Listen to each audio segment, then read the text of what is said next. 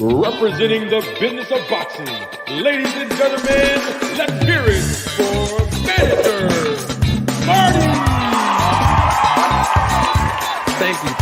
Thank you. You're far too kind. Thank you very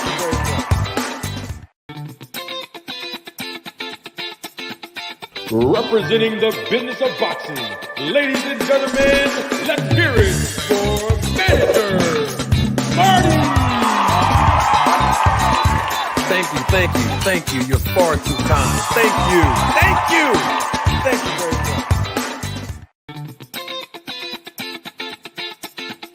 Representing the business of boxing, ladies and gentlemen, let's hear it for Manager Marty!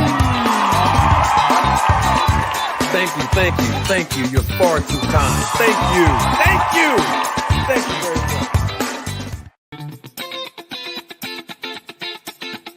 Representing the business of boxing, ladies and gentlemen, let's hear it for Manager Marty!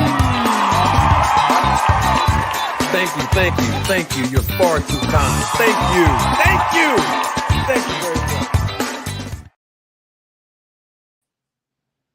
Ladies and gentlemen, members of the jury, members of the Roll the Tape film crew, welcome to another edition of Roll the Tape podcast with Manager Marty. Of course, I am your host, Manager Marty. I feel much better than I did yesterday. I'm looking forward to a really impactful show today.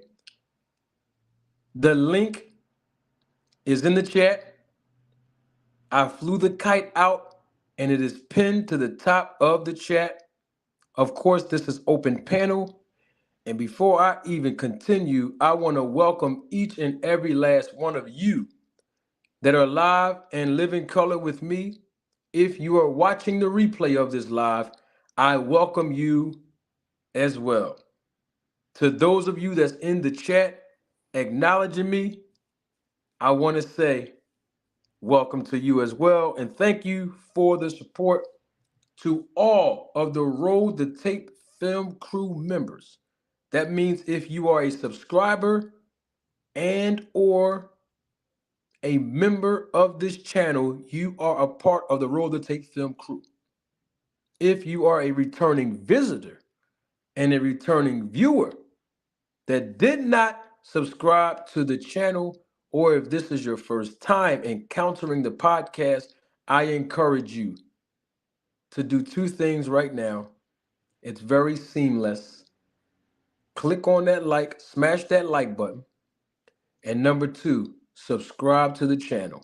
When you do both, particularly when you hit the like button, the education and entertainment that I produce on this show reverberates all across the world, and more viewers such as yourself can be educated on the business of boxing and also be entertained. So I thank you for your viewership and investing all of your time with me, not just today, but even previously. Thank y'all so much. Please feel free to hit the like button and subscribe if you haven't done so. Thank you. Where do we begin? There's some things that we're going to discuss today, and I like to roll the menu out real quick if I can. We got to talk about the lightweight division and the drama that has been unfolding thus far. And when I say the lightweight division, I'm not just talking about 135 pounds, even though that is the lightweight division, but I want to include the junior welterweight division as well, 140. Okay, so there's some notable fighters that we're going to be discussing tonight about their careers, where they are, what's next. We're going to deal with all of that, and there's more. There's more. You know, Shakur Stevenson, Devin Haney, Gervonta Tank Davis, Teofimo Lopez, Ryan Garcia, just to name a few. We're going to dive into all of that today. This is open panel. It does not matter if you are a fan of those fighters that I just mentioned or not. Feel free to click that link. Come on to the live broadcast. We're going to open the panel early in the game. Early in the game. Oh, yes, we're going to talk about it. Ryan Garcia has a fight tomorrow evening. Shakur Stevenson had his fight a few weeks ago. And Devin Haney and Regis Prograis, they have their fight next weekend. And so we got to talk about all of these fighters. There's some Instagram, Twitter, or X, which is called now, and face-to-face dialogue from these fighters. And we got to deal with it. And we are going to deal with it. And the thing about it is, why deal with it by going on X when we can come right here on YouTube? We can come right here on the Roller Tape podcast and we all can talk about it. And I want to give the business perspective of what's happening with these fighters moving forward. But before we get into all of that, I'm feeling better, but I need more energy in the atmosphere today, not just from myself, but also with all of you. And y'all know what I'm talking about. Y'all know what we got to do now. We have to do this. It's unique to this channel, and that is our Town Watch check-in. This is how the energy improves exponentially. This is how the viewership increases exponentially. This is how the engagement and the participation in the chat increases exponentially. Yup, our Town Watch check-in. We're not going to be long on the Town Watch check-in. We're not going to be long. We're going to get right in, and then we're going to back right out, just like we do parking spots. So, how the Town Watch check-in work, you might ask? Let me tell you. It's very simple. In the chat, live right now, if you want to participate, you can engage by inserting your city, state, island, and or country where you are from, and or the city, state, country, and or island that you reside in right now. Or you can do both. And what I will do in exchange is I will publicly acknowledge all of the check-ins in the chat. Now, you might ask yourself, what is the purpose of this Town Watch check-in? Because we haven't seen this nowhere else on anyone else's platform, Manager Marty. So what is the purpose of this Town Watch check-in? What is it? I'm so glad you asked. The Town Watch check-in is something that I created so that we all, every last one of us, watching the replay of this live included, can understand that we share one thing in common, even though that we're publicly acknowledging that we're from different geographical locations, even though we have different perspectives, even though we have different points of views, even though we have different opinions, we still share one thing in common, and that is our love for the sport of boxing. And so that's why we do our Town Watch check-ins. I'm gonna start it off first. I'm gonna start this thing off right. I'm gonna start it off first, and then I'm gonna publicly acknowledge where you're from. Now, if you're watching a replay of this live, you are also encouraged to participate by typing in the comments section below. And when you do that, guess what? I'm gonna also acknowledge you in the chat because I love feedback. All right, y'all ready?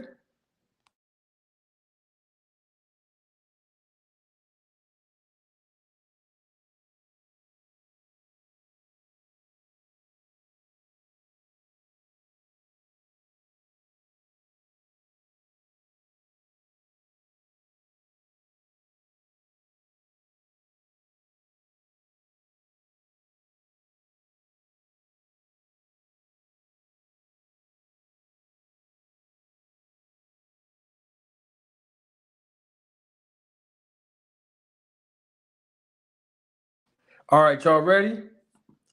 Yeah, I had to take that call. I got some people here. I got some people doing some electric work at one of the properties here. So I got to, you know what I mean, put it together, answer that. Now, listen, right? I'm going to start it off first, and then I'm going to publicly acknowledge. Oh, they already in the chat doing their thing. Woo! Roller Tape Film Crew members are already in the chat doing their thing. I'm going to go right from the beginning from the first person who put their Town Watch check-in and then work my way down the line. But I got to go first. I have to go first because that's what leaders do. We go first. I feel so much better, y'all. Seriously, I was down yesterday, man. Man, I was down like a mug yesterday. I was done. And I still was going to get on here live, looking messed up and all.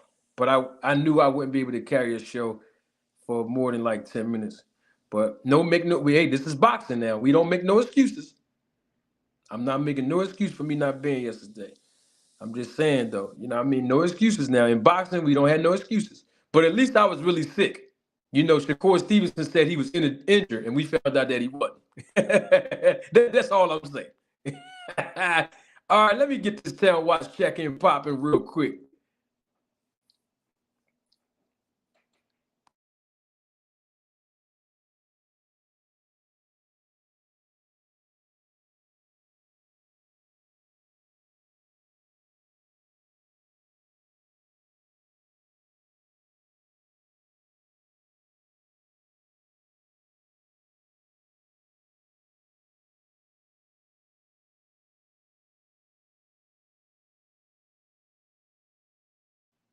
Yeah, we back from our little commercial break real quick. All right, y'all ready?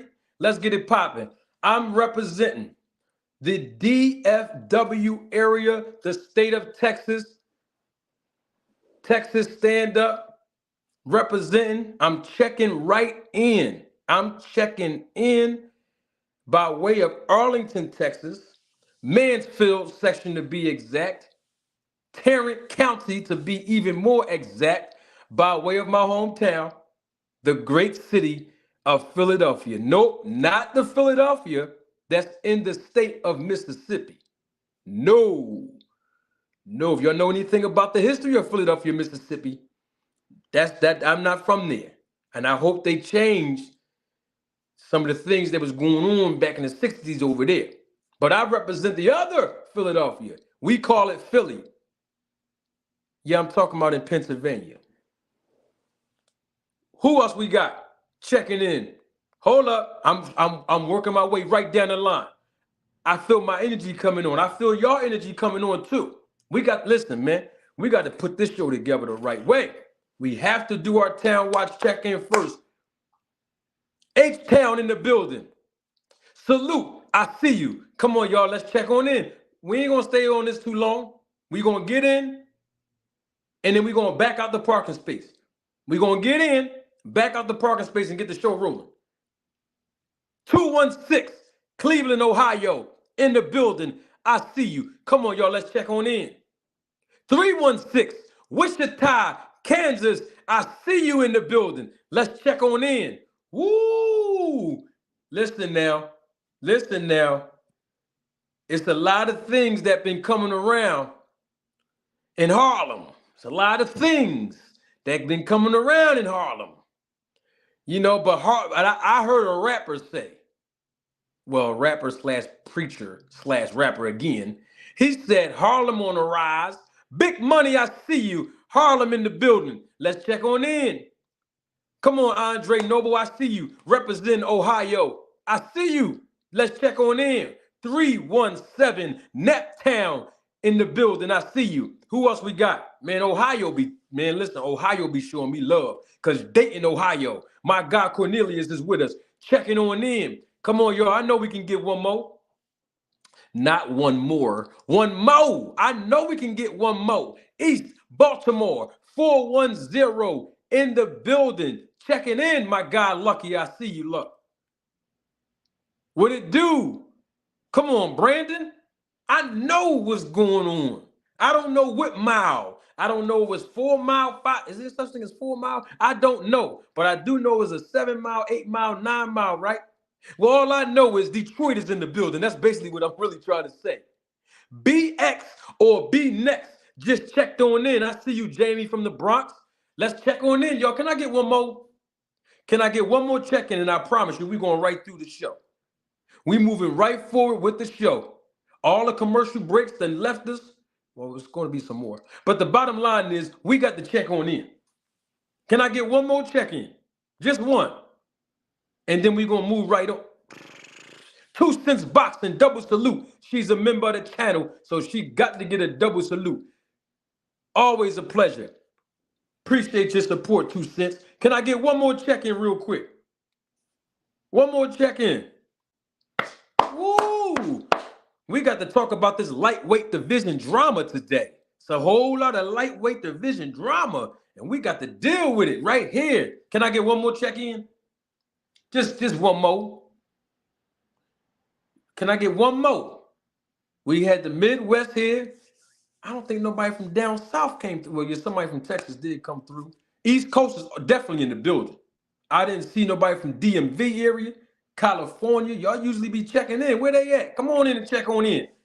I know it's Friday. Come on and check on in. Rochester, New York. In the building, checking in. American One, I see you. H-Town. Come on, 2 cents. I know that's right. Hey, listen, American One. I did a lot of business in Rochester, New York. You hear what I'm telling you? It's cold out in Rochester, y'all. I haven't been there in a few years, but it's cold up in Rochester, New York. Yeah, it's cold out there. But you know what? Hey, American, let me let y'all know, because you know people be frauding on YouTube. You know they do. You know I keep it real. I keep it all the way 100. I ain't gonna tell you I've been somewhere I ain't been there. Hey, American One. I never heard of Boss Sauce in my life until I went to Rochester, New York.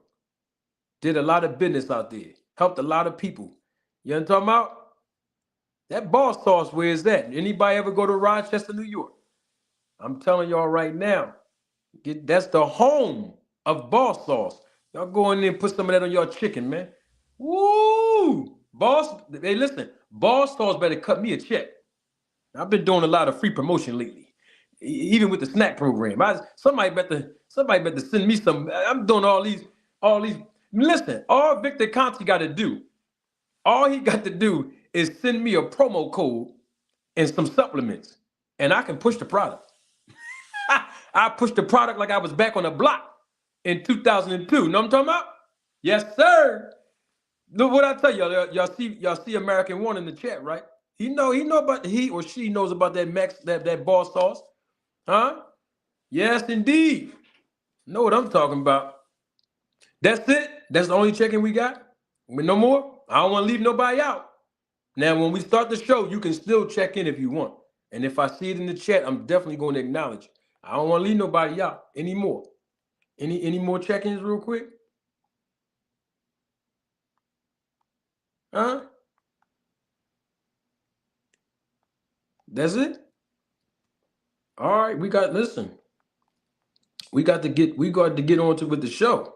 It's a whole lot of lightweight division drama. Detroit, King Swisher in the building. I see you. Salute. Yeah. Hey, I gotta ask my man. Hey, what's my man name? American One. Look, right? I've been on Dewey. Hey, American One. Yeah. I've been on Dewey Ave before. Huh? Yeah, I know about Dewey Avenue. Yeah, I've been on Atlantic Avenue. Huh? I've been on Hudson Avenue. Y'all got some nice little Caribbean spot out there too. I used to eat at. Oh yeah, I've been on Lyell Ave. Bridgeport, Connecticut in the building. I see you.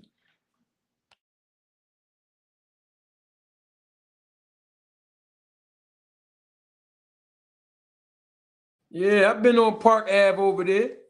Yeah, I know what's going on. My folks, I got people that still doing their thing out there. Yeah. Yeah, you know, Rochester is home of Willie Monroe Jr. Yep. Yep. Y'all have heard me mention his name on this channel a few times, you know. But anyway, let's get on to this show.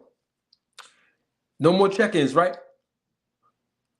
Make sure we doing this the right way. Hold on. I got to make sure we doing this right. Put the Cash App up there because people like to support the channel. I know you know I'm not capping, sir. I know. Thank you. Salute to you, American. I just got to tell people, you know, I'm outside, man. I be around sometimes. Y'all might catch me in your local area and don't even know it. Huh? Let me see something. You know, I got to show my face when I come through this joint, man. Y'all know you know, when I say joint, that's the Philly coming out of me, y'all. What's going on with the lightweight division, man? That's what I'm trying to figure. There's a lot of drama going on with the lightweight division. What's going on? Talk to me. A lot of drama going on. Hold on, y'all.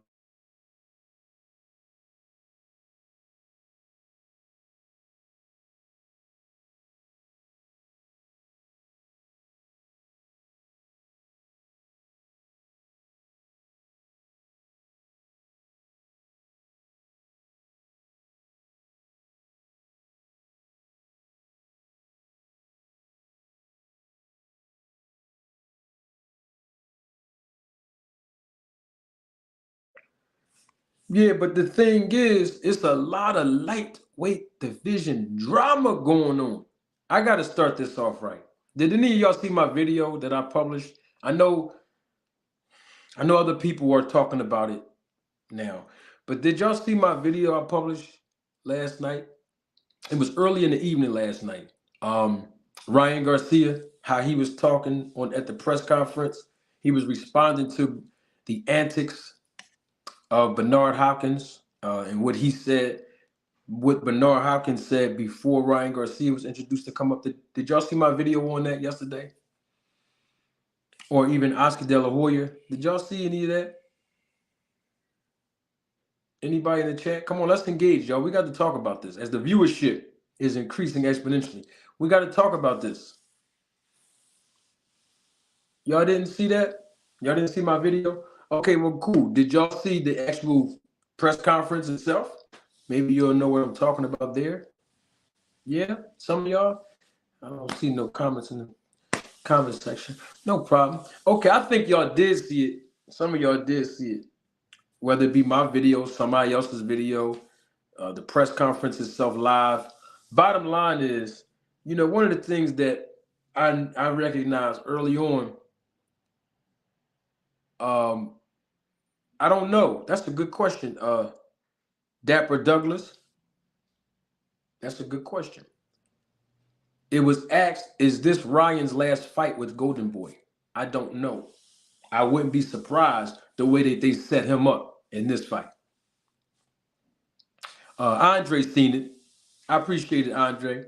So what it is right, Bernard Hopkins, he basically threw a shot at Ryan Garcia in the preliminary stages of the press conference as he was giving an introduction as a representation of Golden Boy Promotions, right? And, he basically, threw a shot at Ryan Garcia, right? And did anybody remember what B-Hop said in the chat? Let's talk about it. Let's deal with it. Well, let me get my what's the name? Let's see if we can roll the tape on that. I hope I got enough juice on this iPad. If not, I'll use my other phone. Can we get some engagement in the chat? Did any of y'all hear what Bernard said? He was throwing a shot at Ryan Garcia. Do y'all remember that? Anybody heard that? Let me see if we can try to pull. I'm gonna try to see if I can pull it over so we can hear it. So we can, we can air fry on this. All right, King Swisher didn't hear it. Let me try to pull this up. Hold on, hold on 1 second. I'm gonna roll the tape on this. I'm gonna roll the tape on it. Yes, Lucky McKinnos is correct. Bernard Hopkins said, boxing will call your bluff. I think he said, I've been in this business for 28 years, and boxing will call your bluff. That's what Bernard said. Basically saying that boxing is exposing Ryan Garcia or calling his bluff. Basically saying that this is how I interpreted it when he said that. I'm not going to say he meant this because it's subjective, but I interpreted it as Ryan Garcia was talking a big game and then he got exposed after he fought Tank Davis. That's what I thought, because that's the last time we saw Ryan Garcia competing in the ring was with Tank Davis. You know what I mean? So that's what Bernard said. But that what Bernard said, right? And Ryan Garcia, he had some choice words about that. Did y'all hear what Ryan Garcia said? Anybody hear Ryan Garcia's response to that? I'm gonna try to pull it up. I'm gonna try to see if we can get that up here real quick. Because we need to make sure we hear what Ryan Garcia had to say about that. Anybody? All right, I think King said he heard it. Anybody else hear what Ryan Garcia said in response to that?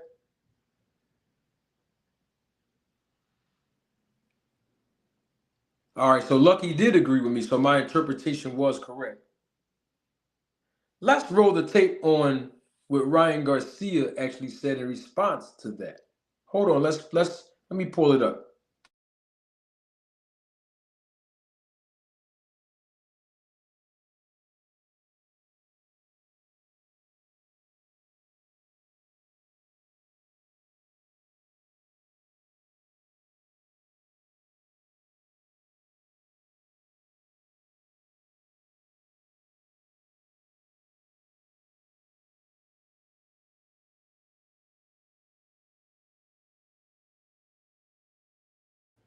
All right, here is the words of Ryan Garcia in response to what B-Hop not only said at the press conference prior to Ryan Garcia getting up there on the podium, but also B-Hop made some other comments regarding Ryan Garcia in an interview as well. You know what? I'm doing way too much talking. Don't take my word for it. Roll the tape. Man, a couple things that I want to touch. You know, one thing that's been on my heart is the statements that Bernard made, where he'll decide if I'm going to finish or if I should continue boxing after this fight. He don't decide that.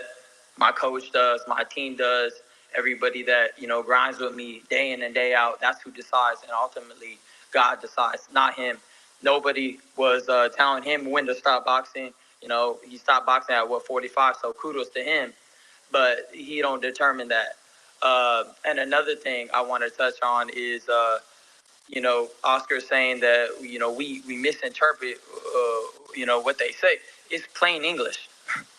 I didn't hear anybody speaking any language I don't know.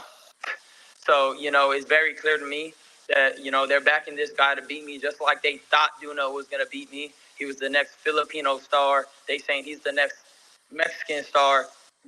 You know what? I put everything into this fight, you know, for the first time. All right, I'm going to stop the tape right there. Did y'all hear that? Let's do a live audio check. Did everybody hear what Ryan Garcia said? Can I get a mic check? Mic check 1, 2. Can I get a mic check? Can somebody let me know if they heard what Ryan Garcia said or not? Big Money, thank you, said he heard him. Now, Ryan Garcia made an interesting comment. Matter of fact, he made several interesting comments. Ryan Garcia said, Bernard Hopkins doesn't determine when I'm going to end my career in boxing. He's not the one that's going to say that after this fight that I'm going to retire. No one told Bernard when he should stop fighting, and he fought until he was 45 years old. Those were the words of Ryan Garcia for those of you who did not hear it, and for those of you who did hear it. That's what Ryan Garcia said. That's what he just said. And he's absolutely Correct. He made a reference to Oscar De La Hoya because De La Hoya also gave some statements in an interview.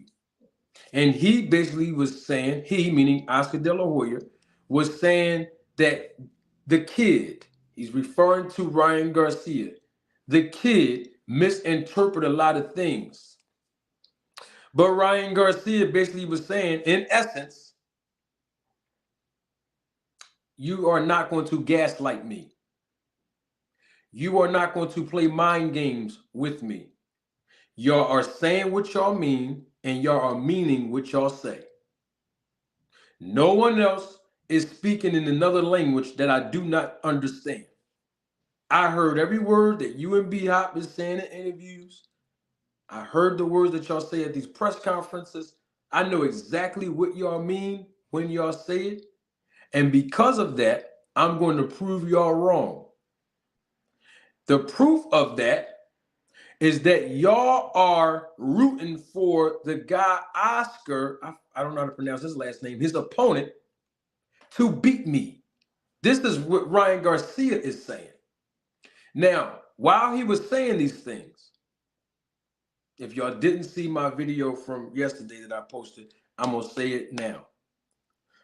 Oscar De La Hoya, while Ryan Garcia was saying what he was saying, I observed the body language and nonverbal communication of Oscar De La Hoya, who is the promoter of Ryan Garcia. And his disposition to me was unprofessional. And I can say the word unprofessional because I am a professional who represent the business of boxing. So from one professional to another professional, Oscar De La Hoya should have been more professional. It don't matter what Ryan Garcia said. When you up there on a podium, standing behind a fighter that you promote, in front of all these cameras, in front of all these lights, in front of all of these people, you are to maintain a certain decorum about yourself because we recognize that y'all obviously have a lawsuit going on with each other. We obviously recognize that both of y'all are in a tumultuous situation between the business relationship of promoter and fighter. We get that.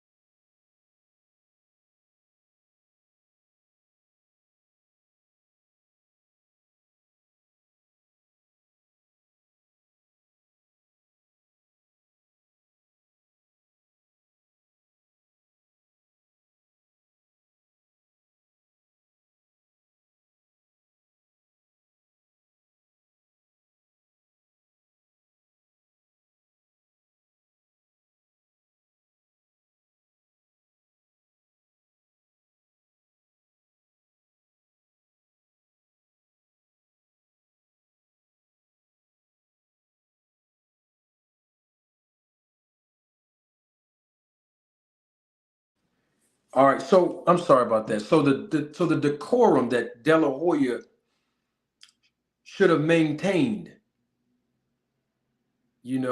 was the point that I was making. It don't make no difference whether or not Ryan Garcia says something he agreed with or not. It don't make a difference. You are the promoter. Everybody already know that there's an internal beef going on, but you don't have to show that when you're promoting a fight. There should have been a united front, is what I'm basically saying, in the eyes of the public, because at the end of the day, no disrespect to Ryan Garcia, but a certain percentage, I want to say standard in boxing is 30%, but things happen where if you have representation like Ryan Garcia does, his percentage may be reduced. I don't know, but I know a percentage of Ryan Garcia's purse will be payable to Golden Boy Promotions. Okay? So since everybody's in a business relationship right in this moment, and everybody's going to eat a slice or two or three of this big pie that we're going to make Saturday night, we have to have a business united front for the media, because that's what a press conference does. And so the way that the facial expressions of Oscar De La Hoya came off, it was unprofessional. Him mumbling under his breath while the young man, the fighter, was talking, unprofessional. Cameras went on Bernard Hopkins as well. Nonverbal communication and body language of Bernard Hopkins as well, unprofessional. At the end of the workday, Ryan Garcia is a young man. He has not been in this business for 20, 30 years like a Bernard, like an Oscar De La Hoya. So he's still kind of learning the ropes of the business side. So with that being said, B-Hop and De La Hoya had a responsibility to lead by an example, to show the young statesman, this is how you conduct yourself in public, even though we're not getting along in this business relationship. Now, I got to take it a step further, and I want to ask the chat a quick question. How many pay-per-view fights did Ryan Garcia headline before he fought Tank Davis earlier this year? Can anyone in the chat engage with me today?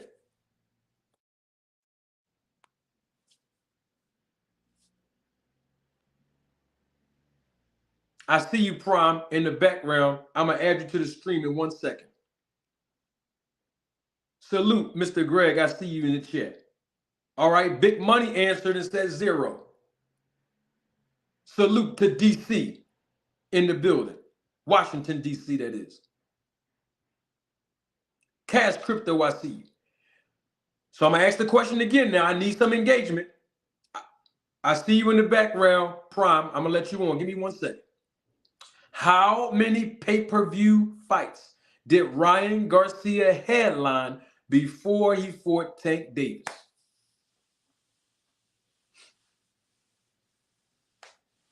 Anybody? Somebody already responded, but I need more engagement. We need answers. 2 people answered. Can I get one more answer real quick as the viewership is increasing exponentially? 2 people gave me an answer. Can I get one more in the chat? I'm going to ask the question again for the new viewers and those that are watching live. Oh, there we go. 0. So the question was, how many pay-per-view fights did Ryan Garcia headline before he fought Tank Davis? And y'all are absolutely correct. The answer remains 0. 0. Let me see something real quick. 0. I'm going to pull up something for Ryan Garcia. I want to make sure I do my homework and do it accurately. Hold on. Let me see something real quick.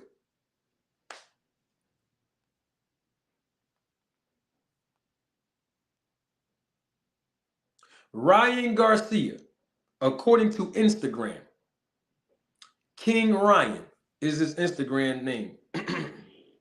According to Instagram, Ryan Garcia has 10.3 million followers. 10.3 million followers. Now, I'm not saying that just because a fighter have a certain amount of followers on social media that that's going to translate into pay-per-view buys.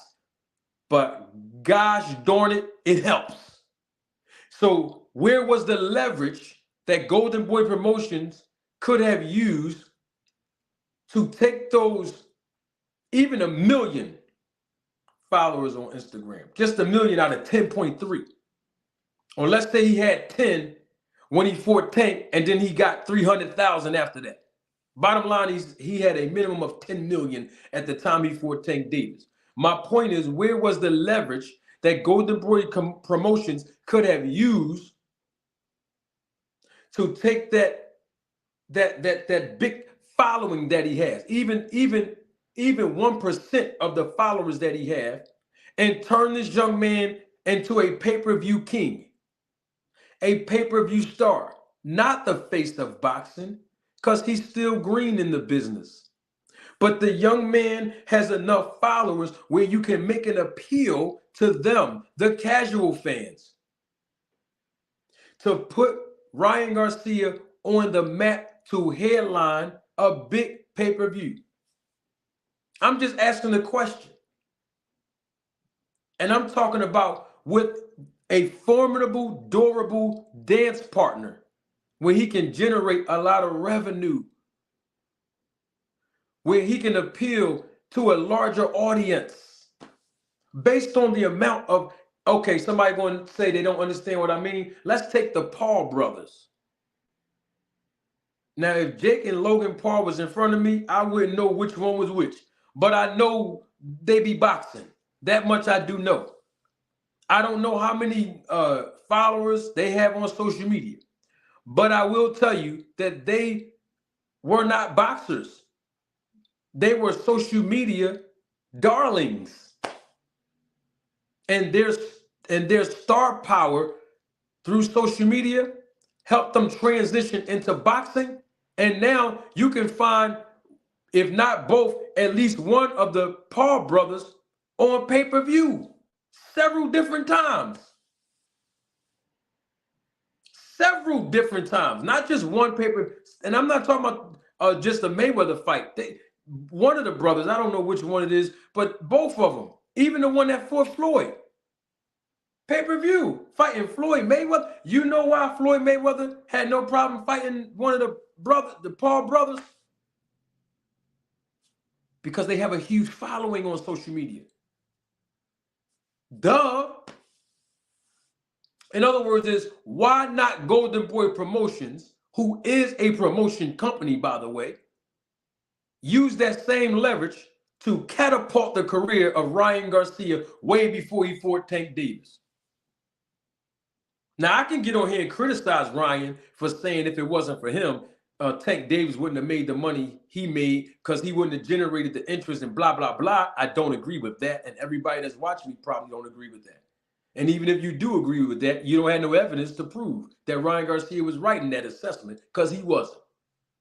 The bottom line is you can't find Ryan Garcia opening up no pay-per-views in Atlanta, Georgia, down south. You won't find him on the East Coast nowhere either. You can find Tank Davis on the East Coast, Brooklyn, New York, Baltimore, and in D.C. You can find him down south in Atlanta, Georgia. These are the fights that he headlined on pay-per-view. You can find Tank Davis in Vegas. I'm just saying.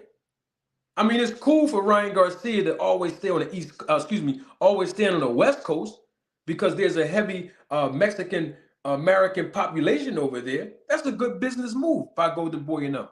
But at some point, he's got to get outside of that element and grow his star power with the amount of following that he has. Double salute to my guy, Gregory Quarterbaum. Thank you for your support and contribution to the channel.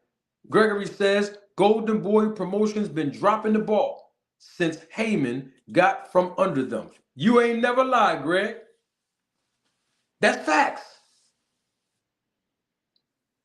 And that's why I urged Ryan Garcia in the first video I did a couple months back after the post-fight press conference of Tank Davis and Ryan Garcia. I told Ryan Garcia, go get on the phone and call Al Heyman. Because B-Hop, somebody put a thumbs down. I know that's right. B-Hop, that probably was a Golden Boy that just put that thumbs down on the screen.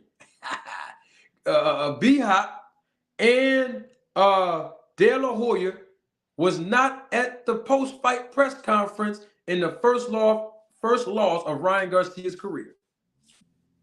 Now, I know Bernard was on Instagram or somewhere saying that they wouldn't let him in the back or let him know we're on the stage, something like that.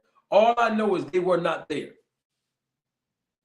And I told Ryan Garcia then in that video that I published on this channel back in March, I believe, the beginning of this year. Get on the phone and call Al Haney. Those guys they wasn't loyal to you. And the excuses that I heard B-Hop and De La Hoya say to me from one professional in the business to another was inadequate. Now, De La Hoya said he was receiving death threats. But you was at the press conference the night before and the weigh-in with your wife, and she had her cleavage and her whole body, half her body showing. Where was the death threat at then? I'm just asking questions. We need answers. I have to side with the young fighter right now on this one.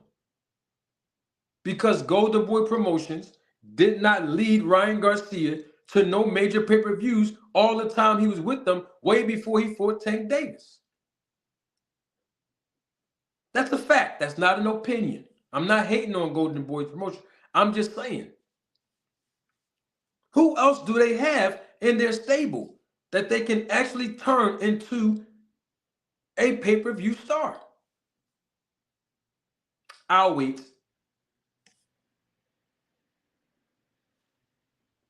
We need answers. That's all I'm saying. Prime. Yo, what up? What up? Manager Marty, what's good, my boy?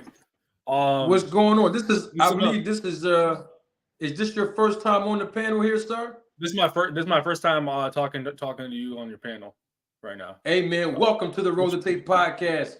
Salute. How are you today, man? Appreciate it. I'm doing pretty well. I just kind of wanted to just like talk about a little bit more about, you know, the lightweight division and what they got going on and stuff like that. Like the Gervonta Davis, without a doubt, is probably the best one out of the five, I'd say. So it's controversial. People take it the wrong way. That's cool and all, but it's the truth. It's the truth. Even when they vacated Devin Haney's titles, and Davis holds the titles now. So, you know, it's pretty crazy right now, the lightweight division. I think. I mean, I'm a heavyweight. I'm like a bridgerweight type of guy. But I still respect other divisions and stuff like that, even if they're lower. So, he's great. But you know, this next fight on December 9th with Regis, Prograis, and Devin Haney, I think that's going to be like a bloodbath. I'm not gonna lie, not like a bloodbath, but it's going to be a pretty violent, like hands-on, like punches to the body, not like there's not, no one's gonna be like, there won't be any no one will be holding them back. Like it'll be Regis, because Regis already said he wants to knock him out. Like he said it in an interview. He said, like, listen, man, how many guys you knocked out? Devin had no answer. He's like, I'm gonna knock you out. He kept saying he went on so many other broadcasting channels and just talked smack about fucking whatever his name is, Haney. So he's serious about it, man. But again, man, Haney, if you ever seen Haney with Lomachenko when they were that one fight, Haney and Lomachenko, that was also a bloodbath. So they both. Who do you think won that fight between Lomachenko and Devin Haney?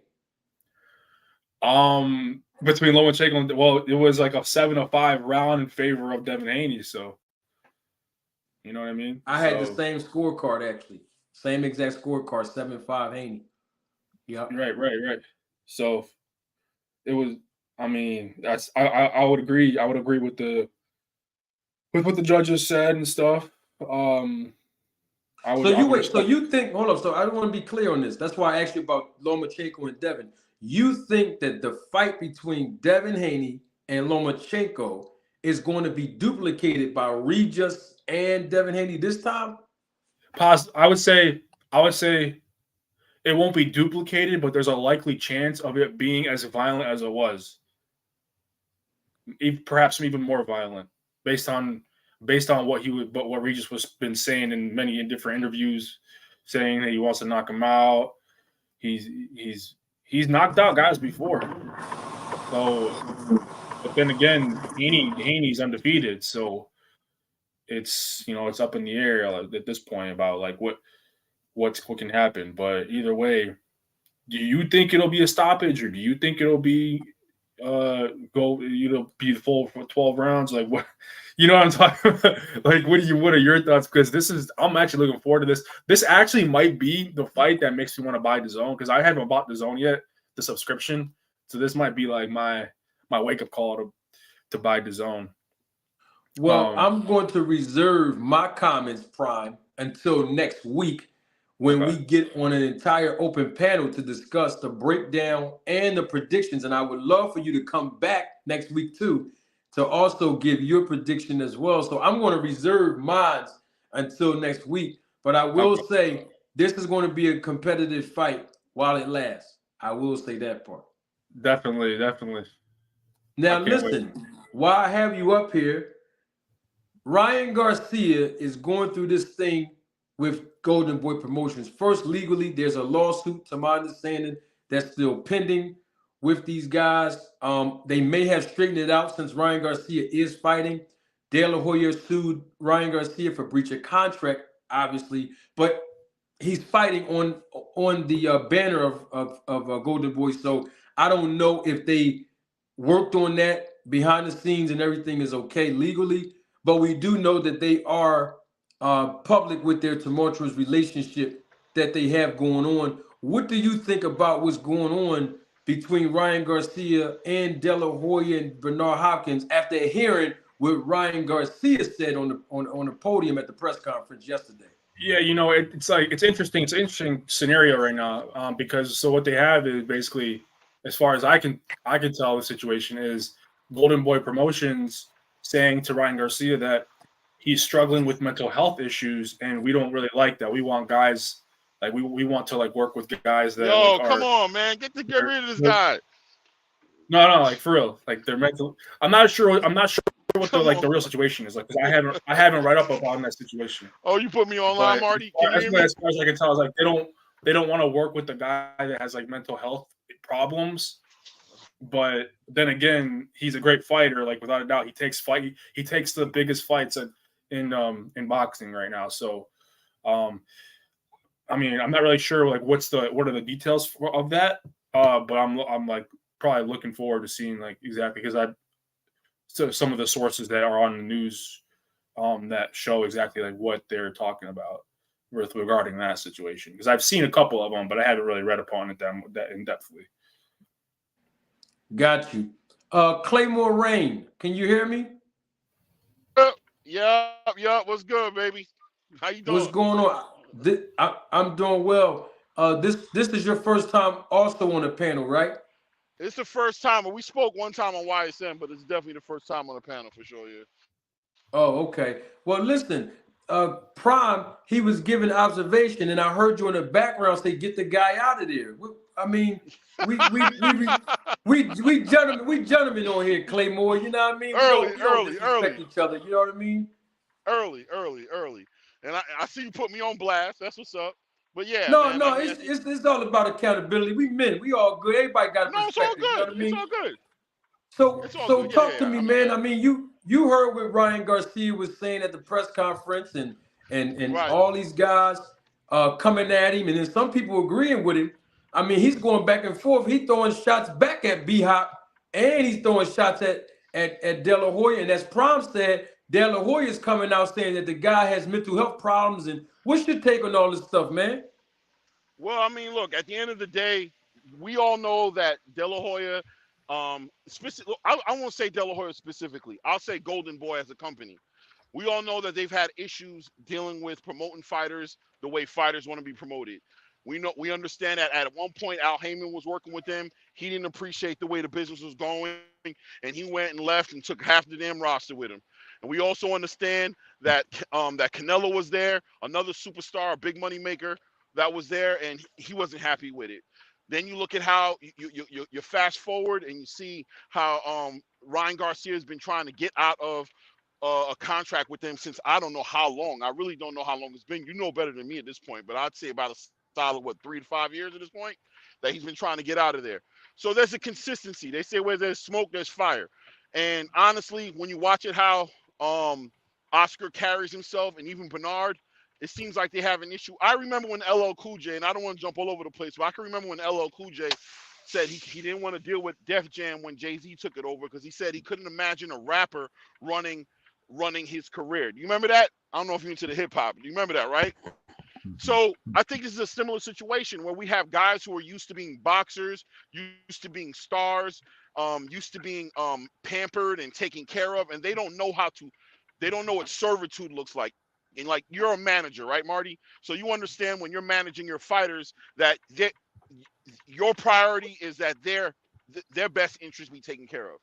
And I don't think we're seeing that from these two guys. I think Bernard enjoys the camera way too much. You know what I'm saying? I think he likes to talk way too much. I don't think he talks enough about his fighters as much as he talks about himself and how smart he is and how revolutionary he is and all the et ceteras. I think Oscar De La Hoya is dealing with, when I see him, I see somebody who's honestly, he reminds me of family members I got who deal with substance abuse problems. Okay, and there's some people in my family, when they're sober, they're dumber than when they're not sober. And I feel like when he's sober, this man just is what's the word I'm looking for? Come on, Manager Marty, you know you got the dictionary. What's the word I'm looking for? Lethargic. He looks, you know what I'm saying? He looks like he can't carry himself in front of people, and he doesn't know how to speak. And unfortunately, the fighters that are under their banner are not benefiting from these horrible habits that these guys have built up to this point. So it was about a matter of time before one of their fighters, it happened to be Ryan Garcia, would do what he did, get up on the stage in front of everybody and fry them and let everybody know, like, oh, these guys is extra foul, and y'all know it. Bernard Hopkins has no reason to be talking about ending Ryan's career. That conversation is not for a microphone and a camera. You're there representing the fighter, supposedly talking about you don't promote fighters. You don't lie to fighters. You promote. I don't know what you're talking about, bro. How about, yo, man, my fighter's gonna be there that night. He's coming from a loss. He's got a lot to prove. We're looking forward to see how he performs. How about all that BS conversation, even if you don't believe it? What do you want from Ryan Garcia? You want him to just keep taking it? Because I know I'm watching him take it, and I'm sure the DMs are going crazy. Like, brother, how long are you going to take this? That's how I feel about it. Man, that's a very good point. You brought up some interesting points that I was going to bring up, and that's why I'm glad I have you all as the panelists to come and, provide your perspective, because the thing about it is this, when you look at how Bernard and De La Hoya has been moving over the years with Ryan Garcia, they said, now I'm going to tell you what De La Hoya said. He said that he told Garcia not to take the Tank Davis fight. I don't know if you recall that, Mr. Gregg, 100%. but De La Hoya says we didn't want him to take the Tank fight right now. You know what I mean? But this is the issue that I have, to allude to the point that you made up about some issues that Oscar may have, because he didn't want him to take the Tank fight, but he turns right around and put Ryan Garcia in a fight with this guy, Oscar, who has some similarities to Tank Davis. Now, speaking of Tank Davis, we all know this on the panel with those watching live in living color, that Tank Davis definitely knocked down Ryan Garcia, and it was a TKO, right? Because Ryan Garcia understood Tank Davis has power. Tank Davis also never got knocked down, nor did he get knocked out. But the guy, Oscar, who's the opponent of Ryan Garcia, got power, never been knocked down, and never been knocked out. So my question to Golden Boy Promotions would be, if your fighter just lost in the biggest fight of his career, and you're trying to rebuild him like most promoters do as far as the standard of boxing, why would you put him in there with a guy who has certain similarities where he lost before? And so I would have to agree with Ryan Garcia when he says they want me to lose this fight. They're rooting for my opponent, even though they're promoting me. because they're saying that my opponent is the next Mexican star and not me. And when I hear Ryan say that, I have to agree that he's right. It seems like to me, on your way out the door, and there's promoters that I've done business with and the ones I haven't that do stuff like this. On your way out the door, before you leave this promotion company, you're going to end with a knockout or at least a loss at a minimum when you leave us. I'm just telling you how some people are. And I'm starting to get the sense that's what's happening to Ryan Garcia. I'm doing way too much talking. We have my guy, Mr. Greg, up here. Mr. Greg, I mean, you heard what Claymore said. You heard what Prom said. You heard what I said. You even heard what Ryan Garcia said. What's your take on all this, Greg? I'm not in disagreement with any of them. Golden Boy been adrift, as I just said earlier, ever since Heyman left. And they've never got back on track. It's disappointing to see Oscar and Bernard become the SOBs that they claimed they would never become, that they would be revolutionary in the way that they promoted and put fighters first and so forth and so on. They got in the game and everything changed. They came in the game to me.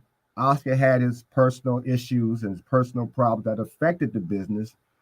Bernard still angry in my opinion, about some of the things he went through when he was a fighter.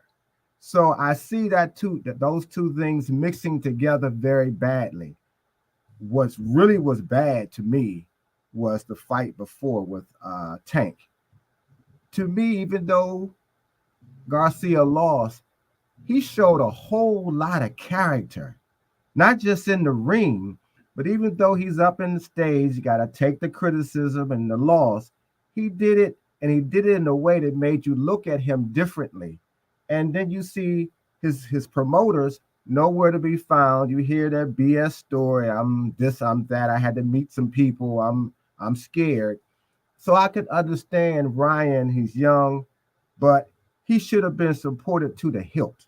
They should have been, both of them, not just one of them. Both of them should have been there to let him know, okay, we did. Forget about the fact they told him not to take the fight. The fight probably would not have happened when it did if he hadn't have done it. He defied them. You got to expect that. He has pride too. He wanted to show that he was about something, and he did it against their advice, but he still did it. But they should have still stood with him. That crap that they did at the press conference, that tells me, hey, whatever the settlements are going to be from that lawsuit, Ryan out the door.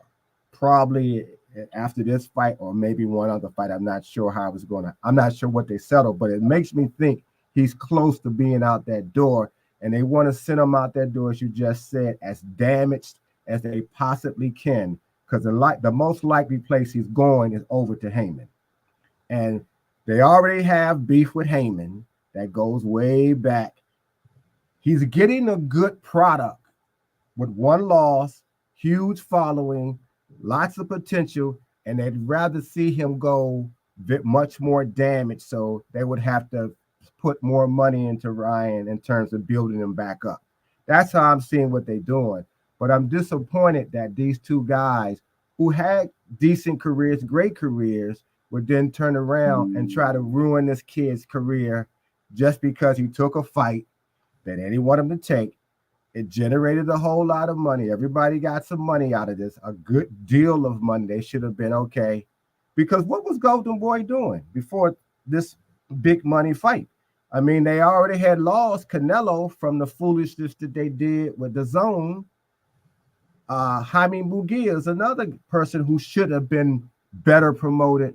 I mean, Jaime Munguia is still, in my opinion, a B-plus fighter in terms of how he's being seen. He got a following of some sort, but neither one of them has been promoted in a way that shows that they're about their work.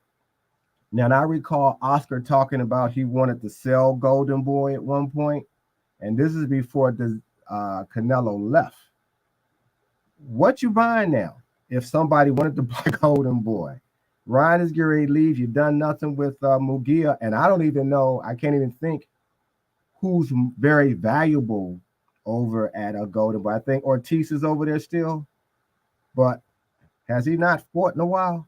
Yeah, I think And they've Ortiz done- might be still over there. Yeah, and he keeps getting. I think I think it's either Ortiz or somebody else who keeps getting sick or has. Yeah, that's things. Ortiz. Yeah, okay. So you've ruined your own product yourself. It's not the fighters, it's how they've been moving those fighters. So I'm hoping that Ryan, this is his last fight.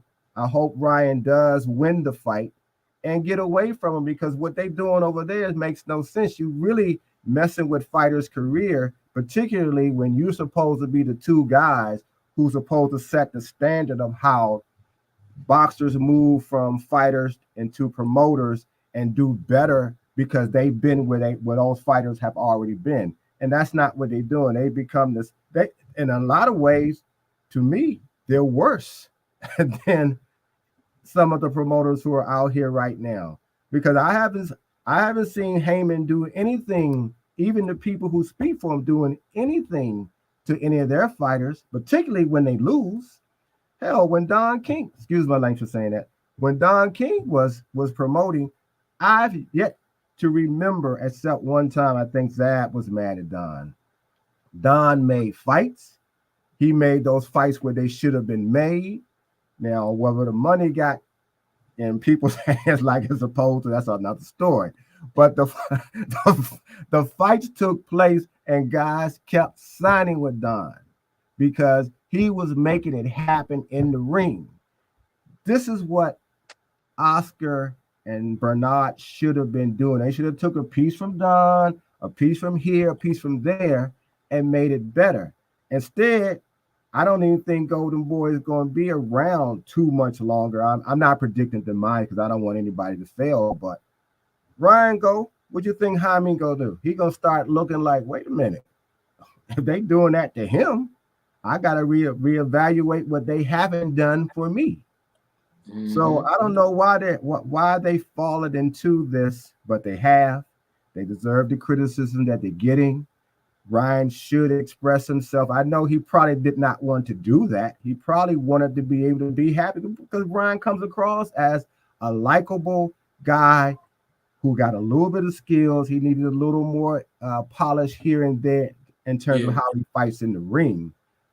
That's what they should have been doing. And I'm right. You're right. There should have been even small pay-per-views if necessary for Ryan to continually build him up further till he can get to the big one. He had to actually go out himself and push for the pay-per-view with him and Tank.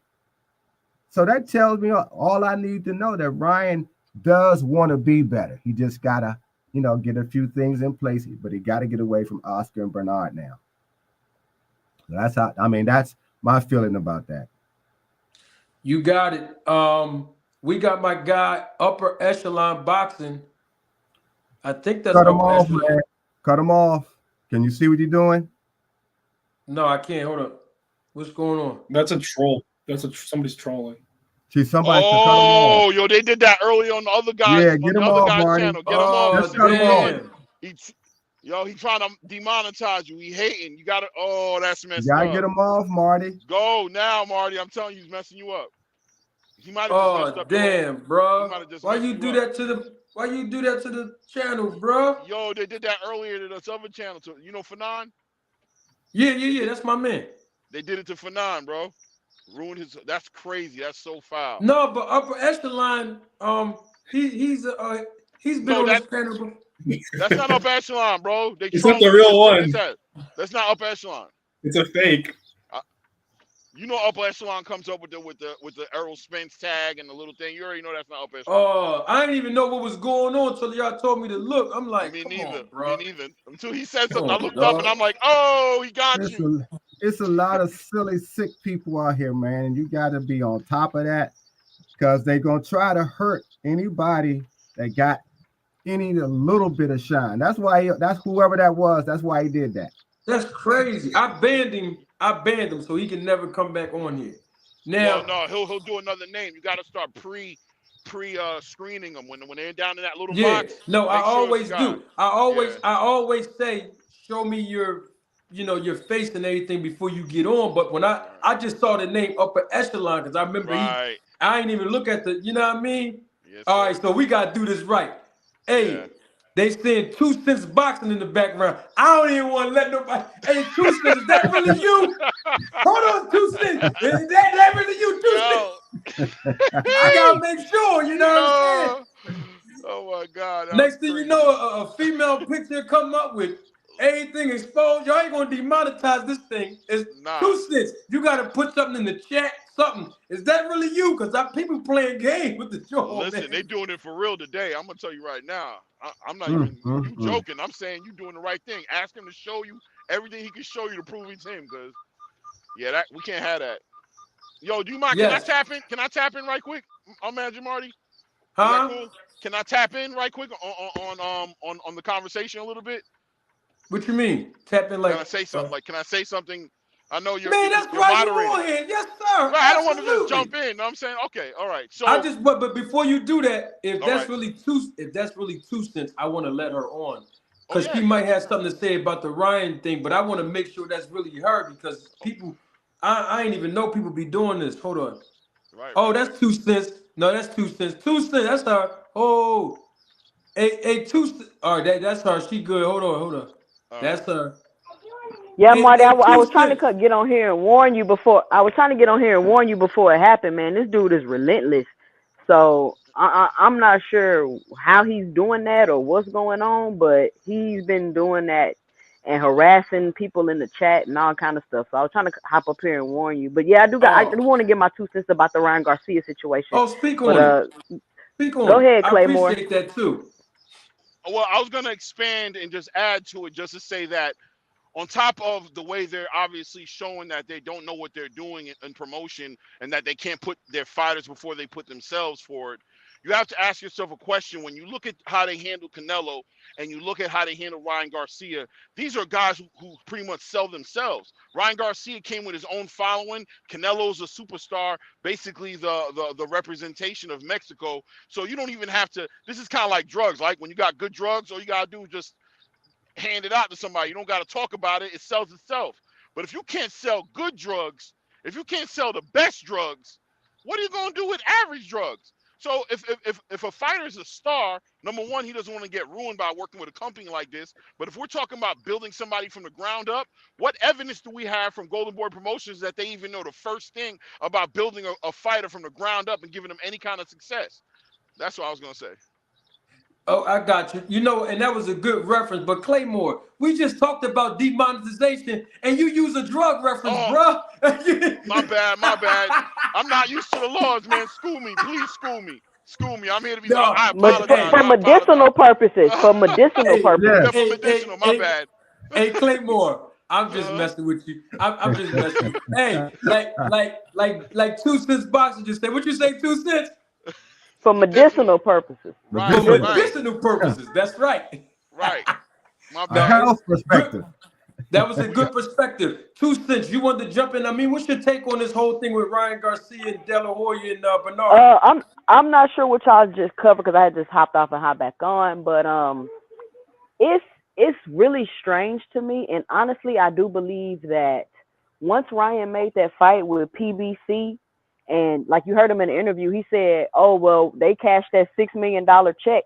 Ryan made $30+ million in that fight. So I think they're possibly feeling some type of way because they're not able to control Ryan in a way in which they want to control Ryan. And even after they stood Ryan up at the Tank fight, Ryan didn't come out and say anything. He didn't come out and bash them. He didn't do that.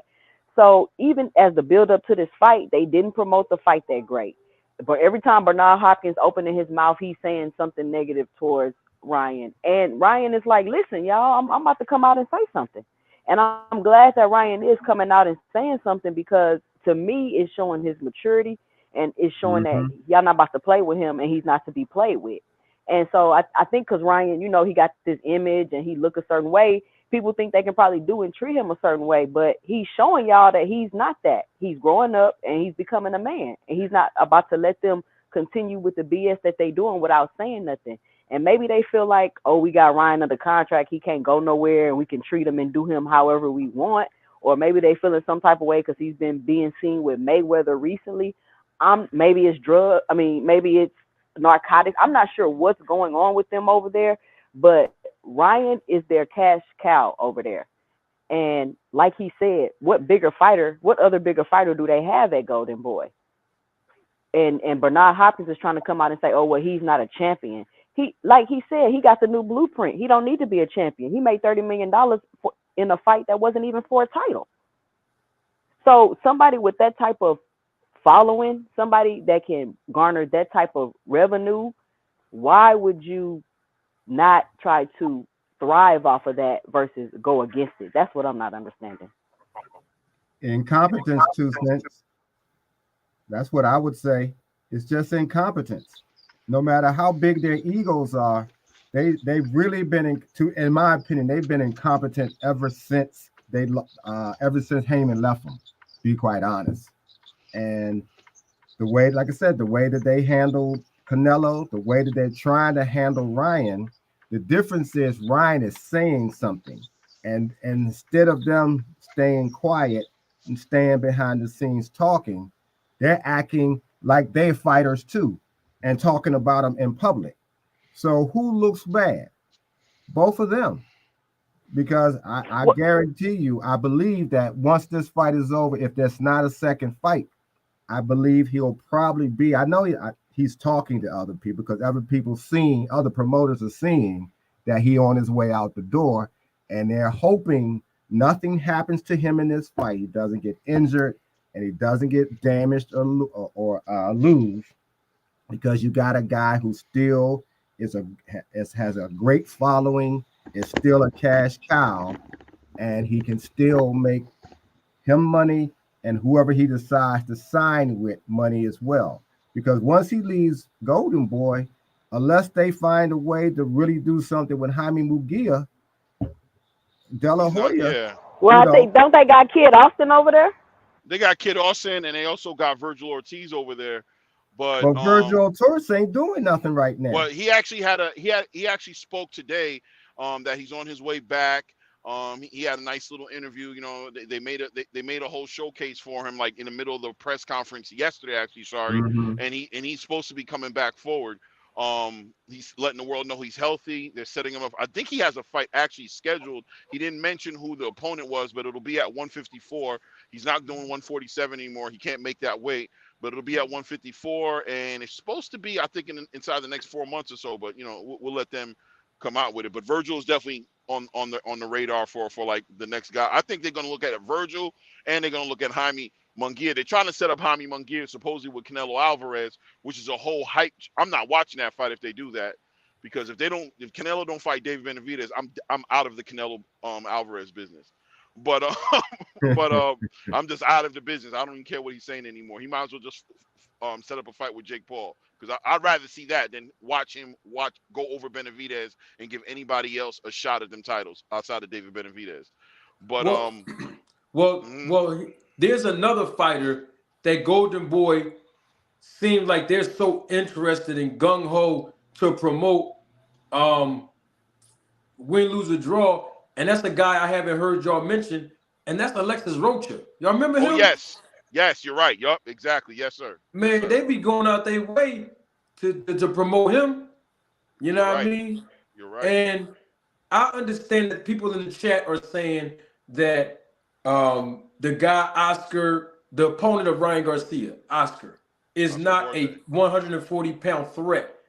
Well, obviously, we know in his last fight in May, he weighed in at 135. He's a natural 135. We understand it. But what I'm saying is the guy got 26 wins, 21 knockouts on paper. Period. I'm talking about to a casual fan now. Not and his last 11 fights, he knocked out his last 11 opponents. Right. So to us hardcore fans who understand the dynamics of overmatching opponents, especially me, a boxing manager, of course. But what I'm just saying is, on paper, to make an appeal to a casual fan, it looks just like, oh man, this guy, he might go in there and do something to Ryan. So I'm just saying, on paper, you don't want to give the illusion, not even the illusion, or the perception to a casual fan that Ryan Garcia's last fight is going to be against a guy who's a killer on his way out the door, and then y'all beefing back and forth. So that's why I said, I like how you said they're rooting for him to lose, but they might be rooting for him to win, and he might have a strong chance of winning this fight. I feel he does, Definitely, but the problem that I'm having with that, and he does have a strong chance of winning, and I think he will win. But even if they're not, even if De La Hoya and Bernard is not rooting for him to lose, you're not helping substantiate the claims that you're not, because you're not coming out with a united front.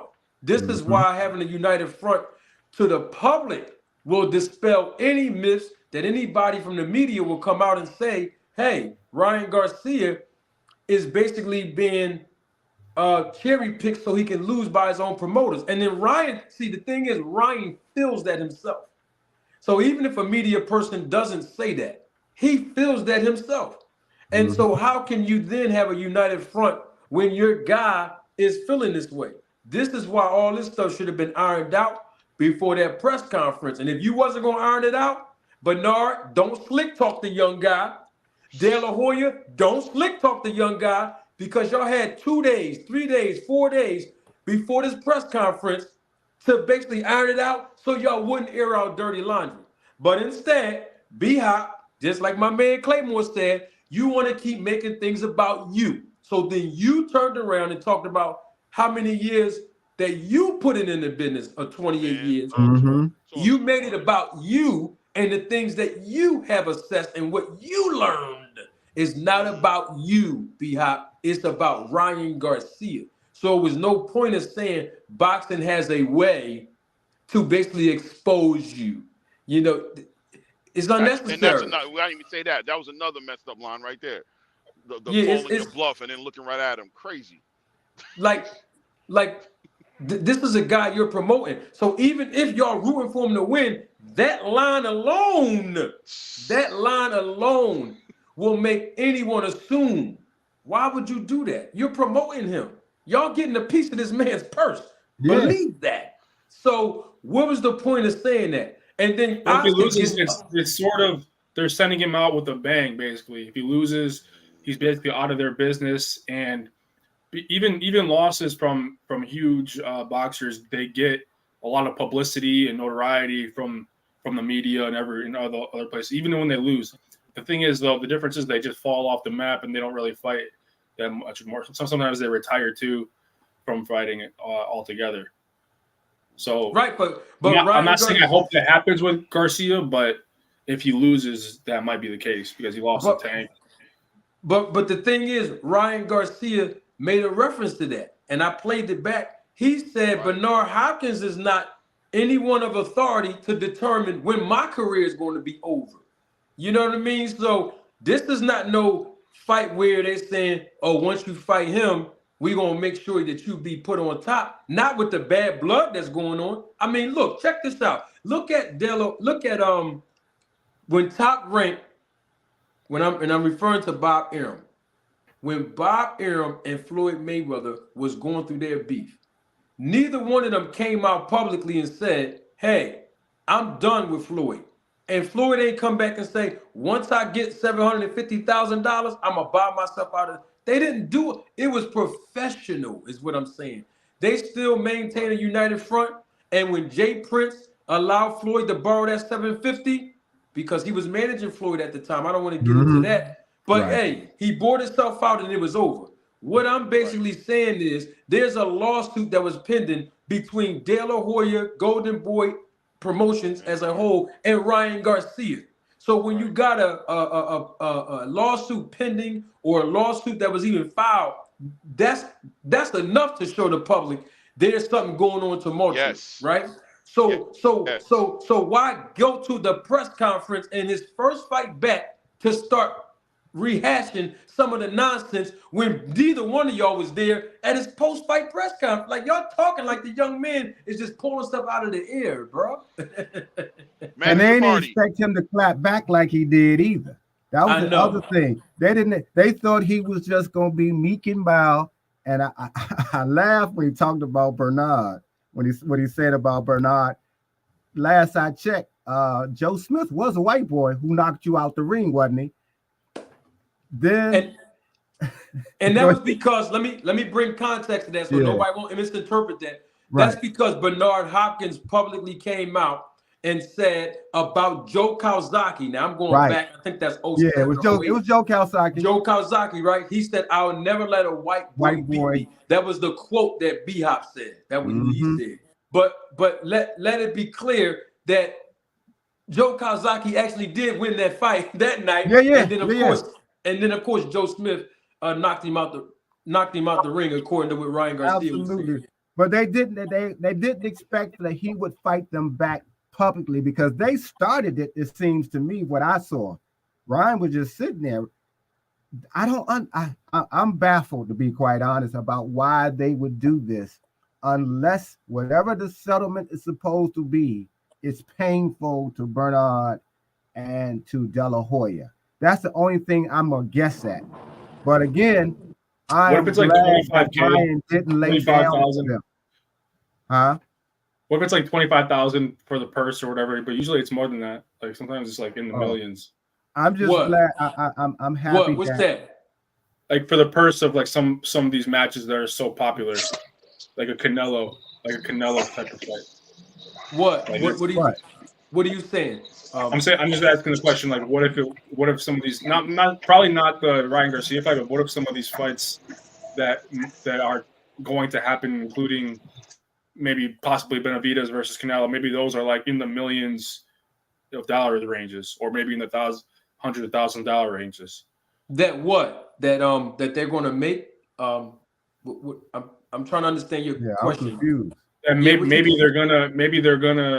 maybe those higher profile fights with those amazing those legendary boxers, those are like those higher paying fights, and then the ones with like Ryan Garcia maybe like are the lower amounts, if that makes sense. Like, but we don't know. They don't actually give us that information about how much each like what Ryan Garcia makes and stuff like that, or for these fights, or they don't even make anything. Sometimes they don't make anything law. Like actually, Shakur Stevenson made.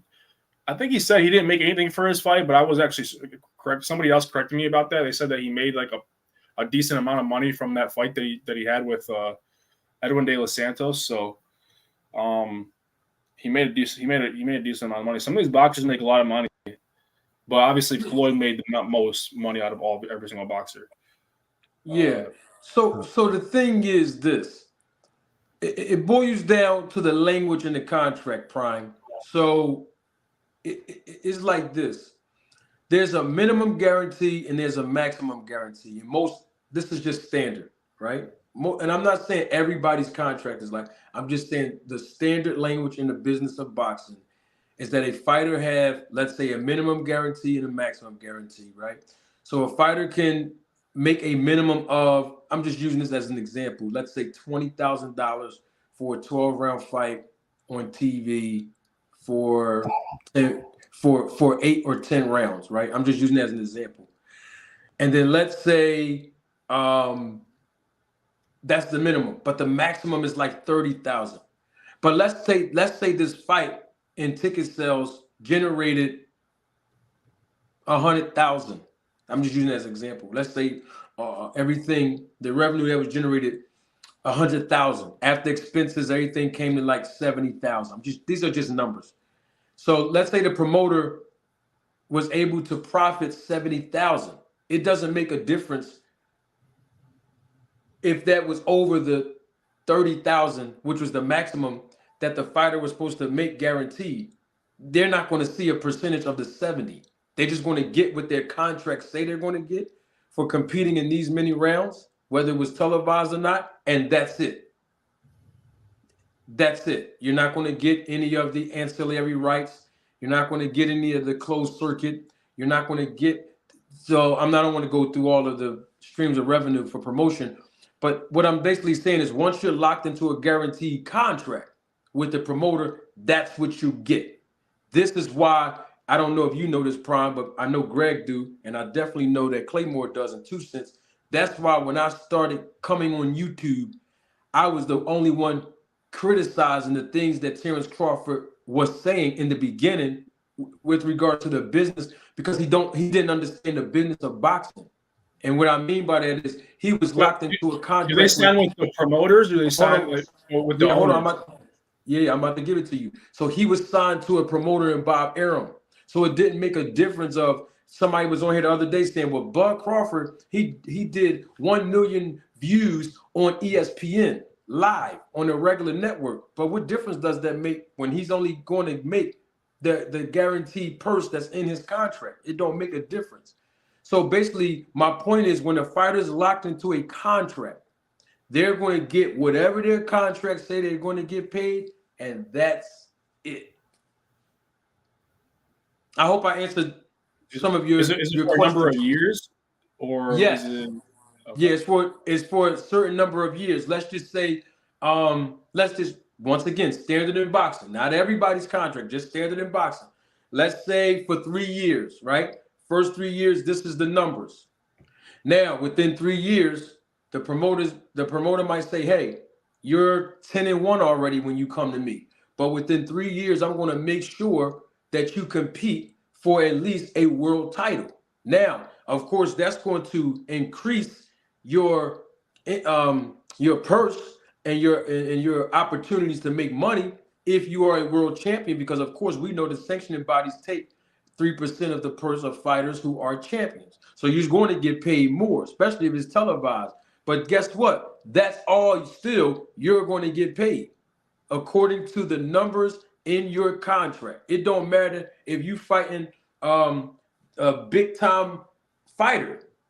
Your contract is going to be what your contract is going to be, and you're going to get paid as such. That's the guarantee. The promoter is saying is I'm guaranteeing that you are going to be employed, basically. I'm guaranteeing you. They might subtract taxes and stuff, but that's probably correct. I mean, let's say a contract says like this fighter will get guaranteed $50,000 for doing this fight, and then they do the fight, and then afterwards maybe they subtract 15% of the money. No, the 50,000. most of the no, Prime. Most of the times they don't, because remember, the IRS classify boxers as independent contractors, so they are responsible themselves to deduct taxes according to the state that they either reside in or the state that they actually earned that income in. So no, the promoter's responsibility is not to automatically deduct taxes. However, if a fighter, this is a good example. If a fighter is competing in the state, let's say the state that they reside in, right? The state that they reside in may have a fighter who has to pay child support, right? Well, the state who's regulated by the commission, who regulates and facilitates the fights, the commission have the obligation to deduct, let's say, the child support expense of a fighter in the state where that child support claim has been made. You understand? Yeah. Not taxes, though. Yeah, that makes answer the question. I was actually wondering, sort of in the ballpark range of how much some boxers make in professional boxing, of course, not like amateurs. Well, amateurs legally are not allowed to make any money. Here's the thing that people got to understand. Let's say a fighter gets paid. I'm just using that as an example. Let's say a fighter gets paid $50,000, right? 10-round fight, ESPN on the undercard of a main event, $50,000. Well, the fighter has a manager. That's between 10 to 30 right there. The fighter has a trainer. That's 10 right there. Some trainers take 5, but that's between 5 and 10% right there. Might have a cut man or a cut woman. That's 5% right there. You know what I mean? That's just 3 expenses right off the bat. I didn't even bring up taxes yet. You know what I mean? I didn't even bring up, the fact that Terrence Crawford bought a gym for $100,000 when he got paid for one of his fights. He bought an entire gym for $100,000 just for himself. So paying trainers, I'm not sure. Paying trainers is a big expense. Like, you're right. That's a lot of boxers pay their trainers so much money, or they buy a lot of equipment for exercising and stuff, and they use that to improve their game. Yeah, but that has nothing to do with the purse, though. I'm talking about the expenses that a fighter incur while competing. So they're and look, you want to throw in, let's say the fighter's a regional champion at 50,000, might hold us, it might be a regional champion. Well, that sanctioning body got to get paid. That's a percentage of that. Even a world title. The bottom line is the fighters have so many different expenses, that they have to basically pay. And look, don't let them take a loan from somebody like me, a manager or a promoter in between a fight. You know what I mean? I got to get they'll be in debt though. If they take a loan, they'll be in debt. No, but I'm just saying I got to get mine back. I got to get mine back. If you call me and say, look, Marty, I need 10. I know you set me up to fight for 60,000. I'm gonna need to borrow 10 and then just take the 10 back. I'm just saying these things happen. I'm just saying. So when you have expenses like that, sometimes the fighters walk away with under 40% of their actual total purse. It happens. These things that would suck though, because like imagine doing a fight for like a big promoter and they barely pay, like they pay you only like 10 grand. Like imagine you gave your all, you gave your best effort to like try to like win this fight, or like they pay you. I mean, I'm pretty sure they pay you regardless if you win or lose because you're doing the fight. But imagine like you do the fight and you just give it your all, and like you only get paid like 10 grand. Like some of these fighters got to get paid more, like 50, 60 grand. Because if someone like Floyd, I'm not saying Floyd's a bad fighter. Floyd is an amazing fighter. Like, he's a great boxer. He's a role model for a lot of people. A lot of guys, they look up to him for like advice for boxing. And he got paid millions of dollars for like some of his fights. I don't know who. I think it was like Dana, whatever his name is, Dana White. Because he fought McGregor, he fought Pacquiao, he fought so many great fighters. So that's how he made his millions of dollars, and he has a mansion now and stuff like that. So, I mean, that's like once in a while where some of these fighters like they win big bucks like that, where they can secure these large pockets of money, and they can buy all these properties and stuff. But most of these other fighters, like Terrence Crawford, I mean, Terrence Crawford is doing pretty well right now. But I think Canelo's obviously doing well right now. Most of the other fighters, I don't think they get paid much, as far as I know. I don't quote me on that, but like when I do my research and stuff like that, and I see like some of these fighters they're how much money they make per fight. It doesn't look like they make a lot, which is kind of surprising because I feel like boxing should be more lucrative business, and because it's like basically you're putting your life on the line if you think about it. I don't know if you ever done sparring before, but it's like putting your life on the line. Like that's me. Yeah, I don't know if you ever. Yeah, have you sparred before? Of course. Yeah, like it's like you probably it's hurt. It hurts. You sparred before, Prime? Me, I've sparred before. I didn't get hurt or anything, but it's not the best experience. Well, I'm glad you didn't get hurt. Well, the thing is, Prime, you are right about one thing that you said. You said fighters should get paid more, in your opinion. And the thing about it is, most fighters, let's put this in perspective here. Most fighters don't get paid a lot of money. And the fighters that do get paid a lot of money, let's put this in perspective. You use Terrence Crawford. Let's use him as an example. And let's use Mayweather. Let's use Errol Spence. Let's use Mikey Garcia. Let's use Canelo. These guys have been fighting professionally for 15, 20 years before they got there. Let's say that they haven't been fighting professionally, but they've been fighting, period, since they were little kids, like a Tank Davis, who's been fighting, let's say, since he was 7. And what is he, 27 or 28 now? That guy been fighting with gloves on for 20 years. So my point is, look how long it takes for fighters of these guys' magnitude to be able to earn the income that they earn. It don't take them 2-3 years. These guys, Deontay Wilder started late. You know what I mean? He started, I think he was 18 or 19 when he first started. And I think he's like 36 now. Once again, you looking at guys who put almost 15 to 20 years in before they start getting this big money. and the competition is so heavy. That's why good representation in this business is really, really important. It's not just about how much talent you have. You have to be marketable. You have to have good representation. There's so many elements involved with getting to that level. We just don't see it as fans. I mean, I know the business, but I mean, the average boxing fan don't see what's happening behind the scenes to get this fighter from one place to another, from that place to the next place, all the way up to the top. There's a lot of people that represent that fighter, manager, and promoter that lose a lot of money and hopes with their fingers crossed, or with our fingers crossed, that this fighter is going to become a world champion so we can first recoup our initial investment and then hopefully make a profit. It's a lot of money to basically invest in before those big type of money fights come.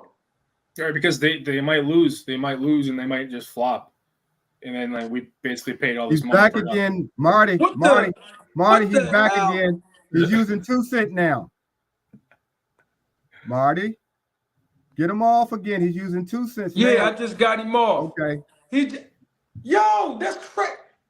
All I seen was 2 cents boxing, and I clicked. I'm gonna start looking at the pictures. It happens to the best of us, I think. You probably gonna have to get like one of those, like they do on network TV, a 5 minute or 10. A 5 second or 10 second delay, so you can really quantify whether that's who it is.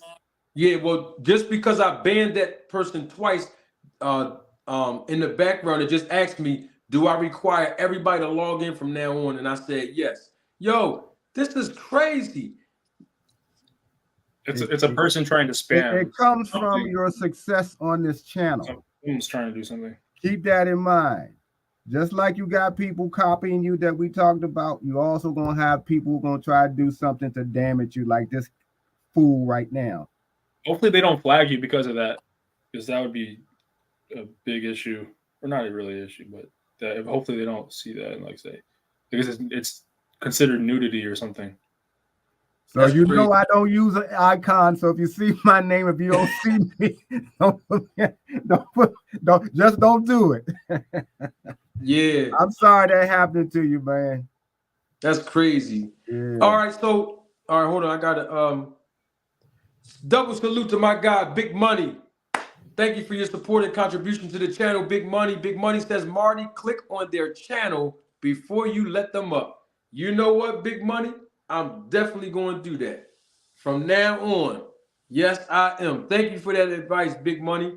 Clicking on your channel. If I see that you got 2 subscribers and you don't have no posts, videos, or nothing, oh yeah, I'm like, no, I'm cool. And I'm going to Instagram pages and all that. I'm going to do all that before y'all come on. This is crazy, man. Yeah. Dang, bro. Yeah. All right. Always so somebody. Moving right along, yep. We've exhausted the whole Ryan Garcia bid. Let's move on. We got Devin Haney and we got Regis Prograis. They're in some drama as well.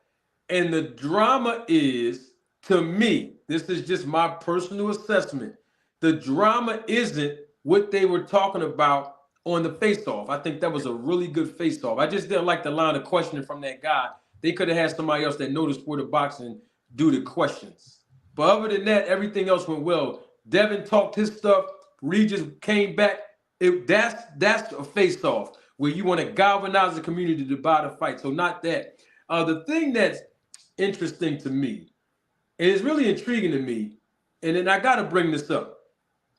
Every time Devin Haney fights or is scheduled to fight, I notice the play that Bill Haney runs.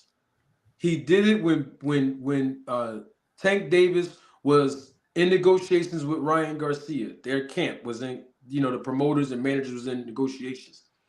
He kept bringing up Tank's name. Yeah, Tank mom, this. You remember that, Mr. Greg? They was going back and forth. He was saying things about Tank's mother and all that crazy stuff. Yeah. And the whole time, they knew they wasn't going to fight Tank. They were fighting Lomachenko. At the press conference, when the fight was over, the post-fight press conference, the media asked Devin, so Devin, you won against Lomachenko. Is Tank Davis next? And he said, well, we got to go back to the drawing board. We got to see what my team want to do. We might move up. And Couple of weeks after that, guess what happened? Bill Haney is spotted doing interviews right at the Regis Prograis fight, and he's scouting him. And it's like, okay, that's intentional. That's probably intentional because he selected a weaker fighter, like a less better fighter. He selected someone. But Prom, that's where I'm right. But that's where I'm going, Prom. Hold on, that's my point. So the whole time though, y'all was screaming Tank name, and then at that time, Bill Haney was on. I forgot the other guy's channel where Bill Haney was on a FaceTime with Shakur Stevenson. And some people that's watching me know that channel. I forgot that channel. Voice? No, it wasn't the boxing voice. It was a YouTube channel, and the guy let Shakur Stevenson and Bill Haney FaceTime each other around that time. But the whole time they knew, the Haneys knew they wasn't going to fight Shakur. Their intention was to move up to 140. And now they're actually at 140. And here Bill Haney goes again, screaming other people's names, and that is Keith Thurman and Mario Barrios. So I'm just intrigued by, y'all screaming everybody names, but y'all know y'all not gonna fight him. Oh, Andre Noble, yeah, Andre Noble said H Money. It was H Money. Thank you, Andre Noble and Toon. Thank y'all, brothers. It was H Money channel. And so my thing is, y'all screaming Tank name, y'all don't want no smoke with Tank. Y'all screaming Shakur. Y'all might want more smoke with Shakur because y'all sparred him and whatever, just like they did spar Tank too. But I don't see the urgency. And of course, he vacated the titles as he should have at 135 at this point. Devin did. So my point is, don't scream these guys' names out.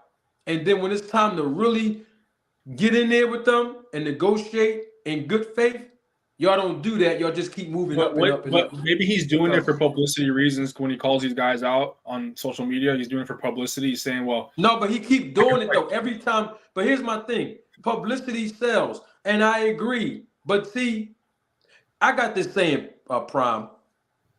If you're going to be one way, you have to be that way all the way. And I told another content creator this to his face when I bumped into him in Vegas. And I said it on this channel, and I'll keep on saying it. You can't be the big bad wolf and Little Red Riding Hood at the same time. You just got to choose which one. So what I'm saying is if Bill Haney going to use this as promotion as the big bad wolf, then be that. Because when you see Tank Davis respond, you can't act like the Little Red Riding Hood. When you see Shakur Stevenson jump in the ring after that Lomachenko fight, you can't be Little Red Riding Hood. You got to be one way all the way, or don't be that way at all. So what's intriguing to me is every time Devin fights or about to fight somebody, they keep saying Tank, Tank, Tank. But apparently, y'all don't want no work with Tank Davis. And if you don't want no work, don't speak on that man's mother. Don't speak on nothing. Wouldn't Tank be his next fight after this Regis fight? No, because he said he won't fight Tank unless he's coming up. To my understanding, I think Devin said he won't fight Tank Davis unless he goes to 140. But he also said he's willing to fight at 135 as long as there's big money in it. But he just relinquished the belt, so we already know he's not going back to 35. That's the truth. He's going to stay at 40 or move up to 47, which I don't think he should move up to 47 right away, but that's how they talking, Mr. Greg. What's your take on it all, Mr. Greg? I think Bill is trying to use all of these fighters, and Mr. Prime had said something similar, as he wants to attach Devin's name to all of them. So as they rise, the individual fighters rise, questions will still get asked. Well, you fighting him, but when you going to do Devin? You're going to do the same thing with Tank. They're going to do the same thing with any fighter that Devin's father attaches his son's name to as a way to keep him in his name in the public spotlight. I also think Bill is trying to combat that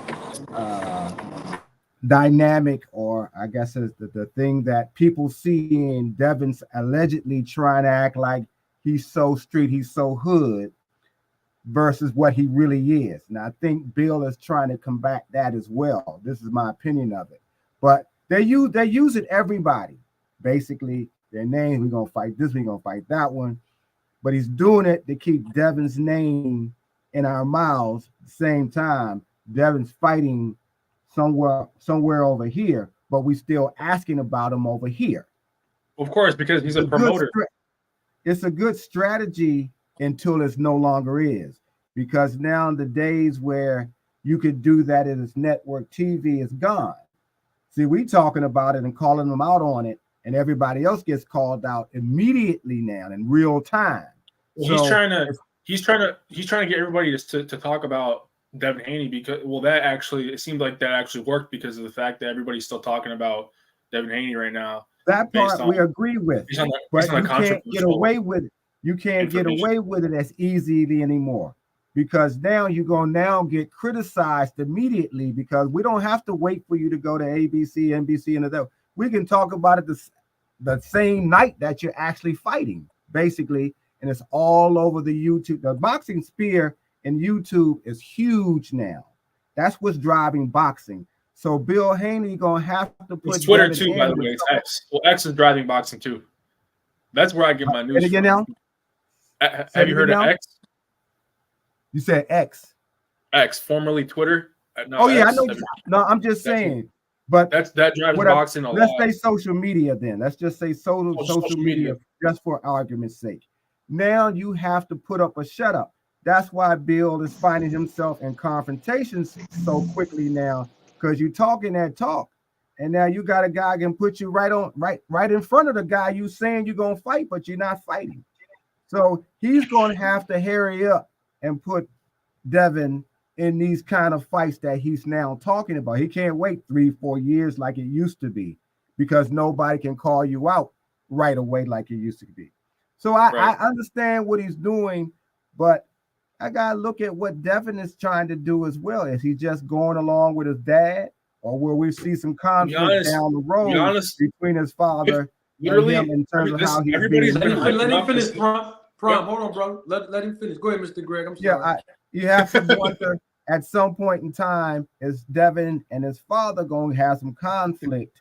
Because, Devin is the one that's catching the smoke, because everybody's thinking, hey, you supposed to be this dude. You talking like you all of that, but you ain't facing none of them. So maybe he might have some conflict down the road or sooner than we think with his father. Dad, we're going to talk that, like you just said. This is what we're going to do. So that's how I'm seeing that situation as it plays out, and we'll see it soon.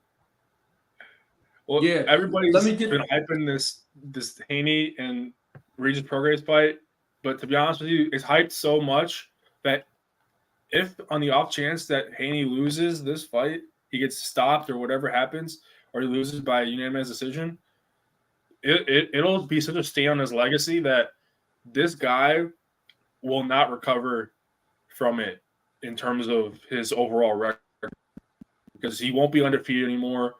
He doesn't even have all of his titles right now at lightweight, and he's just gonna fall off the map, in my opinion. And if he loses this, and then Regis will just take over, and then maybe Regis will fight. I would much rather see a Regis versus Tank fight than a Haney versus Tank fight. But either way, so whoever wins this fight, it has to fight Tank. So Tank, I'm a huge Tank fan, so I love Tank. Tank is my guy. Tank is the one that got me into boxing, like enjoying boxing, watching boxing, and doing boxing at the gym. That's what's up, man. Let me get this cash app and this super chat. My God, double salute to Brock. Thank you for your contribution and your support through the cash app. Brock says that he's still hitting. I don't know what's going on. Brock, if you can hear me, can you go into the chat if you can? Text me on the thing here. Do something, because we got to make sure you're unhidden. I don't know how you're hidden. If y'all see Brock's name in the chat, unhide him. I don't know how to do that, but yeah, he said he's still hitting. And he also said the guy did the same thing on Fanon's channel earlier, the troll guy that had that picture up there. Yeah. Double salute to my guy, Supreme L always supporting the channel, man. Thanks, Supreme. Supreme says trolling is at an all-time high, yet it won't stop the road to take film movement. Keep teaching us, Professor. Peace, my fam. What's good, Mr. G? That was to you, Mr. What's G. going on, Supreme E? I hope to talk to you soon. So I hope he heard that. Salute to my girl, family in the building, and Nonito. Rachel Donaires here. I'm about to leave. I'll see you guys. All right. Good conversation. You got it, Prime. Peace out, buddy. Peace. Yeah. Let me get him off the jump. Yeah, but what it was, Mr. Greg, is I want to make sure that you get your point across. I heard Claymore in the background laughing. You know what I mean? No, I wasn't laughing. I apologize for laughing, man. I'm sorry. Oh, you hear me? Damn. Yeah, I understood though. I understood. I'm sorry. You know, I'll try to argue nothing on that. No, but I want to say something. Manager Marty, dude, you are patient, good brother, bro. Let me tell you. Let me give you some flowers right quick. Outside of everything, bro, I'm gonna be honest with you. And you know I'm talking about it out there like that, but man, you are patient. You're a patient brother, bro, and you're a teacher, and you really empathized and took your time and really just handled something in a way that I'll tell you, 9 out of 10 people, including myself, you know what I'm saying, wouldn't have just walked and just handled it that way. You really just showed you're a professional at heart, brother. That's it. Yeah. We can get back to the conversation. It's true. Hey, Claymore, that means a lot. You're one of the few guys that have given me that flower of being patient. I appreciate it. And you know, let me tell you something. On a personal level, it took me many years to get to a place where I can be patient and not get emotional and different things of that nature. I'm gonna tell you, I've been through a lot of things in my life. So what you see on YouTube is really me. But the thing is, I learned how to be patient and be calm, even in situations where most people wouldn't be calm. And I've learned how to deal with a certain type of person. That's why when majority of Crawford fans get on here and I put them on the witness stand, I like to call it, and I know that they're using tactics to circumvent answering the question, I can still remain patient, but I still get the answer out of them. These are tools that I learned by having a more healthier conflict style. It took me some trauma and drama, particularly with a specific gender. And Talk I'm not about talking about men either. No, today, 2023, you might have had to confirm that, brother. So I understand. You might have had to confirm that. I understand. Go ahead. Hey, Claymore, Mr. Greg, that segues me into, I'm gonna get back to the show, but since we on yes, that segued me into, it's not as easy for me to date nowadays as it used to be. Right. Because when specific type, not all women, hear me clear, there's a specific type of woman who go around in the lives of men and cause them trauma and drama and just want to take and don't want to reciprocate. We understand, you know what I mean? And I've ran across a couple of those women, and it took me a while to be patient with them enough to say, sweetheart, this environment is not conducive to the success of what I'm trying to do in my life, nor is it conducive to my mental health. So I'm going to have to leave you where you're at, and the reply is not necessary. Hi! Miss Quattlebaum. Till the earth. Quattlebaum. Yeah, come back, so we can see. Till the earth. Say hello. What's going on? She's shy, but I just grabbed the full thing. Hey, Mr. Yeah, Greg, it did look like you grabbed Mr. her against Greg. the will. I ain't gonna lie, Mr. Greg. It looked like It didn't look like she was ready for that. Nah, It looked like she was ready. she was saying no. I was saying, come on, just say hi. But y'all understand what I'm saying? Yeah. You know what I mean? Yes, sir. So what it is when a lot of women used to use certain tactics on me, gaslighting, projection, mind games, I wasn't catching on at first. You know, I used to be a nice guy, Mr. Greg. Yeah, I used to be that nice guy. But I always tell the people, especially men when I talk to them, nice guys finish last for a reason. So you have to learn not to be the nice guy and just be a gentleman. You know what I mean? Right. And being a gentleman is about holding women accountable. And so when those women used to do that over and over, I didn't realize how much it was traumatizing me. But then once I start realizing and overcoming some things, I start now understanding what questions to ask the women. You know what I mean? So to make sure that it ain't gonna be no trauma and no drama. And they be giving me all kind of lies and playing games. But you see how patient I am here? I'm the same way with them. And it helps me weed out the bad ones very quickly. Hey, Marty. Yes. Brock saying he's still blocked. Yeah, I'm trying to find out. Okay. Oh, hold on. Hey, hold on. Let me see something. Hey, Brock, is this you? See, Brock, you gotta show your face, bro, because you and your name in the background. We ain't doing that. But I don't know if it's you, bro. Right. Yo, show your. Hey, Brock, is this really you? Because I'm telling you, bro, if this ain't you, bro, and I see some genitals on, I'm a snap, bro. I ain't gonna be as patient, Mr. Greg. You know what I mean? Yeah, everybody got how much they can take. Everybody got their limitations, man. Hey, Brock, you better show your face, bro. I'm gonna ban you if this you, bro. Yo, I done seen too many. You know what I'm saying? Yeah. I don't want to see no more of that, bro. Yeah, I'm traumatized myself. Yeah, it's crazy. Yeah, Brock. Mr. G. Devin was like, "Come on, man, go ahead, take it off now. Take it off now. Take it off now. You take it too long. It can't take that long. It can't be that complicated. It can't be. You got to be able to move faster than this, man. Brock, you got to be. This is Claymore. This is the thing, Yes, Claymore. Brock is in the background texting saying, "It's me, bro." You got to show your face. That ain't good enough, taking too long. Nah, man, he getting used by the devil. You letting the devil use him, All right, bro. there you go. Nah. All right, that's all right. good. All right, hold on. All right. Hey, Brock, is that you, Brock? Yes, sir. All right, Okay, cool. all right. I just want to make sure, because, you know, the next thing we're going to get is the person showing their face. I click on, and then the guy naked. You know what I mean? I ain't got time for that, bro.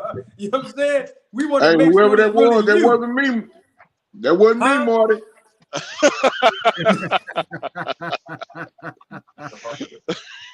Everybody defensive now, man. I feel you, man. Hey. But yeah, but the art of overstanding gets us through a lot of these nonsense that we go through, because sometimes people don't even know they're toxic themselves. They don't even understand. So you got to learn to overstand sometimes and be like, yeah, like my father-in-law used to say, I hear your heart, but that's not really what you ain't ready for that right now. So we're gonna pass on that. Yeah, but and I want to say this too, Claymore, if I can, one more interjection on this while we're on it. I had to learn how to, because you know, when you're raised by a single mother or just women in general, you start to adopt their traits and characteristics of being emotional as a male growing up. You know what I mean? Yes, sir. Because my father never raised me, but what I had to learn is not to put myself in domestic environments, right? So the calmer you are, the more level-headed you can become, where your emotions don't get the best of you as a man, and then you start doing things out of character, like being physical, you know what I mean, or verbal against a woman, you know what I mean? So the more calm we are as men, like I'll give you an example. This relates to boxing, since you know this is about a boxing podcast. Tank Davis, you know what I mean? There was an issue with Tank Davis and the girl. I don't know if that's the mother of his child or not, but it was a girl that he took to the basketball game, Mr. Greg. I don't know if you saw that. The one he snatched up. Yeah, I saw it. Yeah, he snatched her up, but see, he was emotional. You know what I mean? When he gripped that girl up, and it was in front of hundreds and thousands of people. You know what I mean? And what I'm saying is, as men, if we just learn how to be patient and learn how to stop being so quick to be angry, it will allow us to use our wisdom, you know what I mean? And say, you know what? I see what's going on. Let me make a better decision so I won't get caught up. Because it's just about emotions. You know what I mean? Emotions. So I've learned how to be patient in a lot of situations because it took me practice, is what I'm basically trying to say. Yeah, I feel you. That's why, you know, the young guys need to be with solid men, because they got testosterone too, and they know how to handle that. Yeah. A lot of times, just like you just said, when a female is raising you and nurturing you through your life, you will take on those traits. And for men, when you get up and when you're upset with a woman, you use violence because the testosterone is still there, but you over emotional and all those emotions and that testosterone, you come with somebody. Because in the case with Tank, there was a guy with Tank who could have stopped him. A bodyguard. Yeah, he could have said, no, brother, you don't want to do that.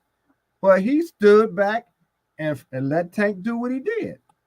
And that's what we have to be able to do. We got to be able to step in and say, just like we do here, when somebody do something with some of the females, everybody, no, you ain't doing that. We got to be able to do that everywhere. So I just put that in. I'm not trying to have a psychology class, but I just wanted to include that. Hey, but sometimes when men get together, it gives us the opportunity to speak on it. You know what I mean? Right. So it's all good. Okay. Brock, before I officially invite you and introduce you, hold on 1 second, if you may. Let me get this super chat right here from my guy Toon. Double salute to my guy Toon. One more again. Thank you, Toon, for your contribution and your support to the channel. As always, Toon. Toon said, Tank said 2 years ago, after Barrios, he was not fighting at 140. This is just another tactic to say Tank is ducking the Haneys. The Haneys ain't slick. Notice he talking about jumping up to 47 already to avoid Matias. Brock, you heard what Toon said. That was in response to me saying that Bill Haney always come on camera and he's always promoting his son Devin fighting somebody else that they know darn well they don't want to fight while they're promoting a fight with the person at hand. Like what we're talking about now with Devin supposed to be moving up to 147 and they're targeting Keith Thurman and or Mario Barrios. And even Keith Thurman talked about, hey, send the contract. But I don't think the Haneys want that fight. That was a text message that I saw in a community post or something on YouTube where the Boxing Voice exposed the text message that Keith Thurman sent to him in response to what Bill Haney said. What's your take on all of this Devin Haney promotion tactic, as they call it, Brock? Hey, Marty, you got me? Yeah, I can hear you. Mm-hmm. Okay, let me clear something up first. Whoever that was texting you in the back saying this Brock, that wasn't me. That wasn't you either, No, Brock? that wasn't me. That's why I jumped on. That's why I jumped on, man. This is the first stream I ever jumped on. And I've been hitting on you for, man, probably a month, man, when you and Lil Dude was going at it. Who? Coach Malachi. Since back then, I was doing Tom Watch shout outs and you would never hit mine. I was like, that ain't Marty. So I know you hit people after me. I can see mine in the chat, but nobody else can't see them. Oh man, Brock. But I don't know what happened, bro. Devin Haney,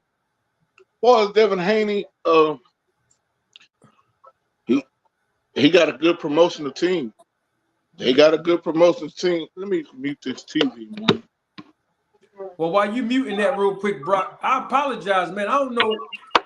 I didn't never see it, man, because I will definitely acknowledge your super chat, bro. No, because it won't let me. If I try to super chat. He might have muted himself. If I try to super chat, it'll say unable, It'll say unable to super chat. Did you try to unhide yourself? See if you can. Hold up, man, because I ain't got you hitting on this joint. Hold up. How do I get you got me? Yeah, can you hear me? I'm happy. Hello? Yeah, I can hear you. Okay. No, Kyle tried to come in. But for Haney, man, like I said, he got a great promotional team in these YouTube streets anyway, to where they get their agenda out and they push it. And I mean, them guys push it and they push it hard. Even if it makes sense or no sense, they still push it. All right, so then let me get you guys' take on. We talked about Ryan Garcia. We're going to talk about Devin Haney next week. I would love for all of you guys to come back next week when we talk about the prediction of who's going to win the fight and how between Devin and Regis. Claymore, you got your hand up, Clay? Yeah, I wanted to tap in on that conversation a little bit before we left it. All right, on come on, speak on it. All right, speak all on it. right. So I wanted to say that, and you're not going to see me because I'm about to step out of truck, but you're going to be able to hear me. I think that Devin Haney, as far as Devin Haney wanting to fight Gervonta Davis or not, listen, I don't think there's anybody who doesn't want to fight Gervonta Davis. I think the money is just too attractive. But I do believe that the circumstances have to be right for Bill Haney to feel like he wants to give his son the best opportunity to win, and he also wants to make sure that his son profits as much as he can from a fight like that, win or loss, right? So what we're going to see is he's trying to pull Gervonta out of his comfort zone, which is that 135-pound weight class. He wants to give Devin as much leverage and as many advantages as he can to give him the best chance to win the fight. Gervonta being the A side to this whole entire negotiation makes it difficult for any other fighter to get any kind of leverage to be able to negotiate with him in a fair way. So they're picking and they're poking and they're trying to bait him into maybe touching his ego to get the fight going. They're trying to bait him into maybe leaving the weight class.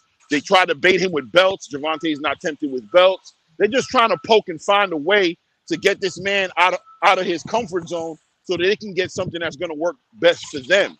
I do think there's a lot of lies and stuff going on with Bill right now. I think he's trying to over Don King it. It's starting to look bad. But also, I think the games he's playing with Devin Haney, getting him to go up to 147, 140, I think he's also taking a big risk because the 140-pound division is so stacked and has so many potential guys that can lay that man down. You're really throwing the dice with your son. And you know what I mean? Going up to 147, he's running from the 140-pound weight class. He's running from the Subriel Matias. He's running from William Zepeda. He's running from Teofimo Lopez. He's trying his best to keep it together, but it's a dangerous game. But I do respect and see the game that they're playing. But yeah, they could use a little more integrity in the way that they're approaching the situation for sure. That's it. All right, good point. Good point. So we talked about Dev. We talked about what's going on with Ryan Garcia. Now we got to talk about Shakur Stevenson and Teofimo Lopez going back and forth. Hold on, y'all. I got to make sure before, because this is my guy, Dean. Dean, I don't know if you was here earlier, but every time somebody come in the background to come on to the show, this guy comes on here and he has a picture of, I'm not going to tell you what it is. You have to, you understand. So everybody got to show their face, Dean, before they, well, I always make people show their face before they come on. But Dean, when I see people named like Dean, 2 Cents Boxing, Mr. Greg, I just let you on without seeing the picture because, you know, I know who you are. But then this guy comes on here, says his name is Upper Echelon. I was trying to give him an introduction and didn't even see his avatar or his picture. And next thing you know, everybody was like, look at the picture. And I glanced at it. I ain't look, Mr. Greg. I ain't peek. I glanced. You know what I'm saying? I didn't stare at it. I just glanced at it. And it was enough for me to say, nah, this ain't right. So, Dean, if this is you, hold up. I got to make sure this. All right, that's my man, Dean. He cool. All right, hey, Dean, this dude trolling, man. We got to make sure everybody that want to come on got to show their face, bro. Man, Manager Marty, I just wanted to say how you doing, bro. I seen what happened earlier. I seen what happened on our homie Fanon channel. And this is what happens, man, when we stand on business, Manager Marty. This is what happens when you stand on business. When you don't go with the status quo, when we go with truth.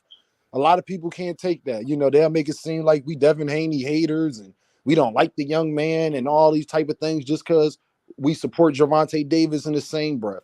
But that's the things that come with it. And like I said, the people that's out there doing that type of stuff, Manager Marty, it's just jealousy. It's just hate on all the hard work that y'all brothers is doing. Shout out to Mr. Gregory. Shout out to Brock. And shout out to my guy Claymore, who had to leave for a little bit. But I appreciate y'all, fellas. I just wanted to chop up some boxing with y'all. That's all. All right, well, while you here, you brought up Devin Haney's name. Devin Haney not the prediction yet. We're gonna wait till next week to do the prediction of who's gonna win and how between him and Regis. But I was Okay. just on here on record now, Dean, talking about the promotion. Well, they call it a promotional tactic. I call it something else. Where Bill Haney, every time Devin is about to fight, he keep mentioning Tank Davis' name, knowing they don't want no smoke with Tank. That's just my opinion. He's mentioned Shakur name before, was on a FaceTime with Shakur Stevenson on H Money's channel while Devin was preparing to fight Lomachenko, and he Right. was beefing with Tank, talking about Tank's mom and all that stuff. And now he's doing it again while Devin is about to fight Regis Prograis. He's in interviews. I'm talking about Bill Haney. He's in interviews saying, we want Mario Barrios. We want Keith Thurman at 147 even after this fight. And it's like, I don't know if that's a promotional tactic, but my thing is, you can't be the big bad wolf and the little Red Riding Hood all at the same time. All in one breath. Yeah, Nope. you're gonna be the tough guy and say we're gonna fight the biggest names for the biggest money, or we just gonna be clout chasing and saying those names just so we could fight lower level competition to galvanize the fans to buy into us fighting this person with the hopes that we're gonna fight a big fight, knowing that we're not. That's just my observation. What do you have to say about that part, bro? Manager Marty, you hit the head on the nail, and this is why a lot of people come at you. So why a lot of people don't like you, Manager Marty, but you told the complete truth. All I know is, y'all, Devin Haney said before all of this beef started, him and Ryan, before even Ryan and Tank fought, he was yelling down the hallway, and I'm staying at the division for y'all, and I'm staying at the division for y'all. That's one. Oh, yeah, Manager Marty, and stop calling him Bill Haney. His name is 30 Mil Bill is what they call him. Y'all, let's get it together. 30 Mil Bill is what they call him. But then they goes on and then say that on Fanon channel that we'll go to 135 and make Gervonta Davis comfortable. A week prior to that, Devin Haney said the fight has to happen at 140. A week later, Devin Haney says Gervonta says everything, but he wants to fight. In the same breath, say that he'll go fight him at 135. 5 exact days later, because I looked at it, he vacates the belts. And then not only is he talking about not staying at 140, he's talking about not going to 147. When everybody said, Manager Marty, and I know you've heard this, just send a contract. And we've been telling people, business-wise, why would I send somebody a contract when I've reached out to try to set up a fight with this guy? They said they was going on to do other things, and it looked like that's exactly what they're doing. Everything that we predicted, Manager Marty, for weeks and months, Manager Marty, we was haters. But everything that we have said up to this point has been proven right. You know what people told me yesterday, Manager Marty? Well, Devin can't change his mind. It's mighty funny. When we were telling everybody, why does Gervonta Davis have to do anything that Devin Haney said? He's already on his 3rd weight class. Why does he have to fight him at 140? He said, told y'all he wasn't comfortable at 140. Gervonta Davis is not allowed to change his mind. I just like to stay with the facts, Manager Marty. So you hit the head on the nail. I just think that Devin's, this is a crazy take, and I've been saying this. I don't believe Devin Haney has real fans. I think they just Gervonta Davis haters. You know why I say that? Because he sold 150,000, but Tank sold 1.2. And I believe everybody who bought that Devin Haney fight and Lomachenko fight, I'll say at least 95% of them bought that Gervonta Davis fight. I land my plane. Wow. Very well said, man. Yeah. Very well said. You was gonna say something, Mr. Greg? No, I was just agreeing with him. I'd also say we're doing what I think what he calls them 30 Mil Bill. I think 30 Mil Bill, what they call him. Yeah, I think we're also doing what he wants. He wants us to continue to keep Devin Haney's name in the public spotlight. Whatever he does, whether he does it wrong or right, whether it's BS or whether it's true, he wants Devin Haney's name to be mentioned in all of these divisions. And that's where he is winning. He's not getting, the fights aren't happening, but the conversation is. So I think we're doing what he wants us to do as well. Hey, But Mr. Gregory. with, somebody call me? Yeah, I was going to say to you, Mr. Gregory, I made a video about, it's called Devin Haney is Underrated and the Importance of a Father. People will call me a hater, but I've had Devin Haney fans come at me and say, Dean, don't nobody got a video like that on Devin Haney. And what Mr. Gregory was saying is completely true. He's doing exactly what he's supposed to do. I'm not mad at 30 mil Bill. He just can't get mad that he got names like 30 mil Bill. That's all. I ain't mad at him. He's doing exactly what he's supposed to do. And every man, me, myself, I admire Bill Haney for the type of father he is, how much he has sacrificed of his own life to pour into his child. I don't feel like he's P. Diddy trying to be in the videos on everything. And I think even when he does do it, Mr. Gregory, I feel as though it's to big up his son, not to take shine away from him. Right. Devin Haney is agreement. Disagreement. Yeah, Devin Haney is undisputed. Devin Haney is the one of the young, for him to be 25 years old and just turn 25 to accomplish everything he has accomplished is amazing. So yeah, Bill is doing what he's supposed to do. And like I said, I just feel as though we doing what we're supposed to do by calling them out on it. That's all. That's all. Happen. Yep. Can I tap in? Claymore, what's up, big bro? What up, D? Claymore. The biggest. Yes, sir. Before you tap in, let me get my guy. Double salute to Atheist Ghostbuster. Thank you for your contribution and support to the channel. Atheist Ghostbuster says, "What's up, Manager Marty? You have the creme de la creme on your live panel today. The always fashionable GQ," and that's Mr. Greg, the Road Warrior Claymore, and the Dog Pound Dean. Shout out to y'all, bro. Shout out to you too. Hey, oh wait, is there any more?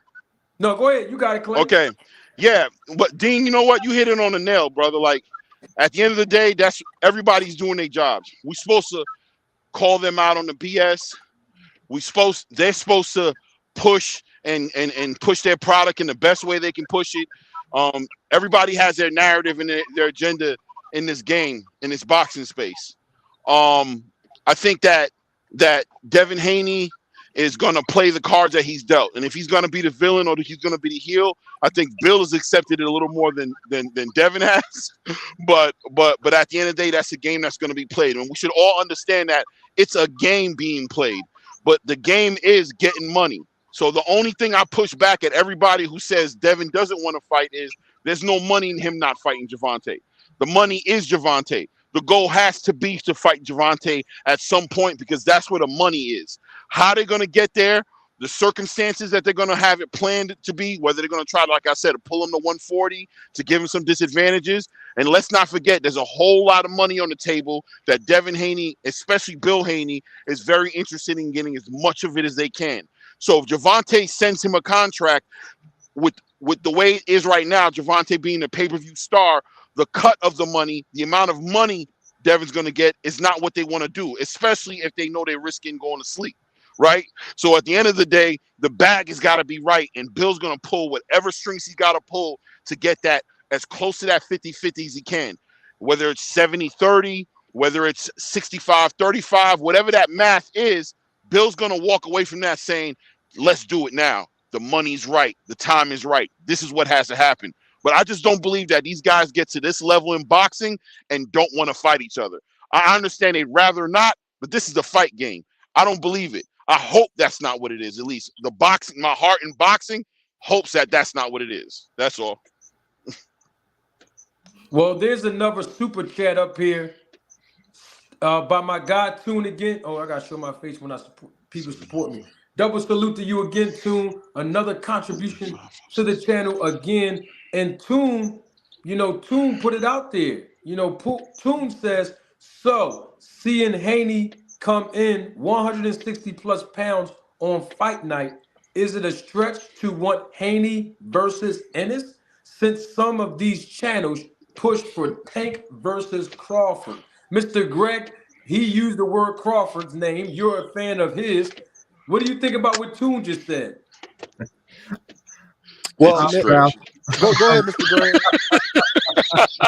Say it. Go ahead and say it, Mr. G. My bad. Go ahead. Say it. Tell him the truth. Tell him. I'm laughing at all of it. Go ahead. Get it off your chest. My bad. I didn't want to speak for you. Go ahead. How in the world we gonna see a Tank versus Crawford? It's that funny. I'm just gonna laugh at all. I understand what he's saying, but it's absurd, man. But that's what happens when you start all this talking about your guy going to all these different weight classes. It starts becoming absurd. Haney really at 160, who? And same thing with Ennis. All of these are fights are fights that nobody's asking for really, and we more than likely aren't going to see in the next 3 years. I believe Crawford will probably be gone, even if Tank could come up to 147. I think Crawford would already be gone by the time Tank gets there. It's absurd. So that's where I sit on that. On that. But this is not to criticize Toon, but this is just to say, seeing the fights and what people are talking about, that's not going to happen. That's all I got to say. That's just funny as I don't know Dean, what. So Dean, Yes, sir.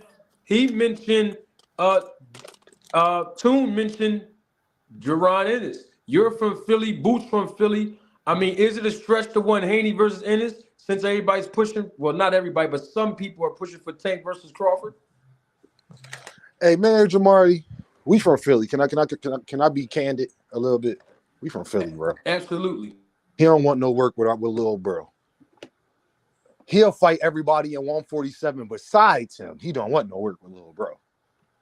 You think he? Because my thing is, you go to 147. Devin has put himself in a weird situation because you keep going. Even if you do keep going to weight classes, you can't keep not fighting the best person at that weight class. Regis is not the best person at 140. So you're going to go to 147. There is no avoiding. And then as much as they talked about Gervonta Davis' resume and Mario Barrios, you better not try to fight Mario Barrios because, to be honest, I'm not sure you could beat him at 147. And that's me being honest.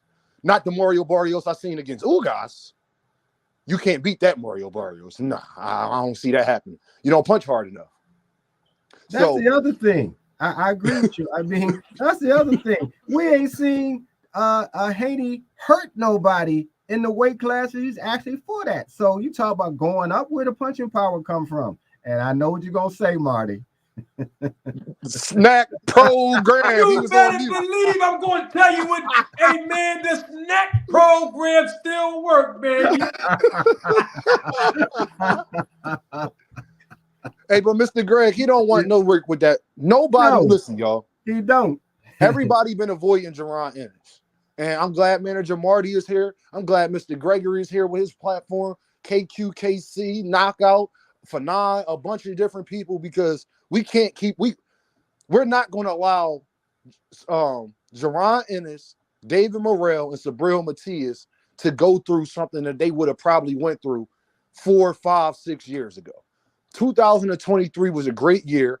I just did a video, y'all, on how Ryan Garcia and Gervonta Davis changed boxing for the better. Shout out to Ryan Garcia for standing up to them vultures right in their face. Shout out to Ryan Garcia for standing up to them vultures right in their face. They talk tough, but none of them want to throw hands with that little 25-year-old boy right now. That's how you address men, Manager Marty, right to their face. In front of everybody. You right behind me. Yeah, I said it. Straight up. Straight up.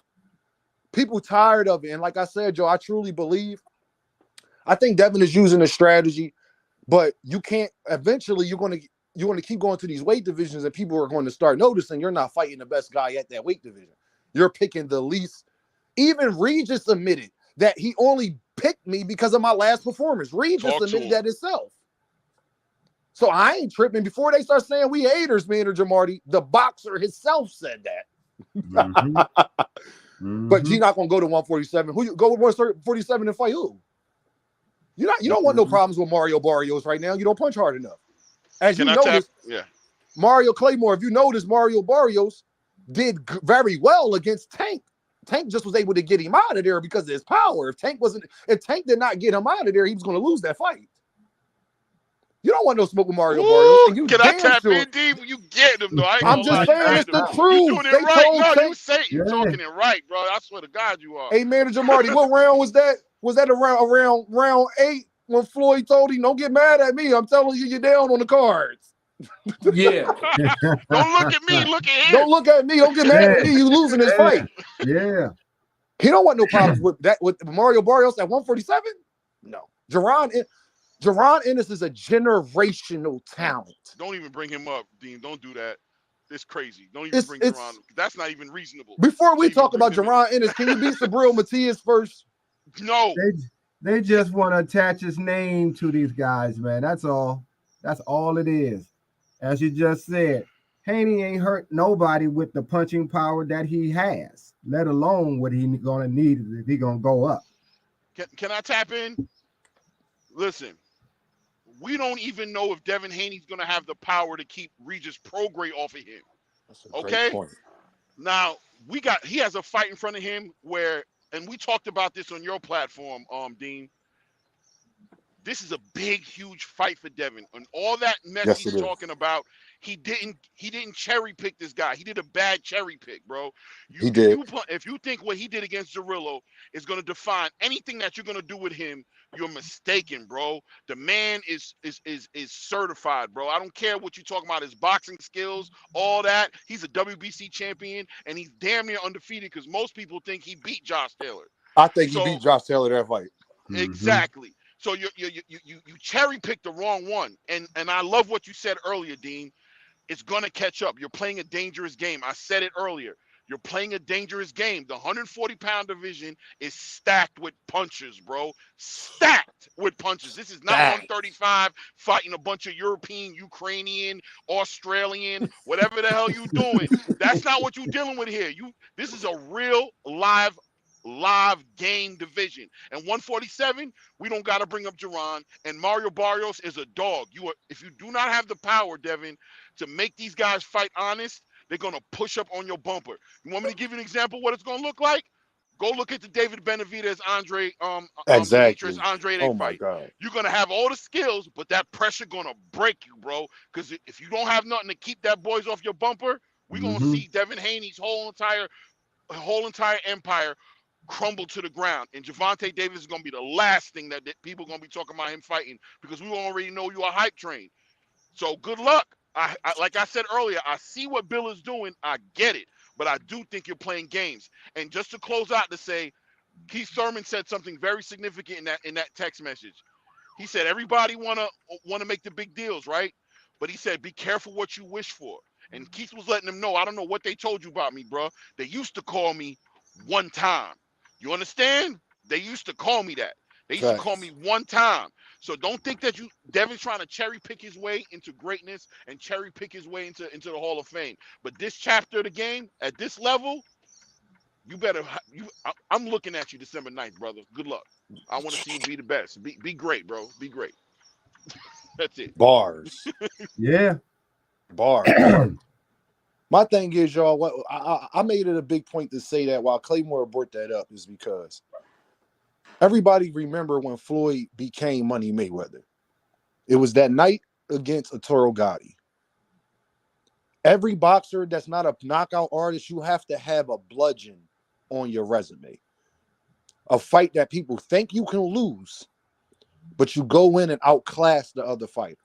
That's what Devin needs, especially after everything he said about Shakur.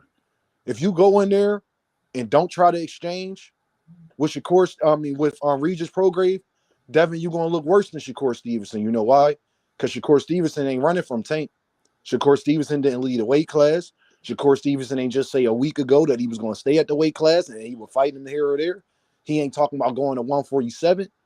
See, this is what happens, and Claymore I say these on these platforms all the time. I love when Devin Haney fans talk what they talk, because eventually you get backed in the corner. Have y'all ever seen a squirrel cornered? If you have never seen what it's like for a squirrel to be cornered, they start being frantic-y. They'll start jumping, bouncing off of all different places. I'll never forget, y'all. I was in junior high school. All the kids in my class, a squirrel came through the window. The squirrel wound up going to the corner. The whole hallway is by the squirrel. And when I mean to tell y'all, the squirrel went into survival mode, started jumping off walls, doing all types of crazy stuff I have never seen squirrels do. That is the position Devin Haney is in. That's why he's talking about boots and Keith Thurman. He just throwing stuff at the wall at this point. Because now You don't have nowhere to go. You at 140? Well, fight Sabril Matias and Tio, especially if you win this championship. Yeah, what's stopping you from doing that? Especially you and Tio been running your mouth. Oh, you want to go to 147? Oh, if you go to 147, you got to see Jerron. No. Oh, well, go see Mario Barrios. Yeah. Oh, no. Or you could go see Keith Thurman, the person that beat Mario Barrios. You can go fight him. I'm pretty sure he'll take that fight too, because he don't want to face Boots neither. This is what I'm talking about. His father gonna put him in a position where he gonna be like, "Dad, what you doing? What you trying to do?" Ain't no backwards at this point. Ain't no going backwards. The words. Thank the you, words. Claymore. There ain't no going backwards. You messed up, bro. Or you a genius, and we about to see you lay Regis out and be like, "Oh, he the truth." Hey, knockout. Gonna be one I said knockout. Hey, Claymore. Yeah. If he knocks out Regis Prograis, I don't want to hear nobody say nothing to manager Marty ever again. I don't want to hear nobody say nothing. I'm telling y'all now, this man has not had a knockout manager Marty. My 2 daughters wasn't born yet. I'm going to say that to you again, Claymore. I got 3 children. I got a 12-year-old, 11-year-old.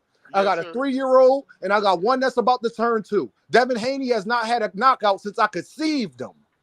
Not had him, since I have conceived them. If he knocks out Regis Prograis, who have never been knocked out so far that I know of, snack program, and I don't want to hear nothing else. I'll come apologize to manager Marty my goddamn self. Hey, speaking of the snack program, I told you I was gonna order some. So I ordered did you today. order some? I ordered today. My man. Hold on for a minute, Mr. Greg. I gotta go on Instagram. I'm not playing. We live and live in color, and I don't do no scripts on here. We talk from the hip. Hold on, I got to go on Instagram immediately. This is the only way I can get in contact with Snack System. Hold on. I have to do this. It's important. I'm reaching out, ladies and gentlemen, members of the jury, members of the Roll the Tape film crew. Mr. Greg's like the 3rd person that came on this platform and told me that he purchased the product. Y'all seen me drink the pre-workout live, okay? Now I'm going to send the Snack System a message. I sent them one before. They didn't respond. Hopefully they respond to this one. I need a promo code and an endorsement deal immediately. I've been promoting Snack Dean since more than anybody. Destroyed Daryl's fence. Manager Marty, you've been giving them more promo than anybody, for good or for bad. But I'm gonna be honest with you, Manager Marty. Me and you go at it. We went at it about this topic all the time. See, people will call us haters, Manager Marty, not knowing me and you don't agree on everything. No, we don't. Just because we from Philly and we like boxing, we don't agree on everything. That's true. But when you said to me, Dean, so I don't have a right to be suspicious, what have I always said, Manager Marty? Yes, you do. Because when a person puts themselves in that position, this is the part people don't understand about Victor Conte and all of that, Manager Marty. When you put yourself in that position and you become a known cheater, it's like when you're a thief. You can't say you changed your life. You may have been able to change your life. You won't be in my house. We could talk on the porch. That's forgiveness, Mr. Greg. I wouldn't talk to you before, but I'll let you come talk to me on my porch. But no matter how much you change, you're not about to come in my house. Well, I wanted to give Mr. Greg a shout out. You see all them suits in the background? Mr. Greg, that's what I aspire to be. That is so fly. You're not coming in my house taking one of these off the rack. I'm not letting you in the yard. We can talk on the sidewalk. We can talk. Listen, talk to him. You can't get. I ain't even gonna let you in the yard. Yeah, I ain't even gonna let you in the yard. We could talk on the sidewalk. So all these fighters, like Manager Marty always says, and it's the one part I never argue with Manager Marty because it's not logical.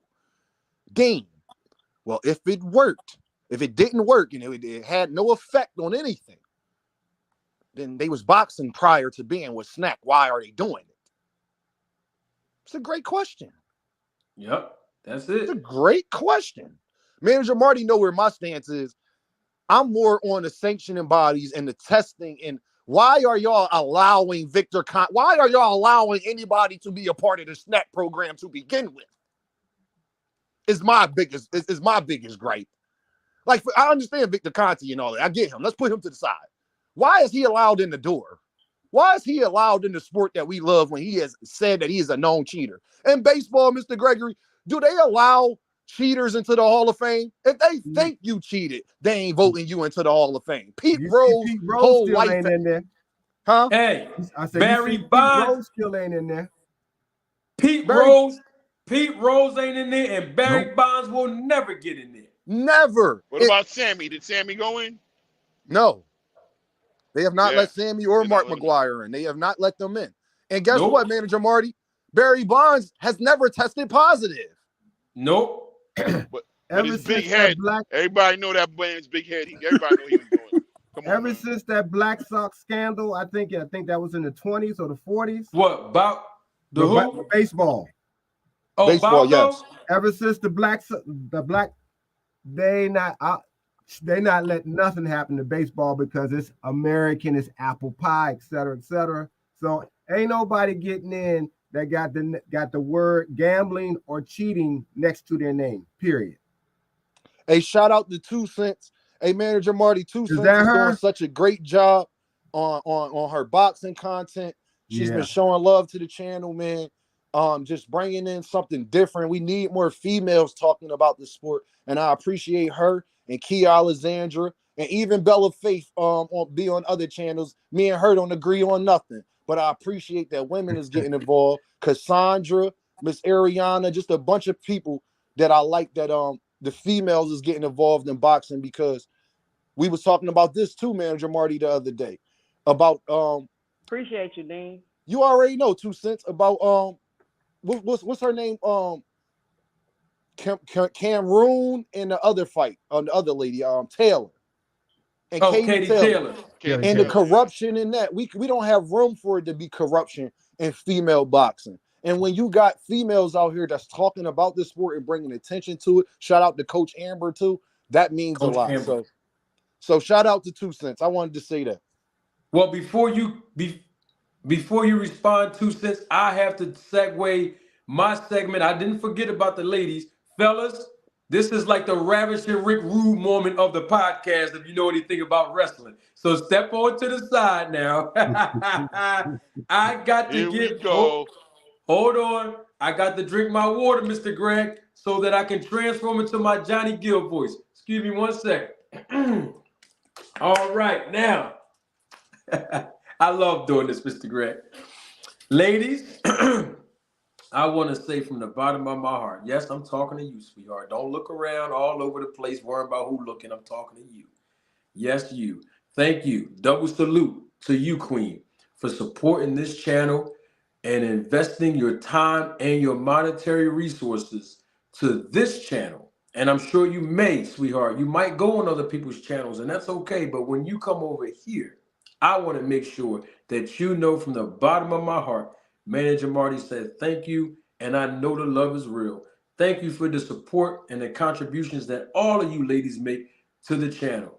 All right, fellas, let's finish talking about some boxing. But before we do that, 2 Cents wanted to put her 2 cents in on some of the things that she heard us saying. 2 Cents, the floor is yours, sweetheart.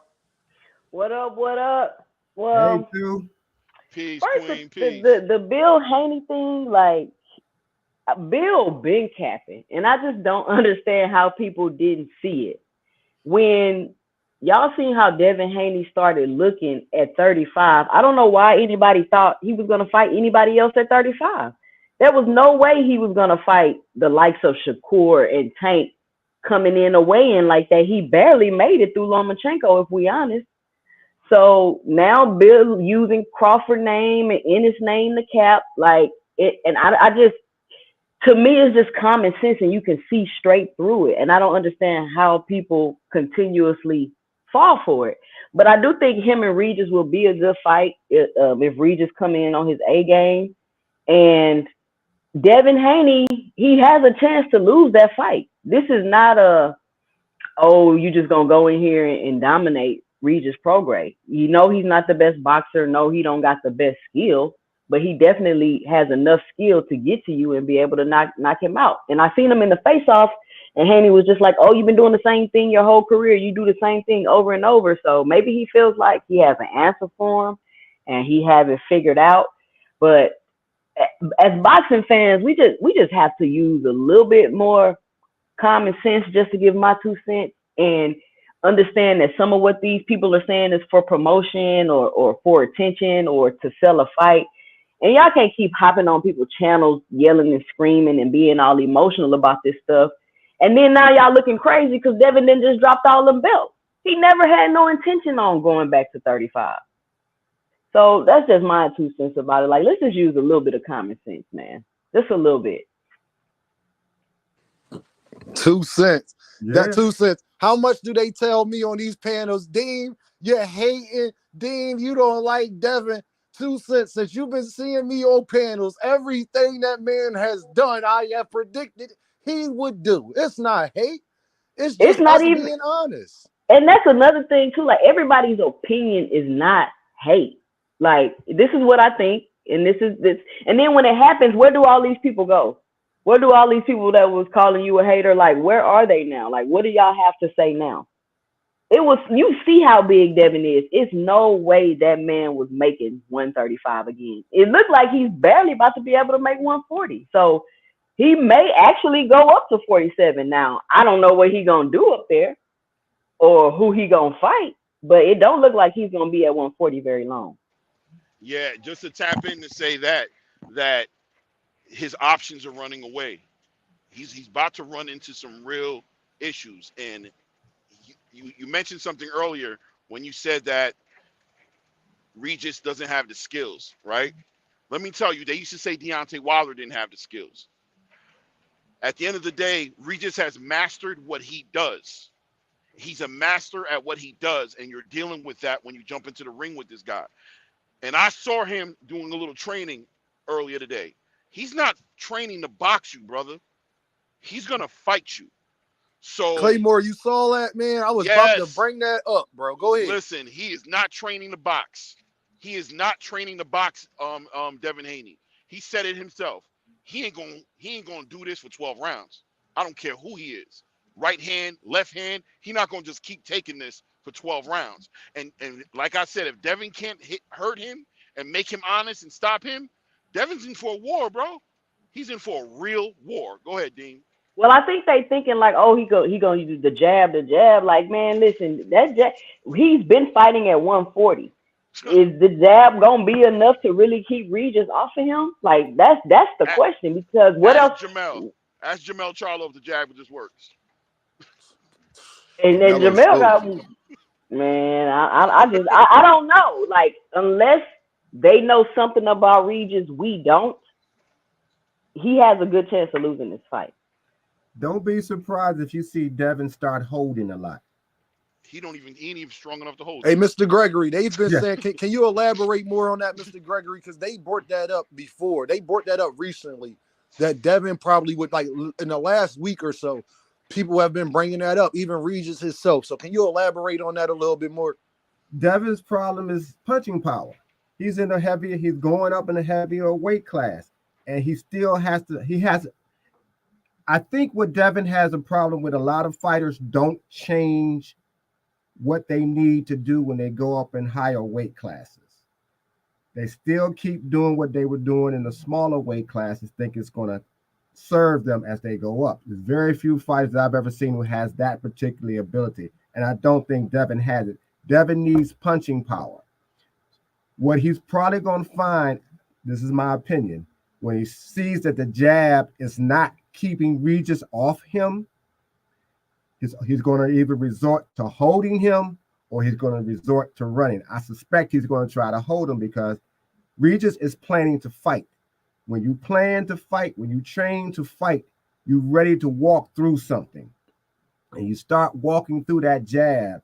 Even if you only get 2 or 3 punches in before Devin is going to have to eventually hold him, because I think Regis is a harder puncher, and I think he can hurt Devin. And Devin may find himself being surprised. A lot of times fighters get hurt, not just because of the punch that they don't see, but they surprised with the punch that does land and how much it hurts them. They haven't experienced that before. So what's your instinct? You're either gonna run or you're gonna hold to stop the pain from coming. And that's what I think. Well, we might see that. I don't know, but we may see that. And that's Hey, why Coach Gregory, can I ask you this? Well, holding is a strategy. It's not necessarily a negative thing. I know people don't like it, but it's boxing. When I say like, holding, though, I don't mean tying up when y'all get into clinches is one thing. Holding because you can't do anything. Holding because you're getting hurt. That's a whole nother thing.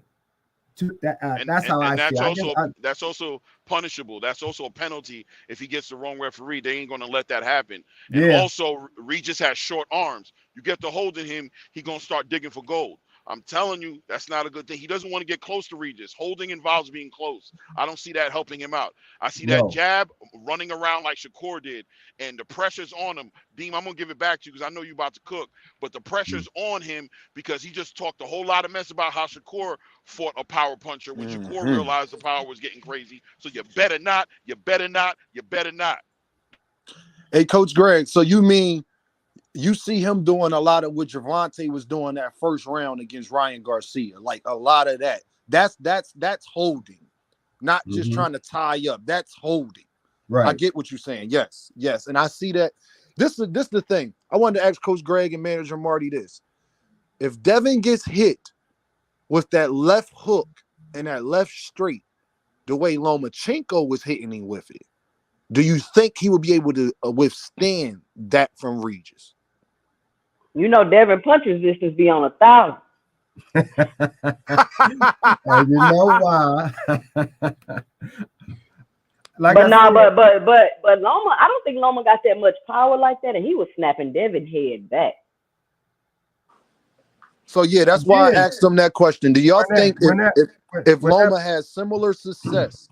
I mean, if Regis has similar success to what Loma had, it might not be as much as Loma was hitting him because Loma has better footwork. He's a better boxer than Regis. But do y'all think that if Regis connects with similar punches, specifically the one he caught Devin with 2 cents, I don't know if you remember, in that 11th round, do y'all think that Devin can withstand that this go round? Because he survived it with Loma.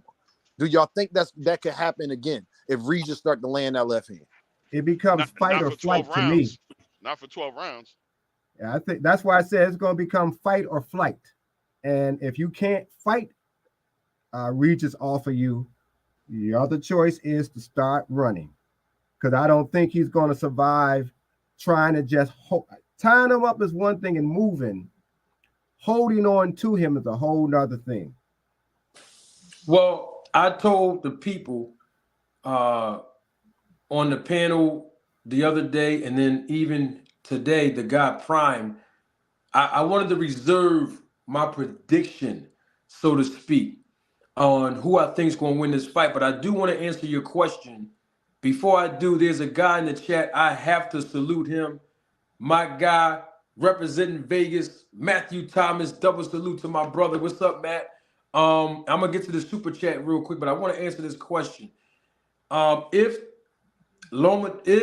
Regis hit Devin with the same shots or punches that Loma hit him with, will he be able to withstand it? That's the question, Dean?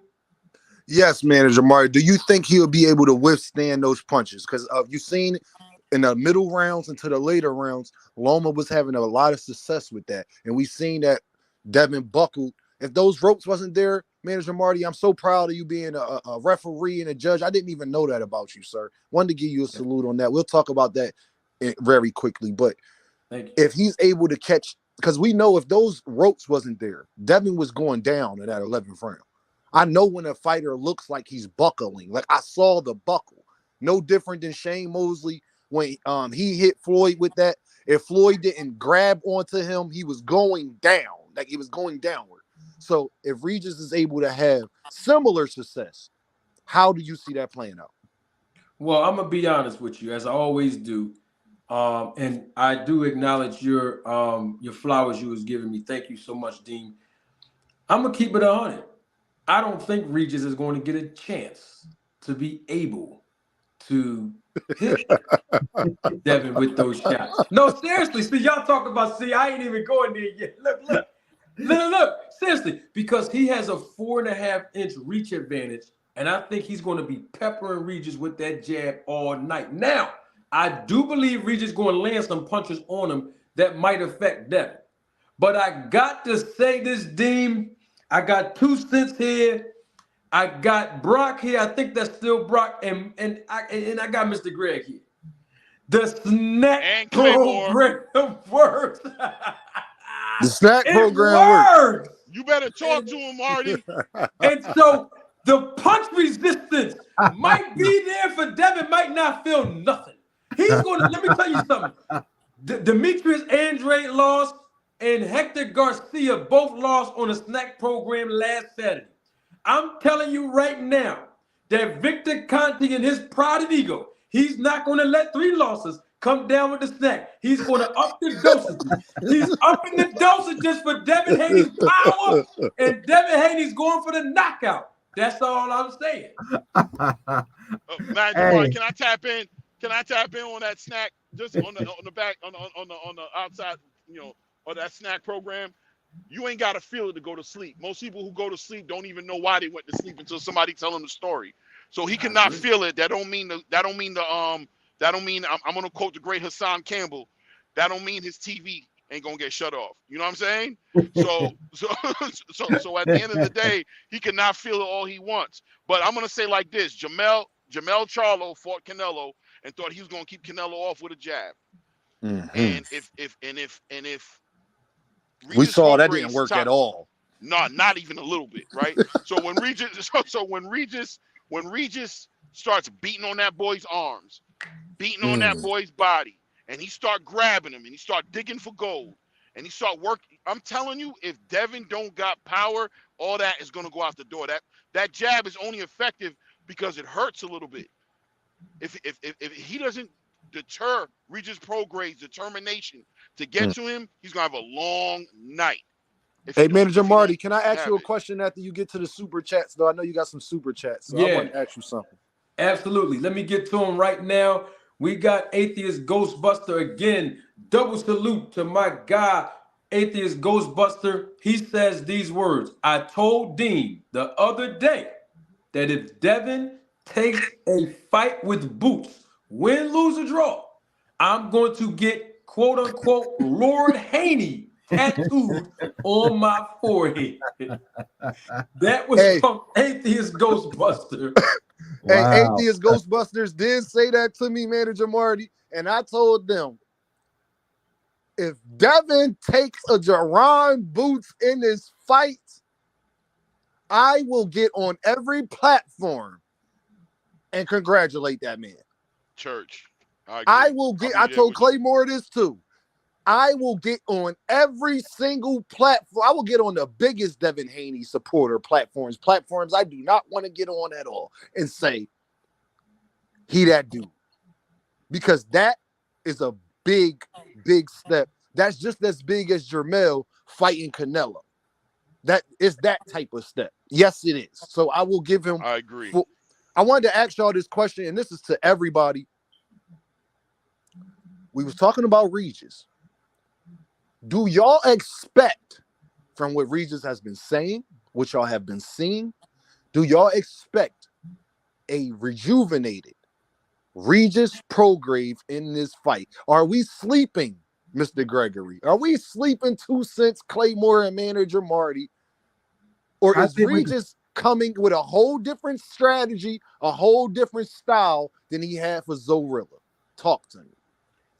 I think we're gonna see a rejuvenated one. I think he's highly motivated, and sometimes those are the things that get you through the fight and get you to win. I always talk about the psychological aspects of a fighter, and I'll stay there. Whatever's going on between Regis and Devin, whether it's just the hype of the fight, whether there is some animosity, whether there is some gamesmanship, I think it's real with Regis more so than with Devin.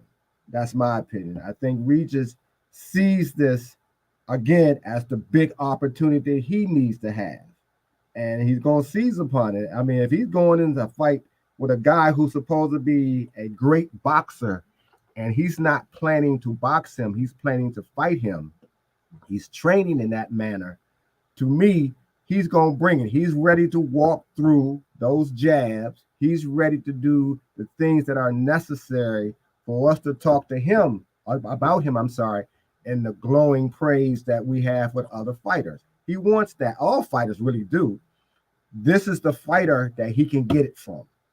If he beats Devin, and the chances are there, I think, are pretty good that he does that, we're going to be talking about Regis, and we're going to try to match him up with other fighters in those divisions. So I think he wants that, and I think that's what I hope, and I believe that's what we're going to see, at least from him. Double salute to a member of the channel. Of course, we know 2 Cents Boxing. She's already on the panel. Thanks, 2 Cents. I don't know what gifted means, but I'm going to acknowledge you because I see it on the screen and on my end. Whatever it was, I don't know what it was, what it means, but salute to you as always, 2 Cents. Thank you for your support. I gifted somebody a membership, so if I paid for it and they picked somebody and gave them the membership for the month. And that's why. Oh, that was beautiful. And that's why we need women in boxing. That was so nice of you, 2 Cents. Thank you. And whoever chose, whoever you chose, salute to you for now officially becoming a member. But I have to know who it is so I can give them their flowers. Big money. Huh? Big money. Who walked Big Money? Yeah. That's my Big guy. Money. What's up, big bro? What's up, baby? What's going on? So that's my boy, Big Money. And wait, we have another member that just joined, Atheist Ghostbusters. Thank you for being now a new member. Shout out to Atheist Ghostbusters, man. Support my channel, the whole 9. Man, salute to you, Atheist Ghostbusters. Thank you for supporting Big Bro, man. Always a pleasure, man. The support and love is real. And, special perks come out like me acknowledging you in the chat live and live in color in your comment section. I got to keep it 100 with the people because somebody asked me, Manager Marty, why don't you comment on all of the comments that be in your comment section? And I'm going to tell you why right now, because I don't want none of the members of the channel to feel no type of way, because that's one of the perks in the blue corner. You know what I mean? So if you want me to give you feedback and engage in the comment section, you got to become a member. That's the perk. You know what I mean? And I'm talking about when the live stream and the published content is off. You got to go ahead and become a member. And we have 2 more other perks because there's 2 more other tiers. We got the blue corner, red corner, and neutral corner. And I need to do a better job with promoting these memberships. You know what I mean? But right now, and I want to say thank you all for being a member of the channel, for being a part of the Roll to Take film crew, for always contributing to the channel and investing with your time, which I believe is the most valuable asset that we all have. We also have my guy representing, he's also a member of the channel. Double salute to my guy, Matthew Thomas, representing the West Coast in Vegas. Thank you for your contribution and your support. Matthew Thomas responded to you, Dean, and that was, Devin would never do that, so you're safe. That's regarding Matthew Thomas. I already know, my guy. And then we have another super chat from my guy, double salute to you. My day one supporter, Many Face Publishing says, Devin in the hairs of that chinny chin. He's talking about Devin Haney having a suspect chin, and if he gets hit by Regis said he's going for the knockout. I know Devin said he is too, but Regis Prograis said he's going for the knockout, and if he hurts Devin, he's going to take him out of here. I mean, is that propaganda, or do y'all really believe that Regis can really knock Devin out? I believe he definitely cannot. That is not even a question if he could do it or not. Mm-hmm. I don't think if Devin tries to exchange with this man and goes to war with this man, he's going to get knocked out. If Devin get on this bicycle, and what I mean is bicycle, you could be on your bicycle and not be on your motorcycle. Shakur Stevenson was on his motorcycle. Being on your bicycle, you can snap that jab out there, similar to what Jamal Charlo was doing versus Jose Benavidez. If Devin does that, he could. I see that fight playing out that way. If Devin does that, it'll look like that. If Devin don't do that, it'll look like his little brother, well, Jermell, I call it a little Charlo, Jermell and Canelo. I don't see too much in between with this fight. Or maybe we could get a controversy, 12th round, and we'll be all on here really having the YouTube streets going crazy. I'm hoping that don't happen. Yeah. I hope that don't happen. Can I tap in right quick? Go two ahead, things man. to answer Manager Marty's question, but first I want to go back to what Dean said about what was you saying a little earlier about whether Regis is taking this fight? Is this going to be the same fight he fought against Zerillo? Yeah. Devin? Do you think that do you think Regis is going to be rejuvenated? Do you think we going to get the Regis we saw against Josh Taylor? He won that fight, I might add. Do you think we're going to get a similar Regis to that? Or do you think we're going to get the Regis that we saw with Zorilla? Well, you tapped into Josh Taylor already because I was going to bring him up and let you guys know that if you want to see how Regis does with a boxer, look at how he did it with Josh Taylor, except two differences. There's a big difference between Josh Taylor and Devin Haney. Josh had power. He was able to really make Regis fight differently. I think Regis is more focused than ever because this is what you call a career-defining moment for him. This is an opportunity that people like him don't get unless they have bad showings against people like Zerillo, because most people duck people like Regis because Regis is really a dangerous fighter. So he's going to jump on this opportunity. I think he's super motivated. I think it means so much more to him than it does Devin. And I think Devin thinks that this is just another cherry pick for him to cherry pick his way into the Hall of Fame and the greatness. I think Regis looks at this for what it is. I need to devastate this dude, bro, or I will never. This is going to make me or literally break me. And when you have that type of attitude, listen, bro, it's a whole different animal. Yeah. That's what I believe. That's what I believe. Now for Manager Marty, what did Manager Marty said? Can Regis knock him out? Is that what he said?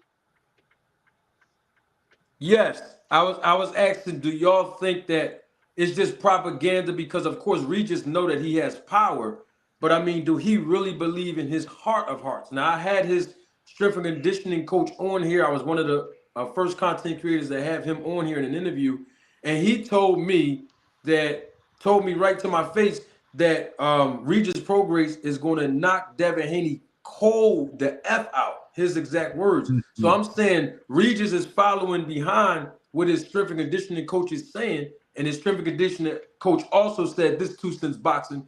He said, F the snack program, and the snack program ain't got nothing on his program. That's what he said. So he said that Regis Prograis is going to knock. Yeah, indeed, right? When you hear stuff like that, that's what I thought. Literally, I thought the same thing in my head. I was like, That's what he told me. Conti 2.0. So what I'm saying is to y'all, do y'all think that this is real? Because I mean, let's be honest, let's keep it 100 too. Devin Haney has been cracked, and he did wobble, and he did get hurt in the fight with even with Loma, but he still never hit the canvas before though, and he always recovered. So that's why I'm asking, do y'all really think that Regis has the fortitude, the power, and everything else to actually knock Devin Haney out? It's a hard task. My only concern is Regis gonna have trouble making the weight. Nah, he's good. What y'all think? Hey, 2 Cents. I'm gonna be honest. I'm so glad 2 Cents brought that up. Thank you, 2 Cents, because I was looking for a way to segue into that. When Claymore brought up earlier, how good he was looking in training. 2 Cents, have you seen that boy? That's the best I've seen. That's the best I've seen Regis look. 2 Cents. Now you a woman, so I can ask you this question. Regis used to look a little chubby, like on a little of that, like you a skinny chubby dude type vibe. He didn't have no tone. Yeah, no tone to him at all. The Regis I just saw, best shape of his life, that's the bro. best he done looked. He's 34. Hey, listen, what he say? It ain't got nothing on his program. Snack program ain't got nothing on his program. Strength and conditioning, you do it every time. This fight. Strength and conditioning. Regis is looking like he's ready to go 12 rounds, and he's ready to listen, man. I'm telling you, that focus is a different focus. If Devin don't have this power, it's going to be a long night for that brother, man. And to answer manager Marty, Regis is counting on a knockout. He does not want to go in front of 3 judges with Devin Haney and the hype behind Devin Haney. He's counting on it. He's working for it. He's training for it. To answer that question, yes. All that mentality Yes, is he there. can knock him out. He's putting it in that work, and you're seeing it because we already seen the difference in how he actually looks. So now he just has to execute. Yeah, I think he can knock him out as well. No doubt. No question. Now, y'all, I wanted to ask y'all a question. I did a video earlier today about Ryan Garcia and Gervonta Davis changing the sport of boxing for the better. Gervonta Davis said, forget that belt. I'm cool off that. Y'all already know he's been very consistent about that. Ryan Garcia has stood up to these promoters in a ways that we have been asking. Hey, Mr. Greg, how long have we been asking boxers to outwardly do this? What Ryan Garcia did? Like, since we've been watching. Like, I got to give that boy his credit. Yeah. Like, when people talk about a man, 2 cents, that is I don't like Ryan complaining after the Tank stuff and all that. That's diva stuff. That's corny. Because you and Tank, if y'all watch my video, y'all was smiling thick as thieves after the fight. Your mom was hugging them. Y'all wanted to be friends. But for you to stand on your square in front of 2 Hall of Famers, Oscar De La Hoya and Bernard Hopkins ain't no regular fighters, y'all. They are they my childhood. They're I'm 32 giants. years old, so y'all know I'm not lying. Oscar De La Hoya and Bernard Hopkins is my childhood. That's who I grew up watching. Giants. So, yeah, I watched them. I'm gonna tell y'all the 3, y'all. I'm 32 years old, so y'all know I'm not lying. Roy Jones, Bernard Hopkins, De La Hoya. That was the 3. If you want to throw Winky Wright in there, the guy that everybody ducked a little bit later, you could throw him in there. And then Jermaine Taylor, Antonio Tarver, you can mix whoever you want to mix in there. But that's the guys I grew up watching. For Ryan Garcia to stand on his square right there. Tito, too. We talk about the faces of boxing. Me, Claymore, 2 Cents, Manager Marty, everybody. But I feel as though what Ryan did is showed these promoters, forget the A side, B side to another fighter. I'm not A side when it comes to you. I am the A side when it comes to you. And Gervonta Davis is showing these sanctioning bodies.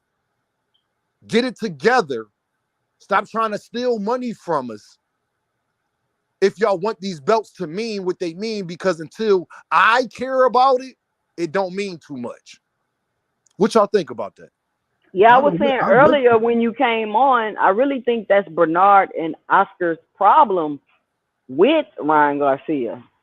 And like I said earlier, if he takes his craft serious and he gets with somebody and is maneuvered correctly, I believe he can become one of the faces of boxing. And I really don't understand the Ryan hate though. Like he never claims to be the best. He never does that. And at first I used to get on Ryan because I've always liked Ryan, and I always feel like if he takes this more serious, he'll be so much better. I like Ryan too. I do. About all the capping and stuff he was doing, but now seeing what's unraveling, I'm kind of starting to feel like maybe Oscar was lying to him about things, and that's why he was coming off like that. Because Oscar was up there capping with him too about the Tank fight and all of that. So I like Ryan, and I like how he's matured since the Tank fight. I like how he's standing up for himself, especially to Oscar and Bernard.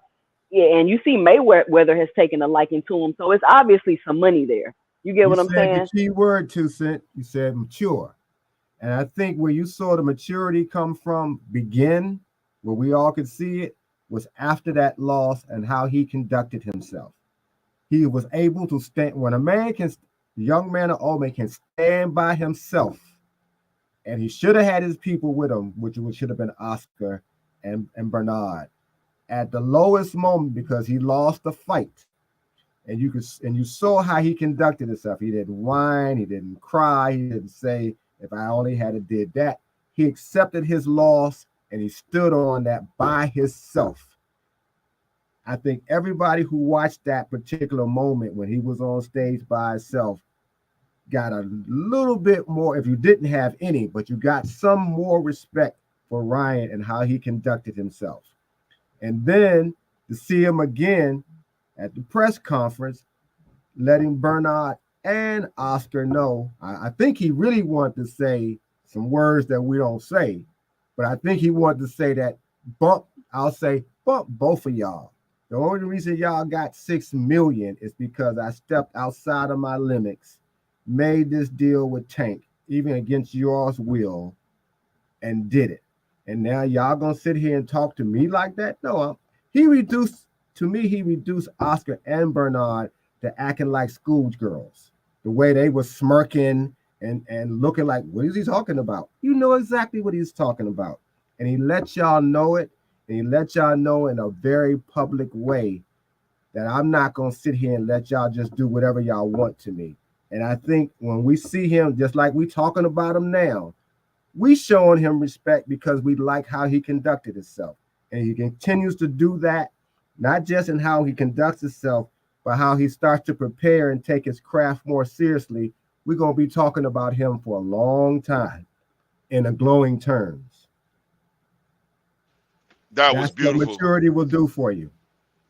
That was like, so I'm gonna start calling you Professor G. We're gonna go to Professor G with you. That's what I'm gonna start acknowledging you as.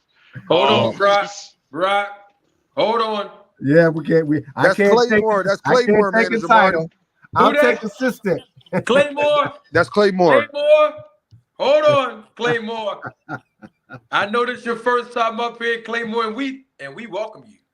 But there's only one professor on this channel, Claymore. One professor. And you gonna get me? Marty, you gonna get me? You gonna get me? Okay, all right, he gonna get me. That's what he no, hold up. No, wait I'm a just minute. saying. You throwing that word around loosely right now. now. No, what I'm saying is the professor is one of my characters. You know what I mean? Is one of my. Did he go? Did he leave?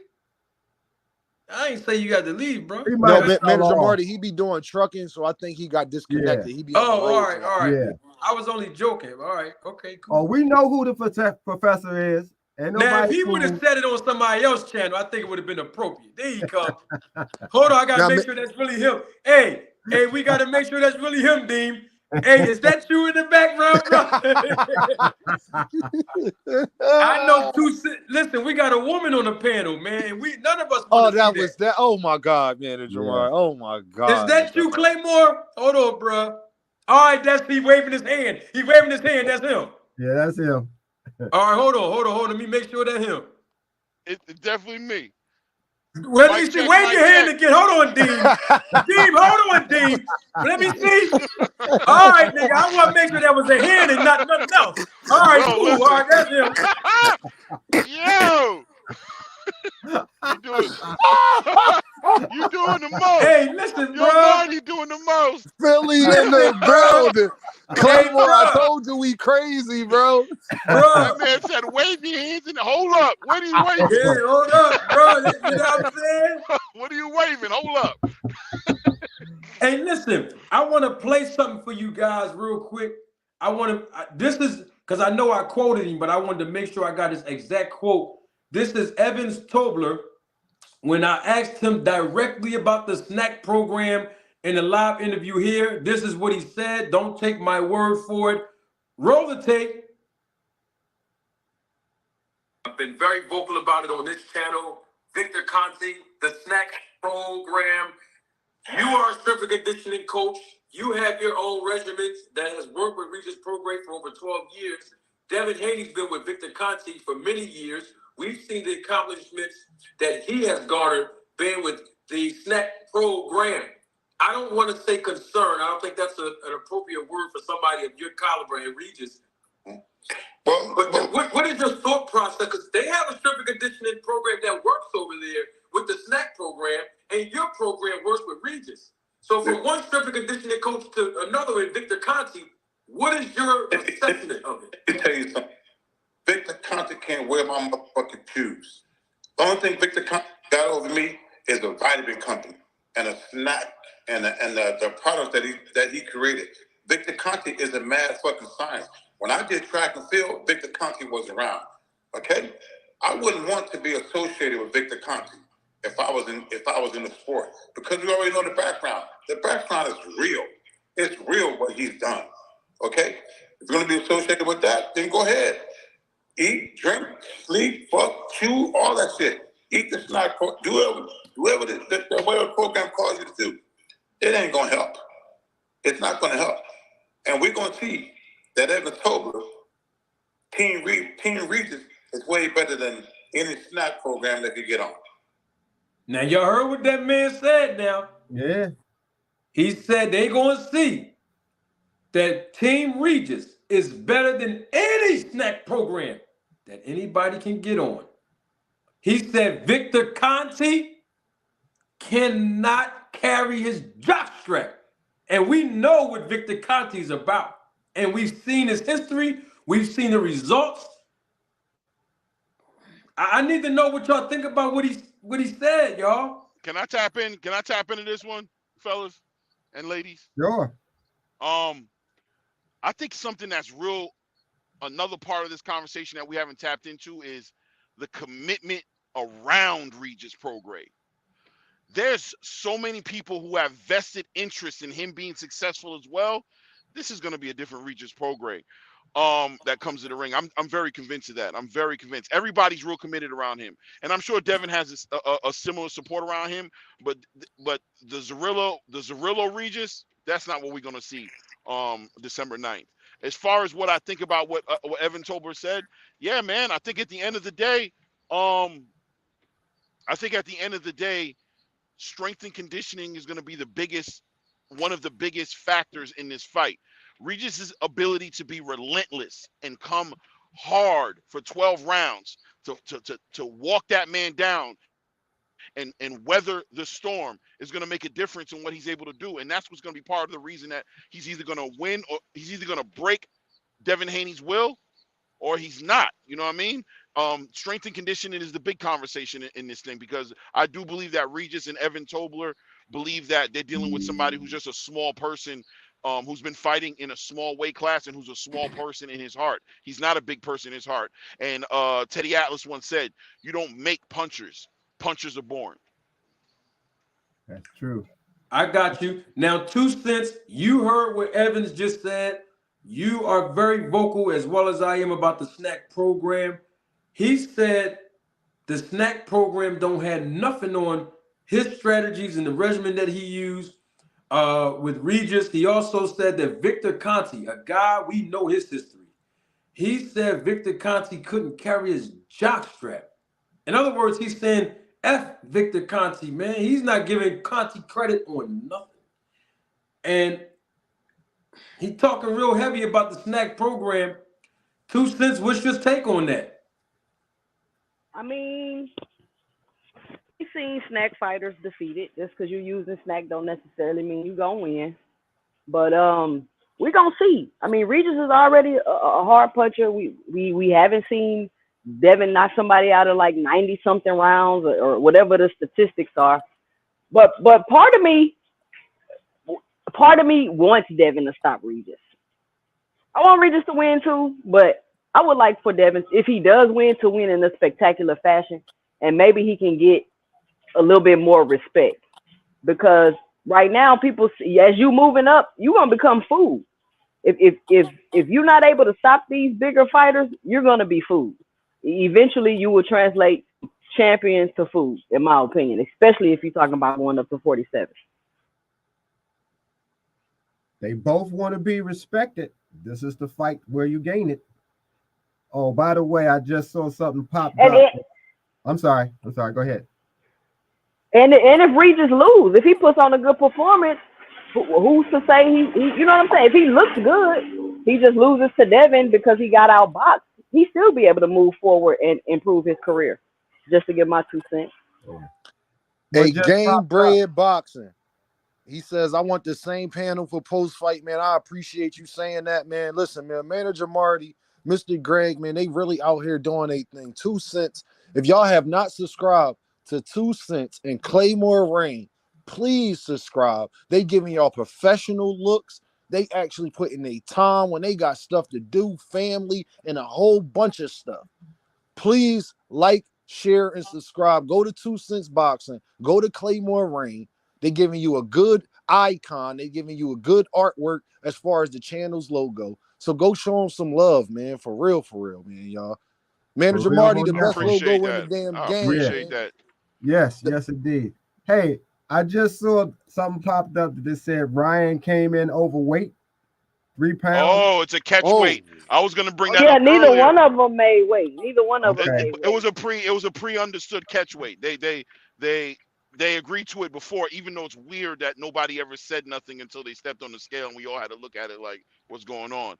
But well, Claymore, supposedly, you already know, bro. right. Ryan said that this wasn't going on pay-per-view. So I don't. Once Ryan said that, and he seemed disinterested, not as far as the fight, but like he don't like Deorte. Not a big enough name for me to even not take it serious, but to do all the stipulations. I'm gonna get the bigger bag anyway. What difference does it make? Take that little 200,000. Like He came in at Yeah, 143. he came at 143, and Oscar Duarte came in at 142.8. I talked to a friend of mine who's a boxing trainer out of Philly too. You know Mazuma? You know Mark? I don't know. You probably Who? don't. Mazuma out of Pivot Gym in Philly. Yeah, I know him. All right. I mean, So I don't that's know. I don't know him. I don't know him like his personal business. I know exactly who he is. Yeah. okay. Well, I was talking to him earlier. We were talking on the phone, and he was telling me that that's not really a shocking thing that a fighter like who stays out as long as Ryan Garcia stayed out and going up in weight, that he might have gained a little bit more weight than he wanted to gain. And instead of doing the aggressive weight cut and getting down to 140, that he probably did negotiate something with the Duarte team to be like, yo, let's do a catch weight, just to make the fight happen. So when you looked at them, though, they both look crazy in shape. I mean, Oscar Duarte looked ripped, and Oscar so Duarte is ripped the hell up. Like no yeah, homo stuff. He it boy, was crazy. goddamn. Yeah, it was crazy, and so did Ryan. Ryan looked real good too. So I think we're going to see a real good fight. And by the way, I think Oscar Duarte is tailor fit to get knocked out by Ryan Garcia. That man has no jab. He has slow feet, and he's only effective on the ropes and to the body. He's going to rush in. He's going to press. He's going to press Ryan Garcia, and he's And a he gonna perfect get hit fighter with for. that damn right He's hook. going to get hit with that left hook. Yeah, that left hook going to catch him. He's going to I mean lean that back. left hook, yeah. Right. Now, he has to keep that chin down. Let's see what Derek James has been working with him on. But I think that man's out of there in 3 to 5, personally. Hey, Mr. Greg and Manager Marty, I seen Earl Spence trainer. What's his name? I'm sorry, Derek I just James. left my Derek James. When he first started training with Ryan. Claymore, do you remember this video when he first put out when Ryan had the little beard and he first got to Texas and he was training with him and Ryan didn't keep that hand up? What did Derek James did? He slapped him right in his face with that hand. Yup, he did.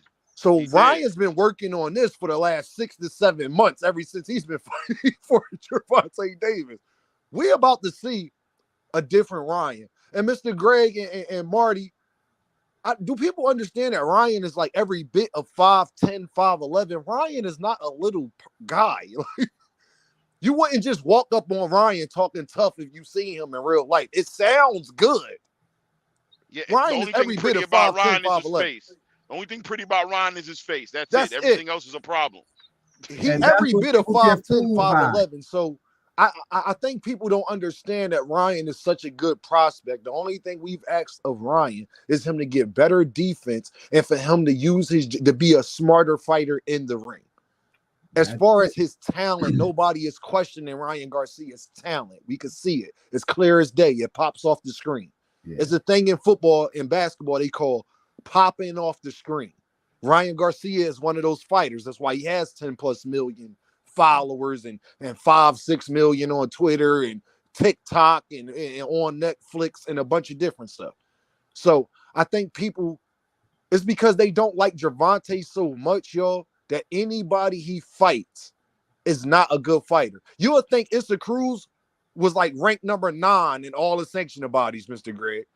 When Issa Cruz is literally number 1, number 2, number 3 in all of them. Like people get fooled by Ryan's looks. They forget Ryan does have skills. Ryan probably got a little bit spoiled, however, because outside forces basically advertisers and sponsors were throwing things to him that he was getting. And a lot of times when you got to go do a photo shoot, or you got to film a commercial, or you got to sign some endorsement deals, it does take you away a little bit from the boxing, because my understanding is that sometimes he wasn't in training when he was supposed to because of these other things. But I think once they negotiated that deal with Tank and how it went, it was a wake-up call for him as well, not just about how he needs to conduct himself in the ring, but also how he needs to handle the business with Oscar or with Golden Boy. I think that was all a huge wake-up for him. So he reconfigured, as we see how he's looking, we see how he's talking. He'll get a chance to show what that looks like. But I think that's great. You know, Oscar was like that at one point too. You know, everybody's seen Oscar, are you just a pretty boy? But forget Oscar was a gold medalist. Oscar could fight, but everything was coming to Oscar too. He on TV, he on the Tonight Show, and the back that was huge. I mean, you know, women, money, sponsors, et cetera. Even they had Oscar telling lies about his mom and all that kind of stuff. Yeah. All of that's in his documentary that's on HBO. Once he fought Felix Trinidad, it skyrocketed from there. Yeah. So this is a good thing. I think overall, sometimes just like the loss that Ray had to take from Duran, got him a whole lot more respect than he had prior to that fight, because he was still seen again as a media creation. Ryan had some of that same thing being said about him because of how he looks. So sometimes a loss can actually be something that you need. Ray needed it. I don't know whether Ryan needed to lose in the way that he did in terms of how he was treated by his own people. I don't think he needed that, but that woke him up. So we're gonna see how it comes together. But I always saw that Ryan was overlooked because everybody was too much looking at him. He's just a pretty boy. He's a model. You know, he doesn't really want to fight. He don't want to get hurt. But Ryan can fight. He just needs to get better at it. And I'm glad that we're gonna see it now. If I could tap in right quick. Sure. One thing that I noticed about Ryan Garcia in that press conference, another thing that I noticed as he was standing up to Bernard, and you really so eloquently put it, like the transformation that you've seen. But I think one word that would describe what I saw in Ryan was humility. You know what I mean? That man has been humbled by his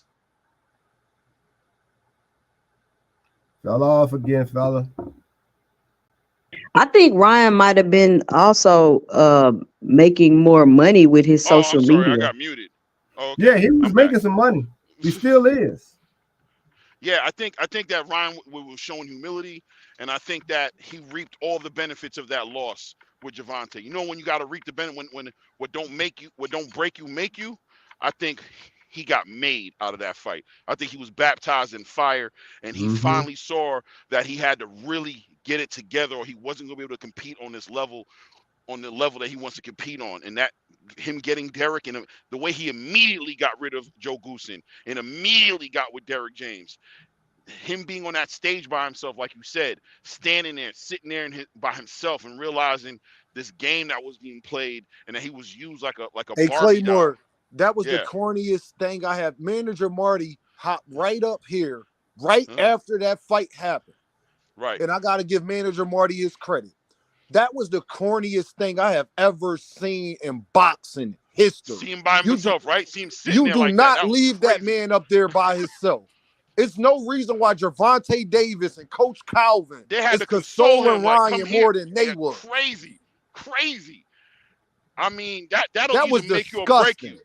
That kind of stuff could destroy your ego forever, or do what I think is done, which has made him stronger than he's ever been. They made a monster, I believe, when they did that, man. They really made that man determined to never go through anything like that by himself, and I think he's got a team around him that's on that time with him right now. Hey, Manager Marty, I wanted to give you your credit, bro, because people got a short memory about things. They say, oh, Manager Marty like Jerron, Manager Marty like Gervonta. But right as soon as that fight happened, Manager Marty, I remember you made a live talking about how corny that was from a professional standpoint to leave your boxer up there and then make excuses when y'all two of the most dangerous fighters that have ever existed, that your safety was concerned and all that. Y'all left Ryan out to dry, man. Insane. I've never seen that with my own eyes before. I've never seen that either. Never that was the seen first time. I couldn't believe it. And Greg, Left we the know you've building. seen everything. Yeah, I was in the 1800s. Said, and I know you've seen everything. So that's crazy. No, that was embarrassing. That was embarrassing for them, for their legacy, and it just made it to where they have no credibility. And just as a business, as you know, not to go backwards, but I just don't see how these guys don't know how to run a business, bro. Who in their right mind is signing to Golden Boy Promotions, bro? Who's doing that out of their own conscious mind, being like, yeah, I think this is a good fit for me? These guys promote nothing to success, nothing to fruition. They promote nothing. They manifest no success. They have no evidence of it. As long as they've been a company, what example has Oscar De La Hoya and Bernard Hopkins shown that they're able to take somebody anywhere? And that's the thing, Mr. Claymore. That's the thing. If you're a fighter and you just saw what they did to Ryan, not just in the press conference, but before then, if you just saw that, I'd be saying, I'd be saying, nope, we're not taking my people. Hey, Manager Marty, name me one Philly bull from how we was raised, from where we from, that if Bernard left us up there like that, Bernard would have had to holler at us back in Philly. That is for sure. I mean, and Ryan didn't even badmouth them. He didn't even do that. And for them to come out this fight and to act like that and talk, part of me is like, are they serious? Or are they, like, you know what I'm saying? And the back, part of me is like, are they serious or are they playing with us right now? No, they're that stupid. They're literally that stupid. Oscar De La Hoya got in an interview. You know what he said? And you could look it up. He said, well, I don't know if Ryan is gonna make it in this fight. So let's see how he makes in this fight if he wins it. And he said, and that's a big if. I'm like, man, you ruthless. Like, what kind of promoter talks like that? And that's a big if. What do you mean that's a big if? That's your fighter. That's your star fighter. I don't know. You know what? I just thought about something. Do you remember when Demetrius Hopkins was fighting and Bernard was supposed to be managing him? Now that I think about it, which I'm starting to remember, Demetrius said something similar, that Bernard had abandoned him. If I think about it. Hey, Mr. Gregory, can I say this? And Manager Marty, I want you to give your take on it, but I don't want people thinking I'm speaking for you. But me and you both from Philadelphia. I was raised on 40th and Poughton, so Manager Marty, no, I ain't lying. Went to Charles Richard Drew School, University City High. Once I moved to Chester, that's where I would have been going. Bernard Hopkins has never done nothing for my city. Facts. He has never put a boxer in position. All of the boxers, y'all know why a lot of Philly boxers wasn't coming out at the time of the early 2000s and the mid 2000s. It's because people like Bernard Hopkins wasn't giving them that olive branch. Bernard Hopkins, Sylvester Stallone is more beloved in my city than Bernard Hopkins is. Allen Iverson is more beloved in my city than Bernard Hopkins is. Oh, Manager Marty, Joe Frazier is way more beloved in my city than Bernard Hopkins is. He has done nothing for the fighters that have come and been born and bred out of Philadelphia, Pennsylvania. He never wanted them to overshine him. He never wanted to reach back. He always seemed to always have a problem with us, but never have a problem with people that is not from where we from.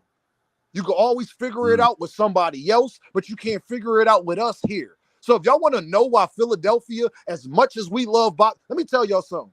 You can't come from my city and not throw your hands. I remember one time, Manager Marty, I ain't want to fight this boy. You know what my mom did? She took me around the corner, knocked on that lady door, tell your son come outside. You fight him or I'm going to beat you.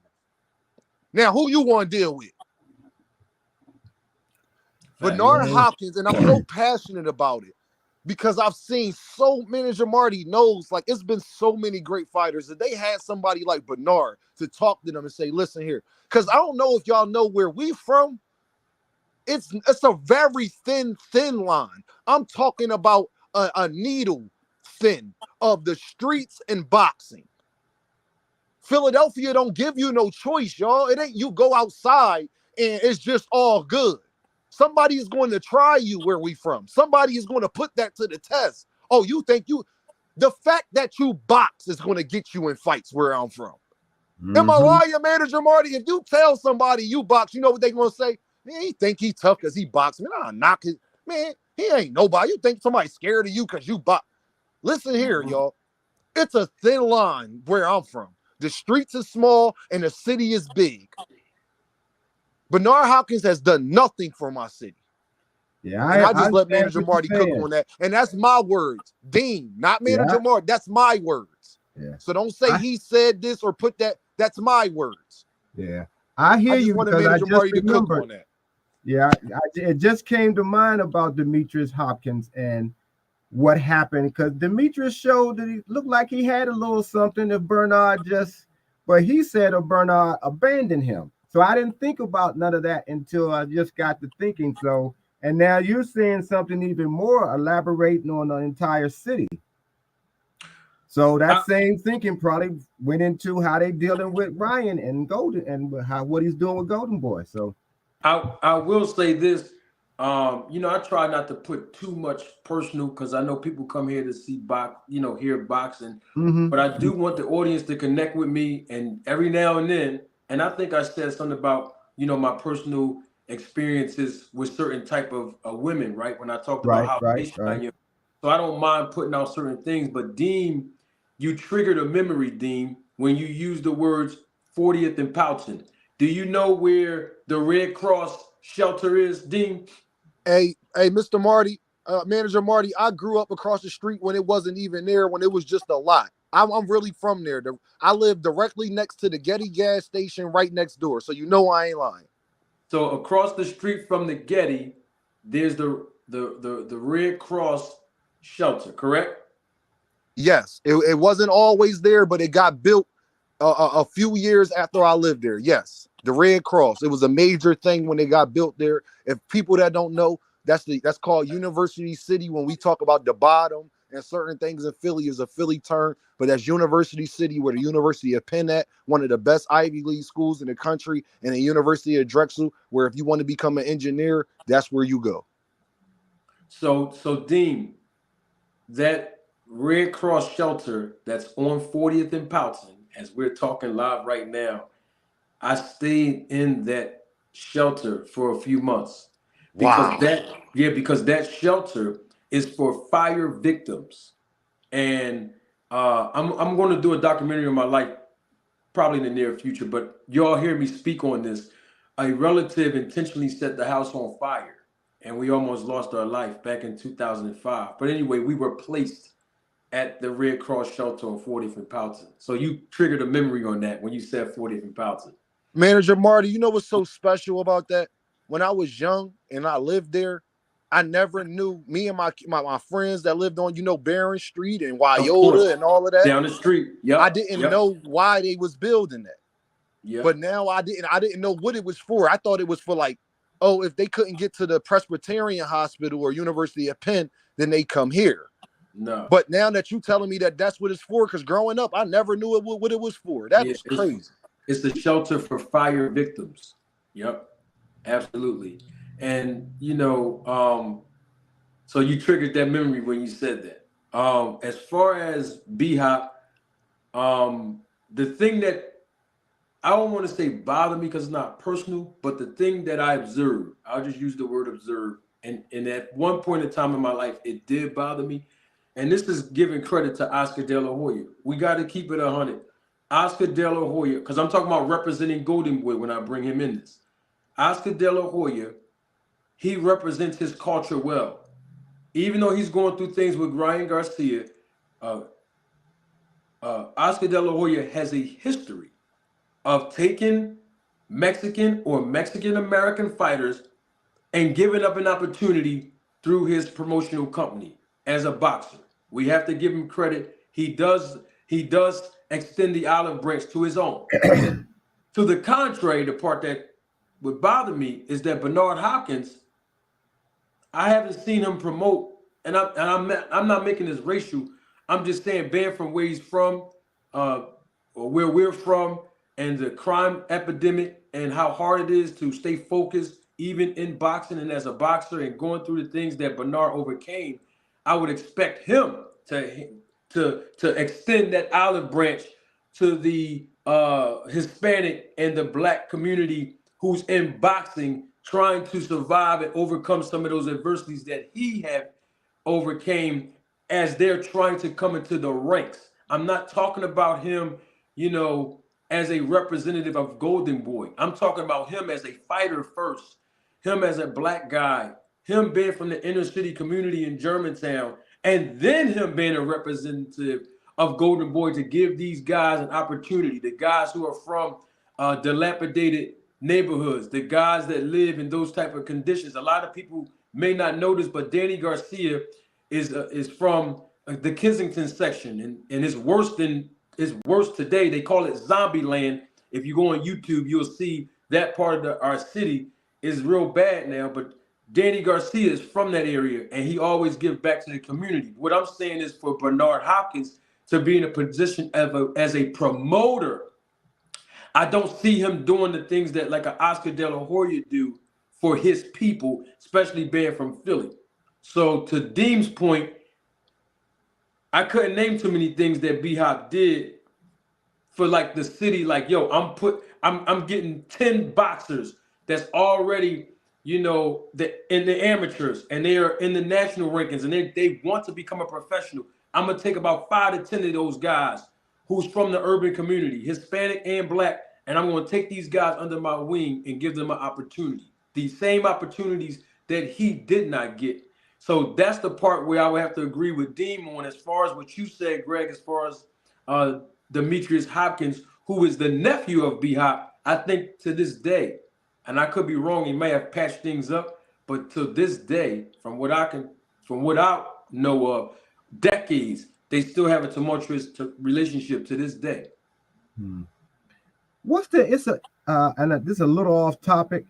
There was a gang in Philly in the late 60s, early JBM. 70s. The reason why I bring it up, Junior Black Mafia, JBM. When I went to Philadelphia with my church, with my mother's church at the time, and I was 12. And of course, I don't know nothing about Philadelphia, but I hated going to church. So I'm on the bus, we get there, it's a program where, of course, I find a way to slip out, walk around, peep around, because I'm always curious. I run into these guys, and I got a little suit on and look totally like, well, we know he don't live here, right? But the craziness in me decided I'm gonna go keep walking like I belong. So the dudes looked at me like I was crazy. Now inside, I'm saying, you better walk a little bit faster and faster and faster till I get to where some people back at the church knew me and so forth. So some little boys there. Make a long story short, because I'm going way back to when I was 12. I'm ready to go ahead, since now they coming at me like they coming at me, to do a little something. But the guys that was there at the church was, no, we're not trying to do all of that. Anyway, the dudes there said, listen, come on with us. You can live with us, because who you with right now gonna get you killed. And I always remember that. And I was a little boy then, but I always remembered that about them. I never went to Philly again. I never forgot that though. Over the years, I've heard about how they operate and so forth, and then generations come along. But I never forgot that how they stuck so well together, and it was a whole lot of us or with a whole lot of us, it was only about 9 of them, but they was ready to, set the church on fire, blow the bus up, everything else. And I just said, when I heard about how y'all said it was a thin line, because I hadn't started boxing yet. I just had it in me to be able to, I got to stand where I got to stand. But I when he said that it's a thin line that guys come outside, if you even hear they can box, somebody's ready to, prove. Man. Hey, Mr. Greg, you know Yeah. how Manager Marty said that I brought up a memory? Manager Marty, I don't know if you you don't know this, but when you were talking about Allegheny, where Danny Garcia is from, that's where I conceived my daughter at, my oldest child. I used to live right up under the Allegheny L stop. Manager Marty, he know I'm not lying. It's a Rite Aid across the street, and it's a barber shop on the other side of the street. That sits under right the on the corner. the Market Frankfurt L stop. Yes, sir. That's where I conceived my daughter at. And people that don't know where we from, when Manager Marty say they call it zombie land, y'all, when I tell y'all Philadelphia, Kensington was ranked the worst neighborhood in America because it is. This is literally a war zone. If you go out there, you might shed a tear because I promise you have never seen nothing like this. I can't. Hey, Dean, I don't even drive past there. I mean, I don't even. I can't, Manager Marty. I can't even. I'm cool, man. I can't even. It's like so, to see people in that destruction, Manager Marty. I'm gonna tell y'all a quick story. A guy I used to purchase my little smoke off of. He was the coolest reeking dude I know, man. Not gonna put his name out there. Was a cool dude. Manager Marty, I found out that my baby mom was pregnant in the whole 9. My uncle said, Dean, come here. I'm like, what's up, huh? He's like, bro. I'm like, yeah, like, what's up? You just here a couple days ago. In the paper for a shooting, Manager Marty. In self-defense, luckily, my man, he good Latino brother, but was one of the coolest dudes ever. But that's just where we come from. You understand? So, like I said, when you come from a city like Philadelphia and you don't give back, y'all, it's 2, 3, 4 times worse.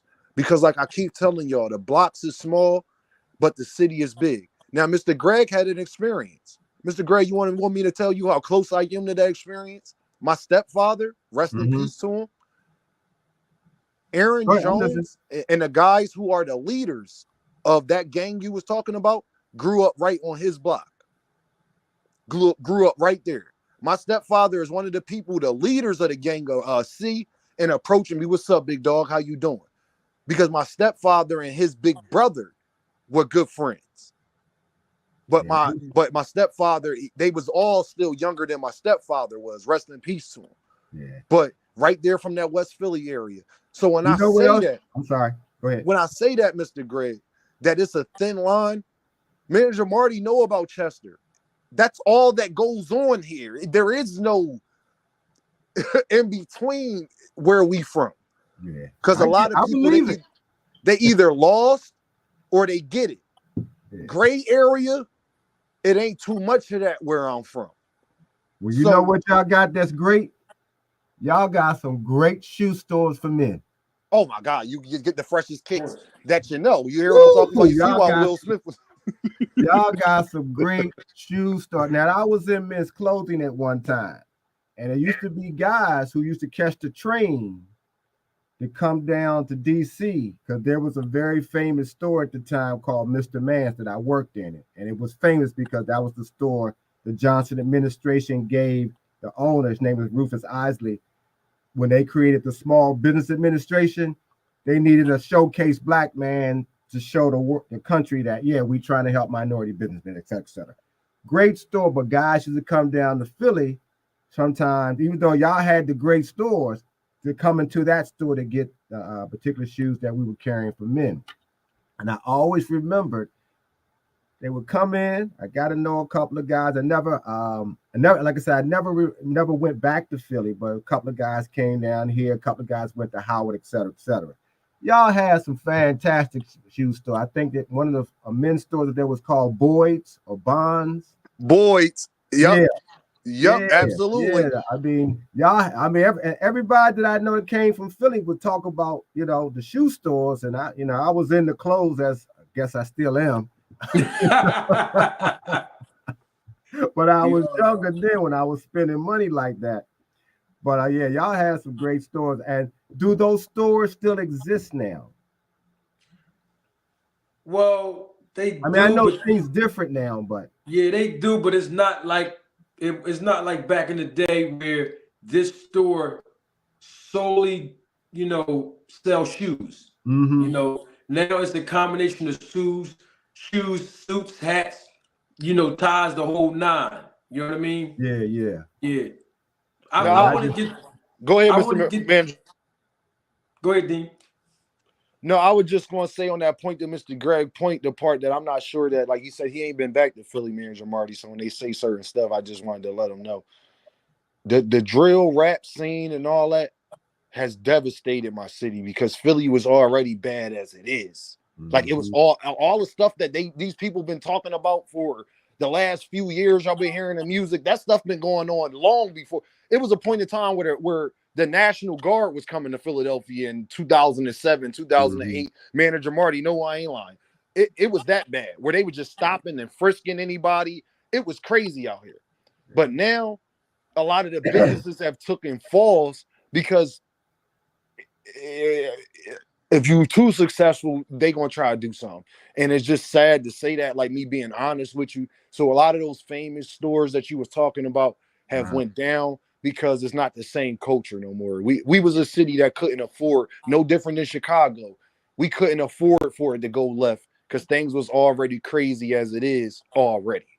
Well, I know what you mean about that drill rap scene because it's devastating down here too, particularly over in Southeast Washington. Yeah, I think all of the major cities in this country have been impacted by the influence of drill music and the young people having a certain mentality, and also the parenting. The parenting or the lack thereof, and then you have the older generation who's trying to fit in with the younger crowd instead of educating and empowering the young people. You know what I mean? Manager Marty, that's why That we is need that you. is The so business real. of boxing. That is so real though. Like, I mean, when you're talking about this, like, to my mind comes, you guys hear that rapper D1? No, I never heard of that. D1, he's from out of Louisiana, but he just kind of went on a radio show. You look him up, and he confronted Rick Ross and Jim Jones. You know what I'm saying? And he basically was saying, like, look at you dudes, bro. Gray hair, braids in your head, sunglasses on, talking about your blood and your drilling and your boys is. At what point do we stop glorifying the serial killer music? You know what I'm saying? Like, this music ain't even about talent no more. It's not even music no more. Like, it's just like literal serial killer music. Like, you guys are making little sociopaths who don't even have. Exactly. Huh? I No, said two cents was exactly. agreeing with you. Like she's Yeah, saying they exactly. can't. Yeah, they can't even. And every These city young kids can't even got a grasp. handful of them that has made names for themselves. And Yeah, that's why they y'all can't even grasp or use their critical thinking skills to understand the severity of like taking human life and like how real that is and how crazy that is, and you know what I mean? Yeah. Like, they just do it for nothing. They do it for the gram. They do it for a song. They do it for the, you know what I mean? It's nothing for them to kill somebody. It's hey crazy. Claymore, that's why you hear me and you hear Manager Marty and you hear Mr. Greg while we talk, and 2 Cents actually too, because this is one of her favorite fighters also. This is why I talk about Gervonta Ennis the way I do. I truly believe if that man get his shot and that man get the right light that he deserves, he can help change my city, because Gervonta Ennis is a 25, 26-year-old man who does none of that. He's not with none of it. Right. Like he's the total opposite of what all the rappers love him. They all want to be with Gervonta and they rock with him because he's a good person. But he's the total opposite. He's what represents Philadelphia for real. That's why I go so hard for him, Claymore, because he represents my city. I represent my city. Manager Marty represents my city. Not all the other stuff y'all see. It's just smoke and mirrors. Yeah. It's another fighter from Philly too. I might be wrong. He just, I think last year he lost. He used to always have color in his hair. Steve Fulton? No, not Fulton. Colbert, yes. No, He's Colbert from Brooklyn. Oh, he's from Brooklyn. Okay. Yeah, he's from Brooklyn. I thought he was from Philly. He's really like, I met him. Me and Chris Cobra had a few words. Let's just say Okay. it was cool. Yeah, he's a hype job. Yeah, he misinterpreted something that I said. I was trying to give him credit for being in Brooklyn because I was in Brooklyn, and he misinterpreted what I said about Brooklyn. And you know, it's all good though. It's all good. You still here, so we happy. No, oh, hey, let me tell you something. One thing about me and Deem, and Deem understands this being from my city. I can go anywhere. I'm well respected. I respect everybody. I'm a peaceful guy. But when you cross the line and I got to deal with you as a man, it is what it's going to be. But I try to make sure I'm respectful to everybody. You know, I don't care where I'm at. I was in Vegas and I was by myself. And I saw Blue Blood sitting in that store. He had a couple of guys with him. That didn't bother me because I wanted to have a conversation with that man. You know what I mean? And that's just what that was. You know what I mean? Now, people try to act like I was trying to bully the guy and all. No, it's just when I see you, we got to deal with it as men. That's it don't matter where we at. I can be in Alaska. If I got to say something to you, I'm going to say something to you. And if you got to say something to me, let's handle this like gentlemen, like men. And guess what? If we shake hands and it's over from there. That's how it's supposed to be. 8 to 80. Doesn't really matter. I mean? That's how it's supposed So to be. I do want to we went 4 hours. Okay. Hey, the snack program worked.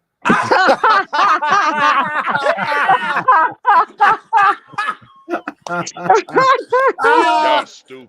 Hey, Y'all you ain't never lied, bro.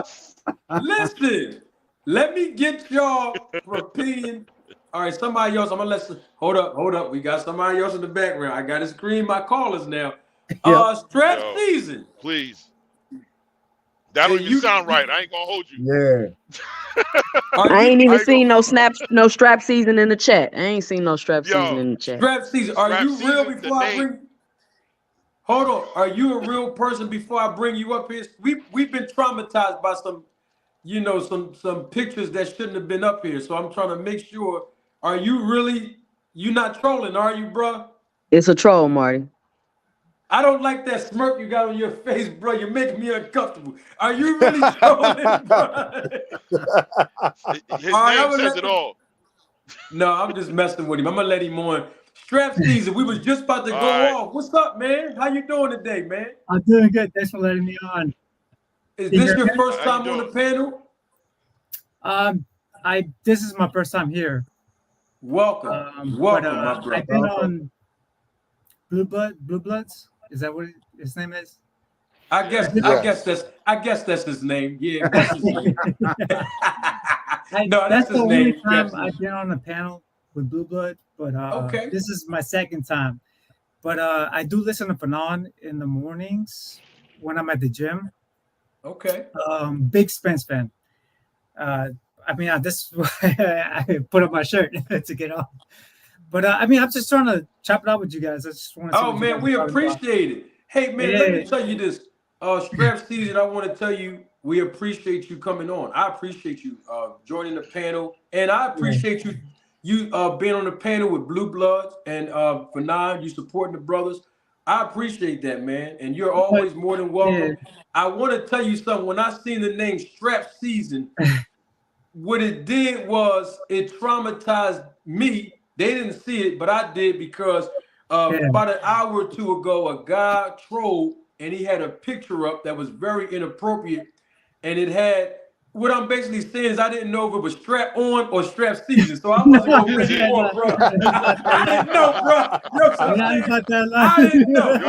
Yo, Marty, we all traumatized. We all got triggered. We heard strap season. We were like, man. Yeah, we're going to need therapy. Hey, we just didn't know, bro. I'm usually on the uppers channel mostly because that's usually my time, like when I can get on these channels. Yeah. And I usually support him. Sometimes who was that again? Upper echelon. See, that's the guy named that other dude used. I hope this ain't you, bro. Was you up there? No. We might have got him. We might have got him. No, but he was trolling upper earlier because I was on upper channel, so I've been getting traumatized all day. I don't have time. for this. All right, that Somebody wasn't survived. cute. Hey, Scrap Season, I'm just messing with you, man. Where are you from, man? I hear an accent. Where are you from? I'm Bolivian. I'm Latino.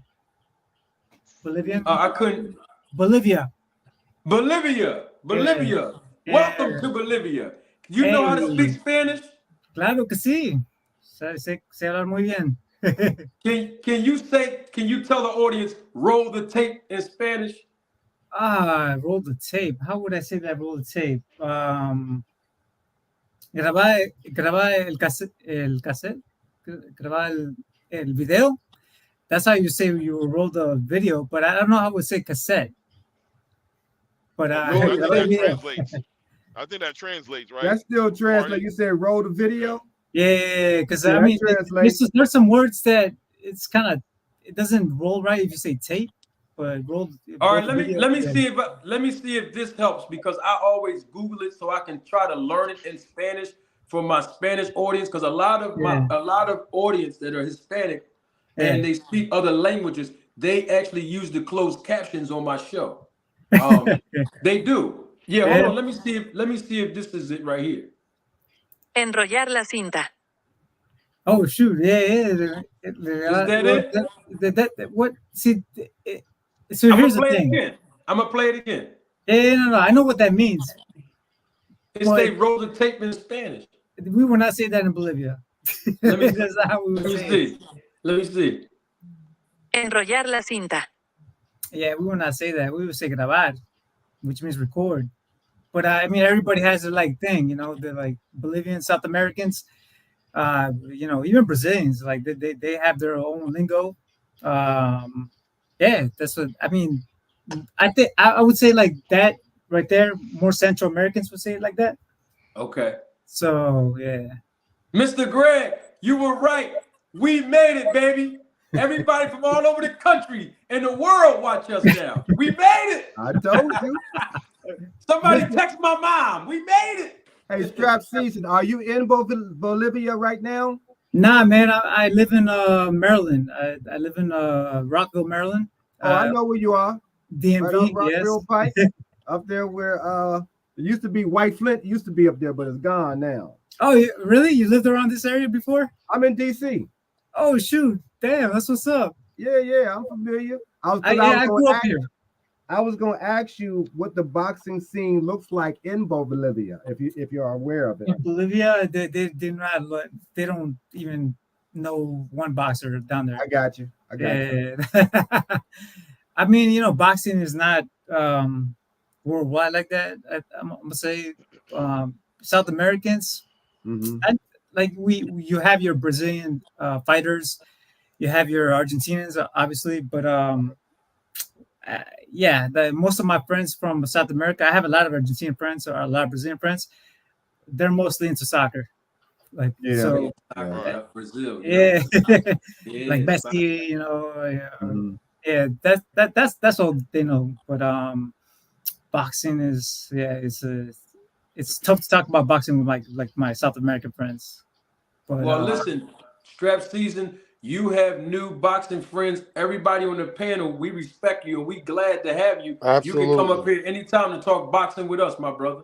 Oh yeah, man. I'll be like I said, like I wish I could get up on the earlier shows, because I really do pay attention. Like a certain few. There are a few channels that I would try to avoid because it's just a lot of hate and Right. I agree, Stretch. A lot of these channels sound like Clubhouse. It gets crazy. Yeah, man. Like when they start, you know, like the personal attacks, Strap Season. It's the personal attacks coming at people's family and all the extra stuff. Yeah, I mean, it's not. You know, to me, like, you know, let's put it like what I'm trying to say is like Devin Haney, Shakur, Ryan Garcia, even Tank. All these are like kids. Like they're just kids with, you know, a lot of fame. You know, they say dumb shit, but I mean, you know, it is what it is. What's your take on? You brought Devin Haney up. We talked about this earlier, but I want to give you a chance to speak on. What's your take on, you know, Devin Haney fighting Regis Prograis? What's your take on that fight, man? Devin Haney fighting Regis? Mm-hmm. I think he's gonna whoop his ass. I mean, I'm not a Devin Haney fan, but Regis is old, slow. I really don't. The speed. I think the most important thing with that fight is the speed advantage, and I don't think Regis just has the speed. Like, I mean, if he has power, I get that, but you know, the speed difference, it might be a little too much. And he's just going to beat him to the punch every chance he gets. I mean, I hope that's not true because I'm really not a fan of his dad. His dad is 30 mil bill, what they call him. yeah, but they you know what? They know how to match make. Oh, hit 30 bill mill. Yeah, he knows how to 30 mil bill is what they call like, it. like $30 million, like $30 million, but short 30 mil bill. Yeah, I think they know what they're doing when they pick these fights. Like, you know. You're right. I said it earlier. They're trying to cherry pick. They're trying to cherry pick Devin Haney into the Hall of Fame. Yeah, man. They're like, you know, why not fight? You know, I've been saying this. Like, even Ryan Garcia, I believe, will tear his ass up. That's gonna be a long night. That's gonna be a long night for Devin Haney, Ryan Garcia. It's gonna be a long cup of coffee. Right. There's a lot of fighters that I think would give him the smoke, like would literally whoop his ass. Especially in that 140. In that 140 weight class, he got all the smoke. Woo! Yo, that boy Matias crazy. Sabril Matias, right? AKA Freddy Cougar, the person they don't want to dream about, but when they wake up, he's still there. That man. Yeah. And he got a strap. Did you ever box strap season? Oh man, nah, man, I'm a soccer player. Okay. No, ain't nothing wrong with that. Ain't nothing wrong with that strap season. So Sergio Martinez was a soccer player, and he was a champion. He knocked Paul Williams out. You know what I'm saying? Yeah, man. I mean, I've been trying to get into sparring because as I get older, like I'm 39 now. I gave up. Hey, strap season, you the youngest looking 39-year-old. Yo, when you said that, I was like, what the? Stop. Yeah, I thought you was like 26. Nah, man. I just turned 39. Strap season, you look like you a senior in college. I'm gonna keep it 100 with you. You look like you a senior in college. Young, bro. You look like you about to eat some ramen noodles right now. Listen, look like you studying. Look like you cramming for an exam right now, bro. Right now. Hey, listen, man. That's what living good and taking care of your body as an athlete will do for you. Yep. Exactly. I mean, even though I'm like don't play sports, I still like get up early in the morning, take a jog. You know, the health is definitely. I always thought of it like this: like with a good health, it builds a strong mind. So I'm in IT, by the way. Okay. Yeah, so you got to keep that mind sharp. You in IT? Listen, I am. Yes. Bro. It's tough, man. Bro, your name is Strap Season. You in IT. You was in upper echelon. Listen, bro. It's all good. It's all good. I believe you, man. But man, it's like I mean, like if I get a chance, tomorrow, I might call Fernand's show so y'all can know that it's me. Oh yeah, to tell him that it's you because he gonna think you king. Hey, Strap Season, he gonna think you king. I know, right? This man, that name, I promise you, he gonna question it. When that name come up, he gonna question it before you let off. Hey, he traumatized Strap Season. You gotta change your name. You got. I'm gonna tell him. I'm gonna tell him for you, Strap Season. Don't worry about it. I got you. Right. I got you. Me and Claymore got you. Yeah, I'm gonna tell you straight up. I got you, but you gotta show your face, bro. I'm not. Oh no, man. I have no problems with that. Like I said, I've been on the panel before. With the blood show, but I haven't done it since, man. It's just been so busy. So listen, earlier they put upper echelon in there. Hey, Manager Marty, upper echelon is my guy. That's a real dude, Manager Marty. I'm sorry. So just make sure you show your face. Hey, Manager Marty, I want to say this. I'll be like, nah, Fanon, I remember him from the night before, but no emblems, no emojis. If you see upper echelon Manager Marty, I would like for you to go to his channel. He a good dude, man. Me and upper echelon don't agree on everything all the time. Like, you know, Manager Marty, I'm too strong opinionated to agree every time with anybody. But yeah, but Dean, upper echelon, He's been on the panel here several times. Man. Yeah, right. He's been on here, right? He's been up here on my panel several times. Okay, cool. Yeah, I know who he is. He comes up here. I think he came up here maybe once or twice, or he was in the chat. Yeah, right. Okay. I haven't seen him in a while. Yeah, he doing this thing though. But Manager Marty, I wanted to say this, man. I'm gonna let you go. I know it's been wrapping up around 4 hours, man. I want to say I'm proud of you, big dog. Philly in the building. I did not know you was a judge. I didn't know you was a referee, but I'm a good judge of character. I always knew it was a little bit more to you than what you was leading on. I just wanted to say, keep doing what you're doing. I hope you're feeling better, my guy. Appreciate you letting me come and bless your platform. Philly in the building all day, sharing stories about our city. That means a lot to me, man. So I just wanted to give all y'all credit. Strat season, 2 cents. Mr. Greg, Claymore, y'all all know, man. Much love, all right? Love you to you. Me too. I'm about to bounce too. I'm about to bounce too, man. I appreciate you guys having being on the platform. Thank you, Manager Marty, for letting once again giving your flowers for your patience earlier tonight, man. You was on different time with that. I couldn't have done it. You got a special. You earned that's a special skill that you've acquired over the years. Not everybody built like that, especially me. Thank you. I'm not gonna call you Professor G because I don't want to get chastised. So, Mr. G, Mr. G. I thank you for your kind words anyway, though. I understand. Yes, sir. You know how it is. What the young boys say? Say less, right? Say less. That's it. All right. Strap season. Appreciate you coming on. Hope to see you around. 2 cents. It was a pleasure. You know what you're doing. And I don't really get to politic with females about boxing like that. I don't know if that sounds crazy or sexist or something like that, but it's just the truth. And it's refreshing to have a female really know about boxing like that and be able to build with you. So appreciate you. Appreciate it. All righty. All right, listen. Before I go too, you said you wanted to start sparring. Oh yeah, I was looking into it. Yeah, get it because I'm too old to fight anybody anymore. Do you have recommendations, like places I can go to? I used to go down to the gym down here, but it was not here. I used to go to number 9. I used to go to. I'm talking about years ago now. You can still shadow box to get yourself started though. Okay. See, just get yourself in the to learn some moves before you go to a gym. Particularly before you spar with somebody. Now you still young enough to do it. I'm 67. Mr. Greg, you got the snack program now. Well, yeah, that's why I'm taking it. But I still shadow box, and you can work on the bag. There's a gym that's it's right off of Rockville Pike.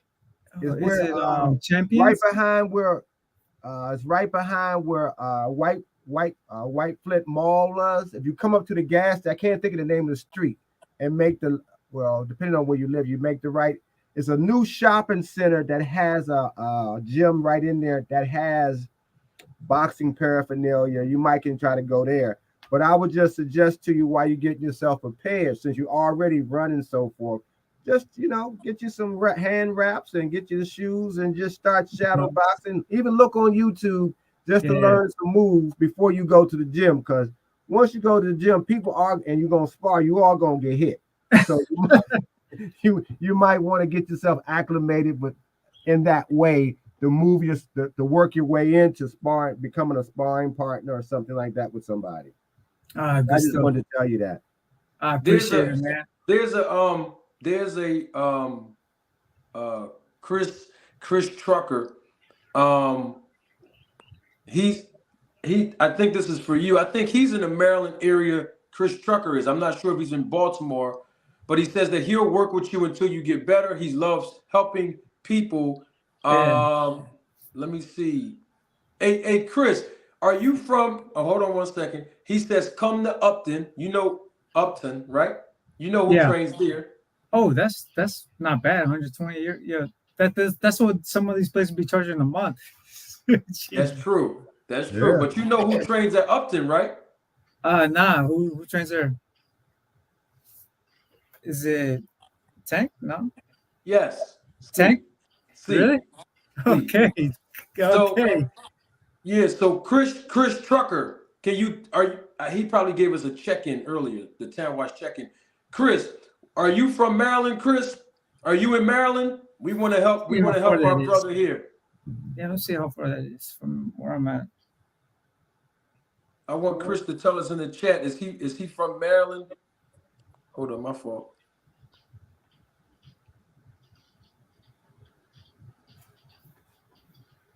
Oh, he's from Baltimore. He's from Baltimore. Chris Trucker is from Baltimore. Yeah, that's not too far from me. That's still 40 minutes probably. What part of Rockville are you in?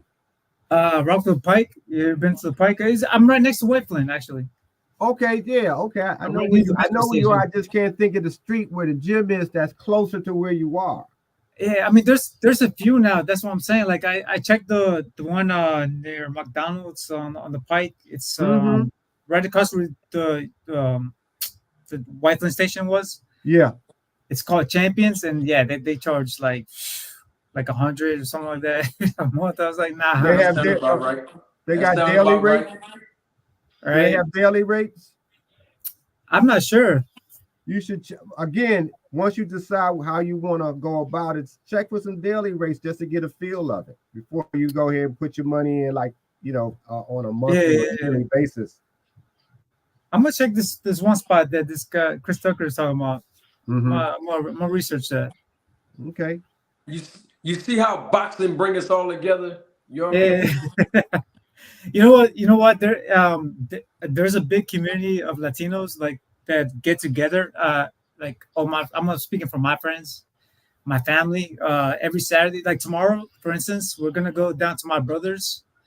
There's probably gonna be like 10, 15 people over there. Gonna watch the Garcia fight, and it's just like an event. Like we did this for the Benavides fight. Every pretty much major fight, we gather up and just talk our shit. Like so I'm gonna tell them about you guys, so maybe they can come up here sometime. Yeah, tell them to come on. Yeah, Marty would love to have them.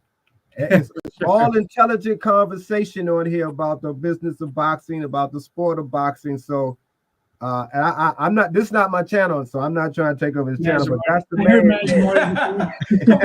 Come on, you ain't taking over the chat. Yeah. So listen, I'm piggybacking off of what Greg said, because Greg is family here.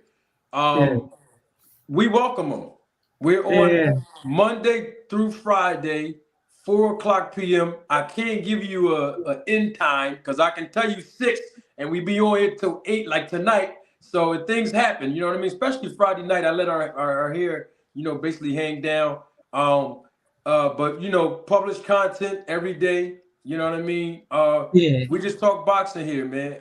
As a boxing manager, I always give the boxing community the business perspective of things that happen in the sport, how fights materialize, the things that most people don't know about in the sport. And that's what I do. And then, of course, I have entertainment, because I believe in laughter and, everybody having fun, too. So I combine both. You know what I mean? Before I get out there, let me ask you this. What did you think about, I mean, I just got on kind of late, so maybe you already touched up on this, but what did you think about the Ryan Garcia attacking, or, I mean, not attacking, but calling out De La Hoya during his press? And his Brian De La Hoya is, I don't know if you pay attention to when that happened, but his eyes were like twitching every time. Yeah, I actually that was the narcotics. That was the narcotics, or is that? I actually spoke on this in a published video. I wasn't feeling well yesterday, and I still wanted to watch some boxing to get my mind off of feeling sick. And what happened was, I was on my tablet, and I saw, what happened. Not in live time. It was like a couple hours after everything was over, and man, I jumped up and set up, and I did a whole video on what I really thought about the unprofessionalism between Golden Boy Promotions and how they responded to Ryan Garcia. And then earlier today, we actually was cooking on it, as a panel. But I'll just say that, De La Hoya and Bernard Hopkins was extremely unprofessional, being from the business, from one representative of the business to another. They were extremely unprofessional, not just in their nonverbal communication while Ryan Garcia was up there talking, but also just the jabs and the slick talk, you know what I mean, that they was giving Ryan Garcia in previous interviews and even at the press conference before Ryan even went up there. And I just thought that it was just unnecessary. And this is a fighter that they're promoting. This is not even an opponent. I can see if they were going against Ryan Garcia because he was an opponent of one of the guys that they were promoting. And so that was just a shame. I commend Ryan Garcia. I respect him even more that he didn't wait until, you know, the cameras was off to have a conversation. I have this thing, man. If somebody address you publicly, you have a right to have feedback and respond the same way that they address you publicly. Now, if Bernard De La Hoya and Ryan Garcia had a private conversation that none of us were aware of, and then Ryan Garcia got up there and he started to explain that, I wouldn't have liked that too much. But the fact that they did what they did publicly, he had a right to defend himself publicly. I respect the young man. He get all credit from me. Even like the press conference, like the whole press conference, I saw it from the beginning. It just felt like they were rooting for Duarte, kind of. It just felt fishy. Like, I mean, they kept praising him, and it just felt like they were just rooting for him and not really saying much about Ryan, like how they usually do. So it felt weird. Hey, y'all, I'm about to hop off. Mr. Greg, Strap Season, Chris, Manager Marty, appreciate you for letting me come up on the panel. Always a good time. I'll holler at y'all on the next one. Okay, before you go, come on your channel too. Okay. Yep. I was going to tell you the same thing. I'm a subscriber of your channel, 2 Cent Boxing, and I actually encourage everybody watching live in living color and the replay of this live. Please go to 2 Cent Boxing's channel, subscribe to her channel, evaluate her content. She is one of the few women that actually know boxing. No disrespect to other women. I'm just saying she knows her boxing. And so please go give her support. She's also known as the first lady in boxing.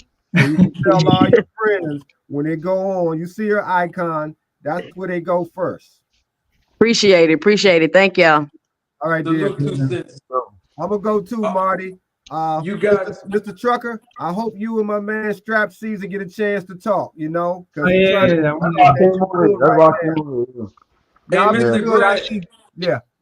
I appreciate you, bro. Don't forget, come back next week anytime. We're going to talk about the prediction of Devin Haney and Prograis.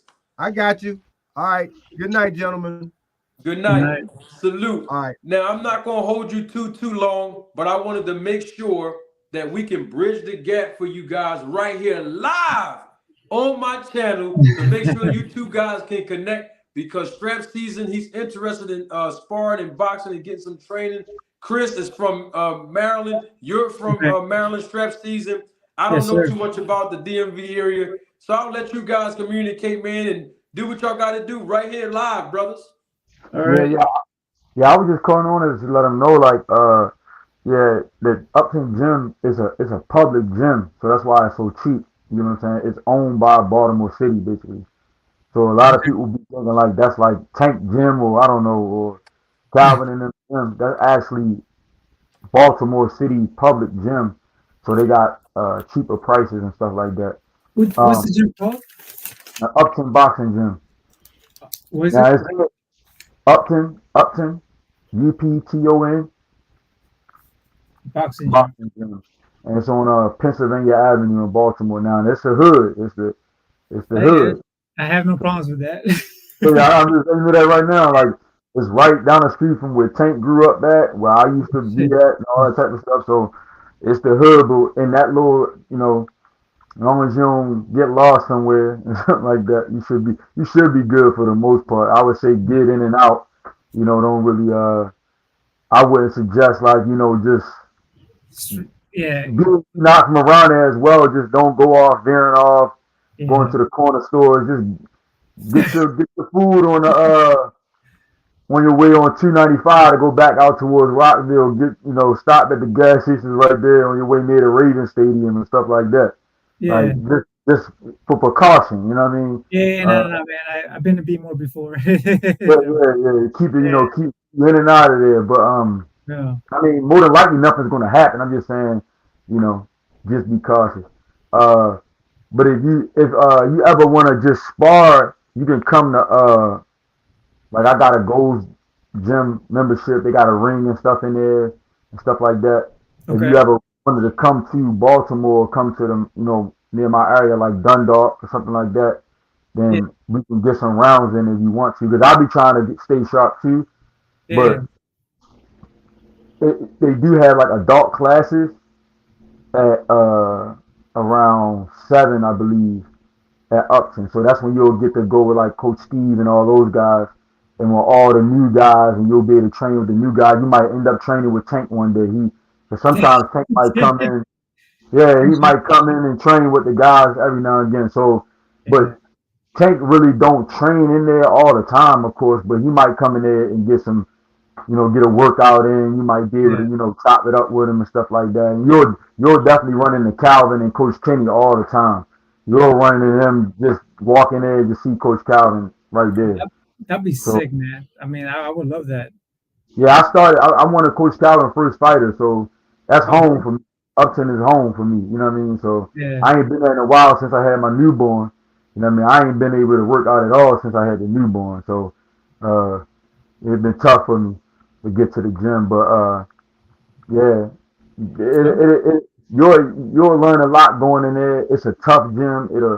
You'll get a lot of good tough work. You know what I mean? You'll get a lot of good tough work at Upton. So, and then Yeah, again, man. you'll be. Go ahead. No, I'm saying like I really appreciate because like they be charging so much just for like boxing classes around here.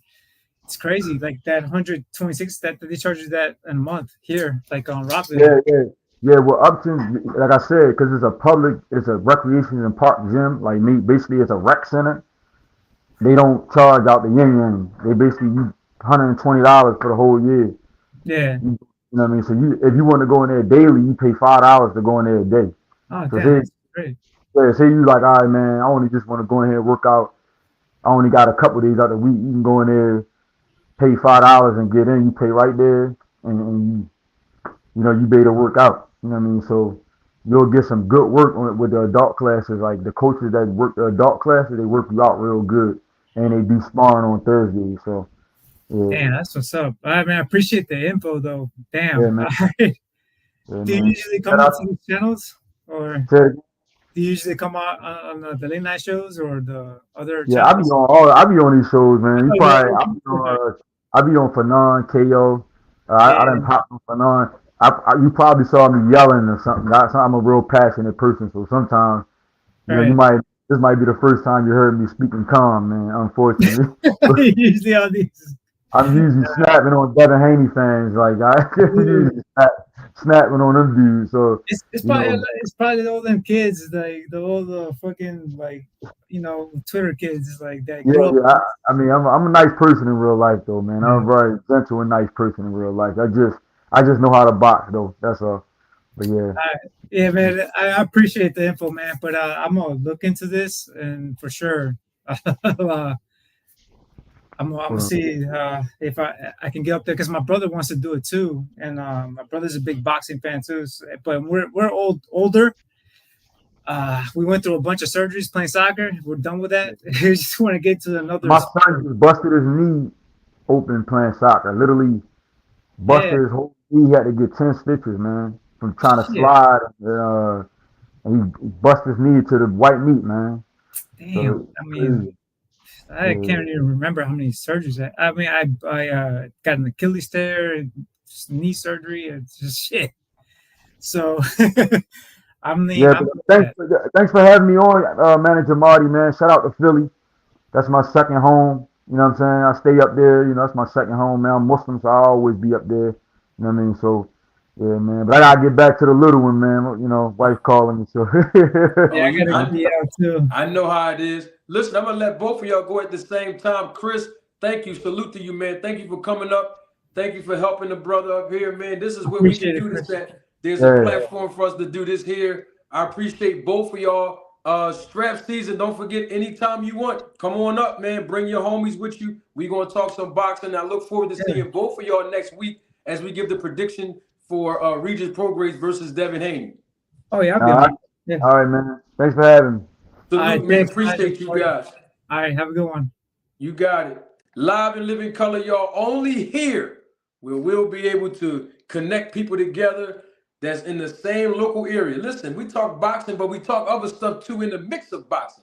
This was a great show. You know what I mean? I appreciate it. We 4.5 hours in, and we're going to cut it here. Listen now, not tomorrow. Well, yes, tomorrow Ryan Garcia is fighting. But Monday, come on back here. I'm going to publish some content, a little bit of content for tomorrow. But if you haven't done so already, please subscribe to the channel. I appreciate everybody that acknowledged me throughout this evening in the live chat. Thank y'all for engaging. Thank you for watching Live and Living Color. As I always say, even to those that watch the replay of this live, I appreciate the viewership as the volume, the viewership, and everything else has been increasing exponentially. The same way I come in, that's the same way I'm going to go out. And I'm talking about with my intro. Some of y'all probably haven't even seen the intro yet. And if you did, it's all good because that's how we leaving. I'm Manager Marty. And y'all know what I'm always say, right? Don't take my word for it. Roll the tape. Representing the business of boxing, ladies and gentlemen, let's hear it for Manager Marty. Thank you. You're far too kind. Thank you very much.